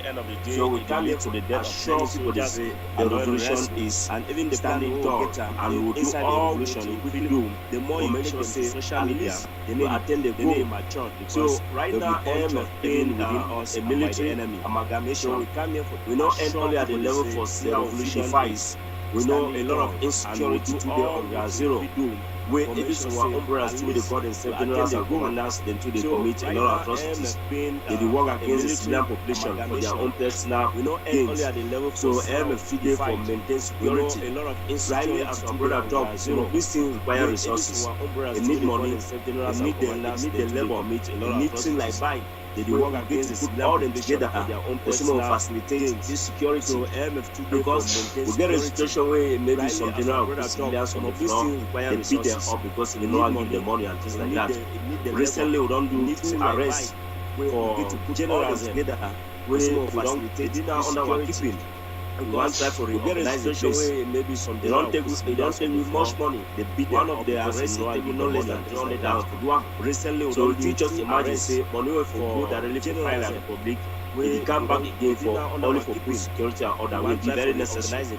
Even though if it be a wastage, but then it be even a necessary wastage. So my dear brothers, where they get today and sisters, I've listened time don't come even very support anything towards defense. If you get different departments like how I mentioned, we get humanitarian department and wastage, health department. My dear brothers, we fund that department. Presently, we get cases today, but money not different department. So we don't feel that made those who are born and they die. They don't come in like crisis, they go fight them, they get wound for battlefield. So we actually at department, we actually plead, we need say, oh, do something. Or say we save life. Again, I don't just mention about the security on ground zero. We need to maintain the order. This is an order on the ground. This will actually require resources. Say, require resources. So you see, safe life. Again, I don't just organization. They get many things they will spend money on. We need to maintain complete. We will always account the information. Say, this update the house. Require resources at the same time. So you see, for funds, at times it's not only about giving the idea of appointing inside this world. So we always come here for money, even though I know say many of you don't get money, we don't be embarrassed. But we don't get to give up because money don't be embarrassed in one way or the other. At times you only get to change the China with the answer money. Where they will actually make sure at any time will be open to the public. When you give your money, one can know how the money was spent. We will explain to you and will bring you proof. If we talk to you, a soldier, we'll show you the picture or the video of the soldier will take out. That's so AMF work. So I will actually plead so much that do all what it takes. This is the moment. I think we hear some of these country maybe will be expected to come for intervention and things like that. They just say no, Cameroon having this problem. They fix up the problem. So it is time for us to prove to them, say this problem is beyond. It's an international problem, and to make it to look that way is just to fight on the ground. Even if we say like that, take all money, direct and defense, they fix up the problem. Keep diplomacy aside for some time, for some months. I think that one will be very, very okay. An international problem, and to make it to look that way is just now. Or we go back to 2018, they will be 2018. Nobody will be begging anybody again for intervention. Diplomacy aside for some time, defense now don't be one of the key roles inside this revolution. So I do one beg, I don't know that, I do one beg, say, like today, they will be 2018. Nobody will be begging anybody again for certain things on the ground. Defense now are also will come for this platform they will talk about because we don't know who they here and who they here. But some people they inside this platform. especially the organizers, so they did preview for know some of things where they happen on the behind the doors right now. For this, and I believe at least the few stand like here and we can testify on our behalf. Some people so we are doing something great platform within a couple of months now. People will actually see the result what we have been doing. Because as a revolution right now, move some way which will lead to the change at least strategy stand like. So thank you very much. I may God continue to bless and so we are doing something great. Thank you. We're within a couple of months now. Thank you, Liberator. I don't know if any of our other brothers on the ground get to the change strategy. You get anything to Thank say. you very much. I may God continue for bless and giving us. Thank you. But I want again, I just want to echo the sentiment where Liberator and Supreme they don't share with you today. I believe we get their information. It be amazing. Almost every day we hear complaints from some of our brothers on the ground about all this money, all these resources where we contributed. Whenever somebody come up with some flashy thing, do a big noise, collect money, grab or whatever you want to call, all these big figures. The reality of it is that not even from us, from the boys on the ground, this money needs to reach the ground. There is so much as the Liberator of embezzle, midstream, deliberately orchestrated to use these guys that put their lives on the ground, on the line for us, for hip-hop sentiment. And I challenge any of these people, the way they go around, where they bring that group, where they don't support, where they don't raise money, support that group, where that group can face the people of Southern Cameroon as the AMF does regularly, forgive account and forgive scrutinize or forgive challenge, say they really do what they say they do, or they don't help wounded soldiers as well they claim, or they don't do work with communities. The AMF itself go out of the way for arrest generals, irrespective of where these guys, what group they belong to, because of atrocities. But these are not things that they can put out on social media. These are things done behind the scenes, because the communities reach out. The communities that reach out to me in the town hall, and they don't reach out to them and tell them kidnapping or infighting. But these are not things that they can put out in social media. This is a group where they get something to show. When they come themselves to set up their own payments, people need to contribute because they are not glamorous, they are not colorful. They need to claim their government, they need to claim they are president of this or secretary of that or this or that. They are not in the diaspora. So the funds are not coming in. When people they sit for a cabal, use social media, make a lot of noise, Photoshop each thing, post, lie, manipulate, somehow the money flows. So they know that. So my appeal to Southern Cameroon is, let us open our eyes. May we think for ourselves. May we be independent. May we be analytical. And let us just look at the facts for once. And ask ourselves, does this make sense? Let us open our eyes. If it makes sense, support it. If it doesn't make sense and you don't want to support it, well and good. If glamour is what drives us, then ask ourselves, we are in for a very long fight. If it makes sense, so I'll open the floor. If anybody has questions or concerns or anything they want to ask the AMF, or complaints with the one post to the AMF, or they don't hear something we need to add up to them, they want to ask the AMF. This is the part of the town hall where the AMF really comes so that the Southern Cameroonians can ask us the question. So the floor is open. Just put up your hand if you have a question or a comment, or they don't hear something with them, add up to them, and they want to ask the AMF. This is the part of the Mr. Moderator, with your permission, just to chime one thing. It doesn't only have to be complaints. If you have compliments, if you have done something that you just want to publicly acknowledge too. Yes. And let us know that this is an open forum. Mr. Moderator, with your permission, just to chime one thing. It doesn't only have to be complaints. If you have compliments, if they have done something that you just want to publicly acknowledge. The floor is open. If anybody and let us know that this is an open forum. Or if AMF still has something they want to ask, no one go go ahead. Security details. I think so I will just shortly talk on this outing like some of these big countries. Or like Germany or whatever.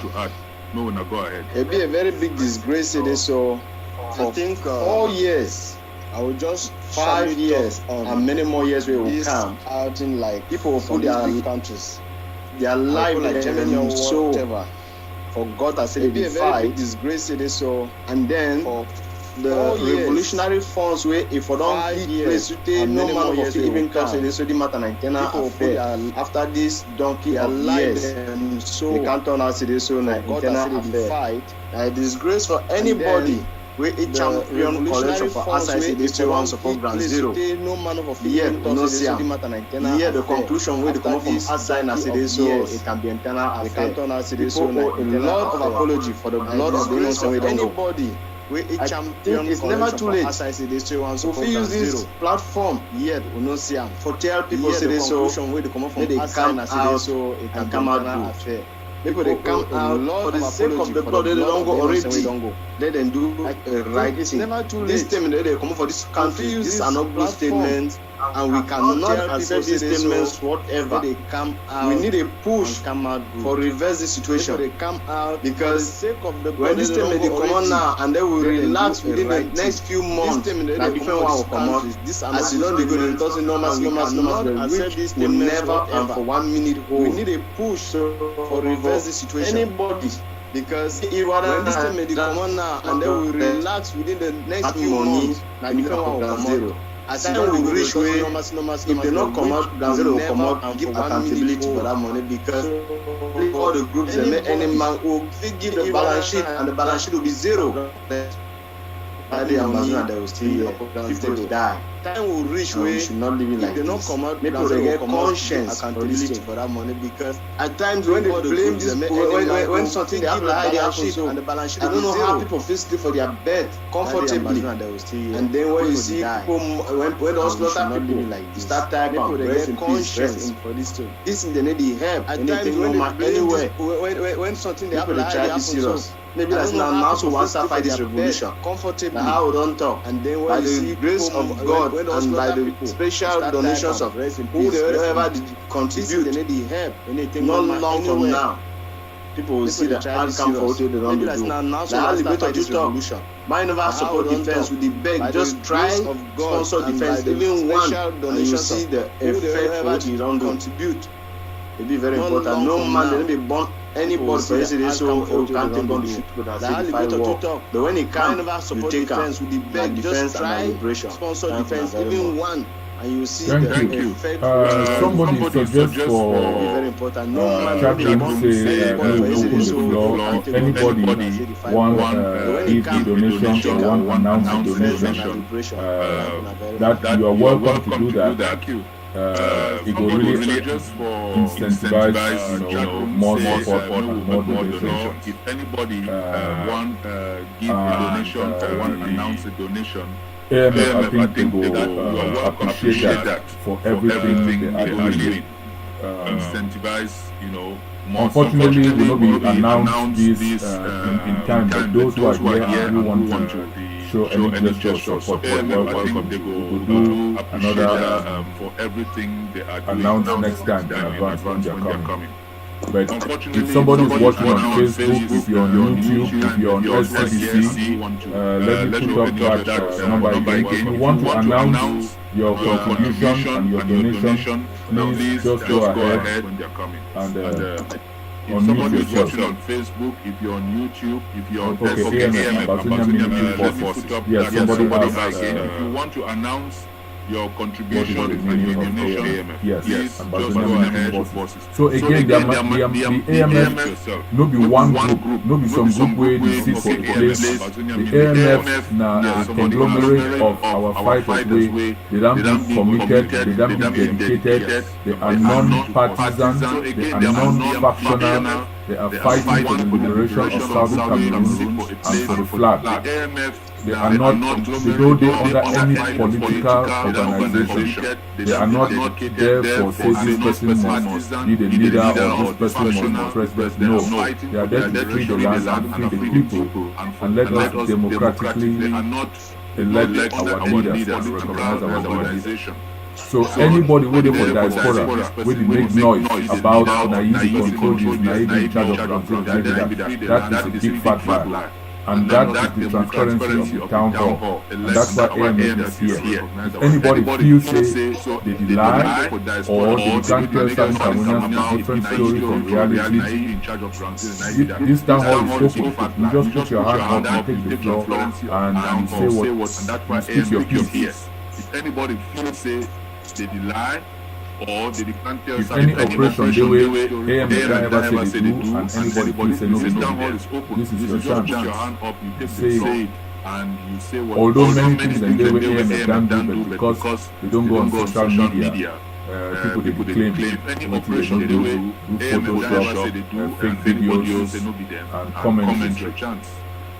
For extort. That is all many things and they were in reality is there is no support. There is not support for the diaspora. Which they can we face Photoshop, fake videos and commentary. Well, I mean they have to raise support for the reality is I don't know how we can keep the payment out of from the diaspora. Screen. Then how will people know where to donate? Well, I mean, they have to raise support, Jojo. Again, if anybody has questions or issues or concerns or compliments or anything for AMF, go ahead and this is your chance. So again, if anybody has questions or issues or concerns or compliments or anything for AMF, go ahead and this is your chance. So there is silence. So I assume everybody is satisfied and nobody not get anything contrary to this to say. Okay, Rabbi, go ahead. I see your hand up. There is silence, yeah, so I assume thank you very much, Comrade Ato. And everybody is satisfied and our heroes. Nobody not get anything contrary to this to say. Okay, I just want okay, Rabbi, go ahead. I see your hand up. Yeah, because most often, some people they not feel like to come on social media.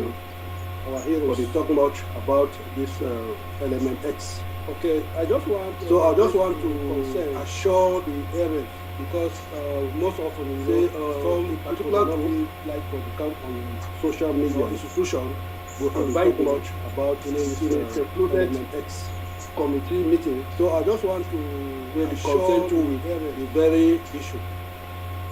So that particular group we will discuss in details or institution because we will get some other activities included, particularly those meetings where the colleagues where they take a very issue.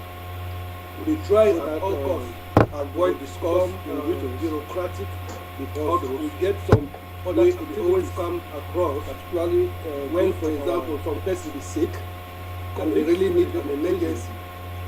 I will therefore send for maybe America or wherever to go down to ground zero for those.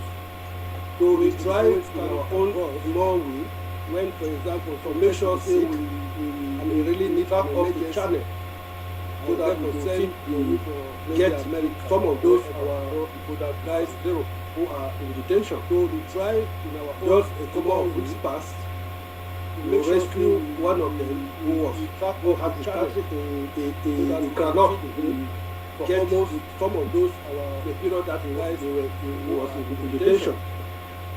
And I believe say if nobody follow all that rescue, that one of the practice who was channels or sending money here and there, he cannot, that young man of the alive today. Just as the one talk now, so was in detention, another consignment of food, and I believe say if we send nobody follow all that to some of the comrades, particularly in New York, sending money here and there, that young man of country alive today. Just because we believe say the day-to-day another consignment of our comrades, we said be very important to some of the comrades. Meanwhile, the other bigger projects we would like to discuss directly with the consent because we believe say whenever they receive our invitation of this our company, we are in a revolution. We just need how to coordinate. Meanwhile, coordination. Of course, everybody would like to discuss this directly with the consent. So whenever the line of our invitation, all of us cannot be in one revolution. So we believe say at this particular stage, coordination, collaboration amongst us, like-minded people, everybody very, very important. This or her, so anything we concern, line of top sources on the ground, us cannot be in one basket. Go to, so believe say the necessary contacts, collaboration amongst us, like at times when it comes to very, very important. So anything we see it very difficult, the forces of the follow those protocols. So I just want to assure our brothers, the necessary contact, they should not be mentioned. But at times when it comes to emergencies, of course we give a lot of respect, very difficult to our fellow comrades. So I just want to say, not to forget the stars. So that they should not be and very soon, maybe send out a message to the concerned. Of course, that should give a lot of effect so that we can figure our brother as a family. So that we feel no forget the figure. So very soon, thank you very much, Rabbi, for all the support which you did do the organization today. Thank you very much. I just want to point out, say, sometimes, Dr. Edmond, I come to you, sometimes some people will be hesitant. For go ahead, make donations because of, for whatever reason, security or insecurity or concerns or worries or just not wanting to be there. So if you feel, say, you don't want your information out there and you don't want anything, please, reach out to the town hall or reach out to the secretariat, and we go find a way. If we have to travel to pick up something which is sizable for the struggle, and make sure that it is accounted for and reported to the beneficiaries, the boys on the ground. So we are willing to be the conduit sizable for this struggle and that, make sure that some of it is accounted for and face already spoiled, so as well go the 9 years. So reach out to us if you want to be very discreet and very anonymous in your support for the AMF, because some of it and we will arrange for the transfer and support to us. We want to be very discreet. So Edmond, go ahead. Your hand is up for the AMF.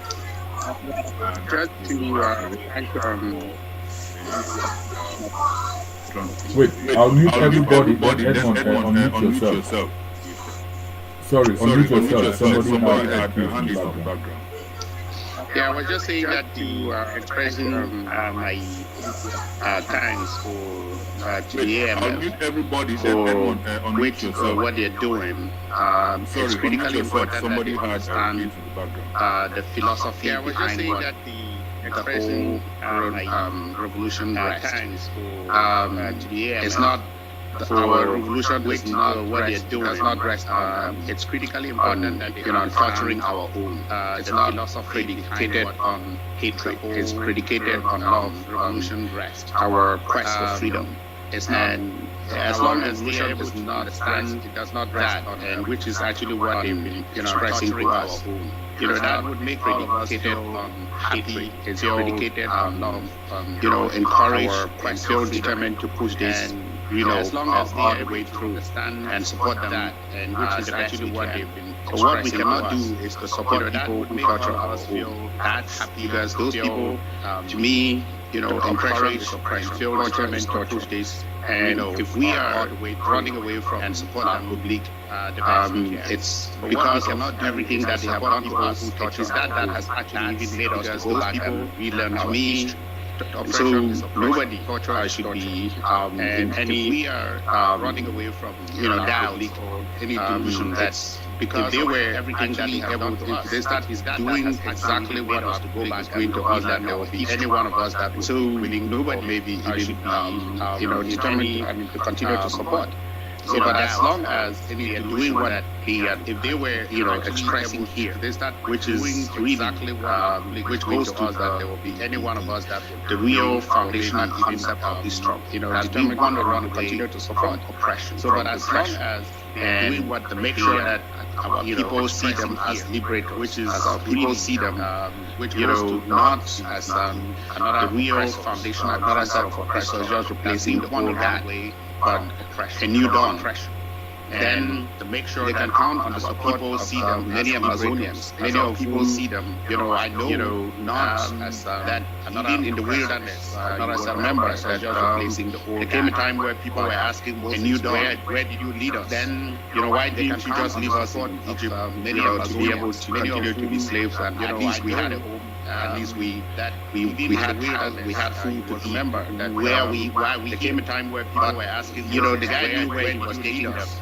He wasn't torturing them. The group that continued to be leading was not torturing. So we just have to understand the philosophy of where we are. Because if you don't have a philosophy for the things you are doing, then he wasn't torturing them. You get the right thing only by accident. But as long as you guys continue to just enforce what you are saying, the philosophy now, what you've been talking for the last few years, for the things you are doing, a year or so that we've been nothing else, you get the right, that we've known you and you come to this long as you guys continue, it will come to a time where even what you are saying is standing on the sideline, will jump back into the arena. I mean, that is the time, and I have no doubt in my mind that, truth is on our side. And that's the single most important thing, that it will come to a side that is truth.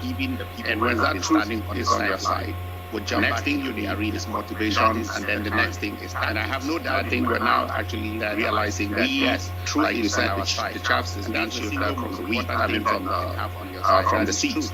And when that looks to me like the people who were adventurous in this struggle are falling by the wayside. And I think to me, they were more like realizing that, yes, like you said, this struggle is like that from the wheel. You can think about it like an ideal body weight. And if you can look to me like the people who were excess weight may not help. And I think that those are falling by the wayside. The excess to me, they were more like fall by the wayside, And since everything this struggle is like not really, you can think about it like an ideal, but people in the diaspora are too much past. So everything goes through ground zero, and I think that those adventurers were like, let the excess wake up and call their parents or maybe their brethren or maybe the civilians really, and hear that those the people in the diaspora the people who have actually taken it upon themselves to bear arms are actually defending us. Wake up, they are call their parents, making sure that brethren or maybe the civilians are right, and hear that yes, once you begin to do that, eventually everything will take its course. Have actually taken upon themselves. You guys hold all the keys, you hold all the cards. No matter what anybody tells you, making sure that the cards, the reputation will fail or succeed. Once you begin, because of eventually everything spite of you people. So and you must understand this. And that's actually the cards. If I go, no matter what out even to raise funds, and somebody's brother has been kidnapped, somebody's parent has been kidnapped, somebody's neighbor has been kidnapped or killed in spite of you people. That person is not going to understand this. Even if they donated to me, I won't take the money. If that's go out even to raise funds, because we must fight this war. Somebody's parent has been kidnapped, somebody's neighbor has been kidnapped or killed. Anything that you want to purchase, that person is not going to just look at that. Even if they donated to me, I won't take the money. That's the truth. Because we must fight this war with us, the people who understand anything time that you want to torture somebody. Just look at that. That represents a complete of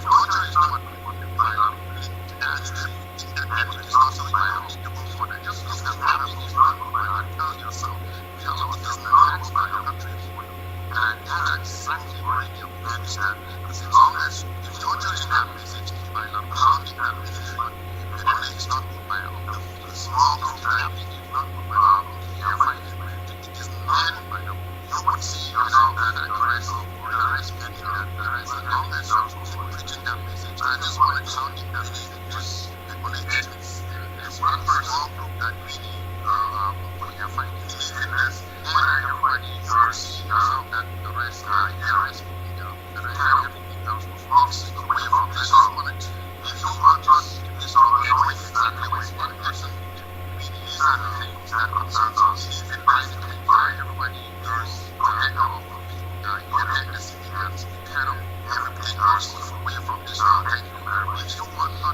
thank you, Dr. Edmond. Somewhere toward the end, your volume went reserved, so you might want to check your audio. But we got you nonetheless. We got you nonetheless. One thing I really want to commend the AMF. We have seen atrocities being committed by some of the commanders on the ground, and the leadership of those organizations are not even calling the order their commanders, let alone condemning the kind of atrocities they commit, which are really very against everything we stand for. I want to commend the AMF for the code of conduct, and I want to commend AMF for having the courage to go up and pick up commanders who are being nonsensical and for not caring about what those in the diaspora who do not sit up. If they claim that they are leaders in the diaspora, then they should be able to call to order their elements on ground zero. So I want AMF, in as much as the people of Southern Cameroon don't know the details of everything you do, I want you to know that what you're doing is the right thing, and when the people get to know what you're doing, they are going to hear your efforts. At least those communities where which you have saved from the nonsense of this so-called commanders, those communities know, and I think they will speak for you, and the word would go around. Which you have saved by its own. And as Edmond said, people will come to realize that you guys are the truth. And I think they will speak guys are the truth for you. And, so again, let me just put this up one last time. Somebody brought the attention of cloning. If you're going to type it instead of using Zelle, please be very don't click on a link. So again, we always advise people type in the URL yourself, because clicking on links, people are going to clone it and put in a period or an E or an S or a foundation with double U's, and you don't know that the N has been changed or something, or change the D foundation to an O and you think it's a D, and then you just go there and you create a scammer or a foundation. So use the numbers, don't click on links or something, or enter the numbers yourself, type the URL yourself. Make sure you're going to the right site or to the right payment portal. Make your contribution, support the AMF, and if anybody tells you don't put money here, this is not the right, this is that, challenge them to ask the group of fighters they are defending to avail themselves to the scrutiny of Southern Cameroonians. Don't just use surrogates and proxies to go on social media to talk about you, and when they are actually using you for their own personal gains. Let the people on the ground who are putting their lives on the line be the ones who speak for themselves. Proxies to go on social media, they cannot make excuses classified or that. I tell you, chances are it's your personal gains. So we want to thank AMF for their transparency and their confidence in what they are doing, and let them know that the people of South Cameroon, they cannot and they give you excuses classified or this or that. I tell you, chances are it's a scam. So if there is nothing else, unless AMF has the final word, and the good work they are doing, let them know that the people of Southern Cameroon are very good. If not, I think we are approaching the end of this session. So if there is nothing else, unless AMF has the final word, we thank everybody. We thank Professor Anyagwe and Barrister Joyce Nyamboli. We thank all Southern Cameroonians who have again taken the time to come together as a people. Inform and educate ourselves, discuss, share ideas, support one another, and keep the struggle alive. On that note, I would ask anybody who wants to move a motion for us to officially end this 34th edition. Before we do that, I would like to thank SCDC, Chairman Frank and his team for having carried this very educative session on SCDC so that our people on ground zero can learn firsthand what Larry Chairman has been trying to describe us for the past 60 years, who we are, what our history is, where we are coming from, the manipulation of lies we have been told for generations, and has been trying to the callous way in which the international organizations, the UN, French, where we are coming from, the manipulation and lies. So we thank SCDC for being the platform, and we call on our people to support SCDC international organizations because we need them. The British, the French treated us. Sorry, I need to remove myself. We need SCDC as our communication and broadcast vehicle for the truth, to speak the truth and nothing but the truth.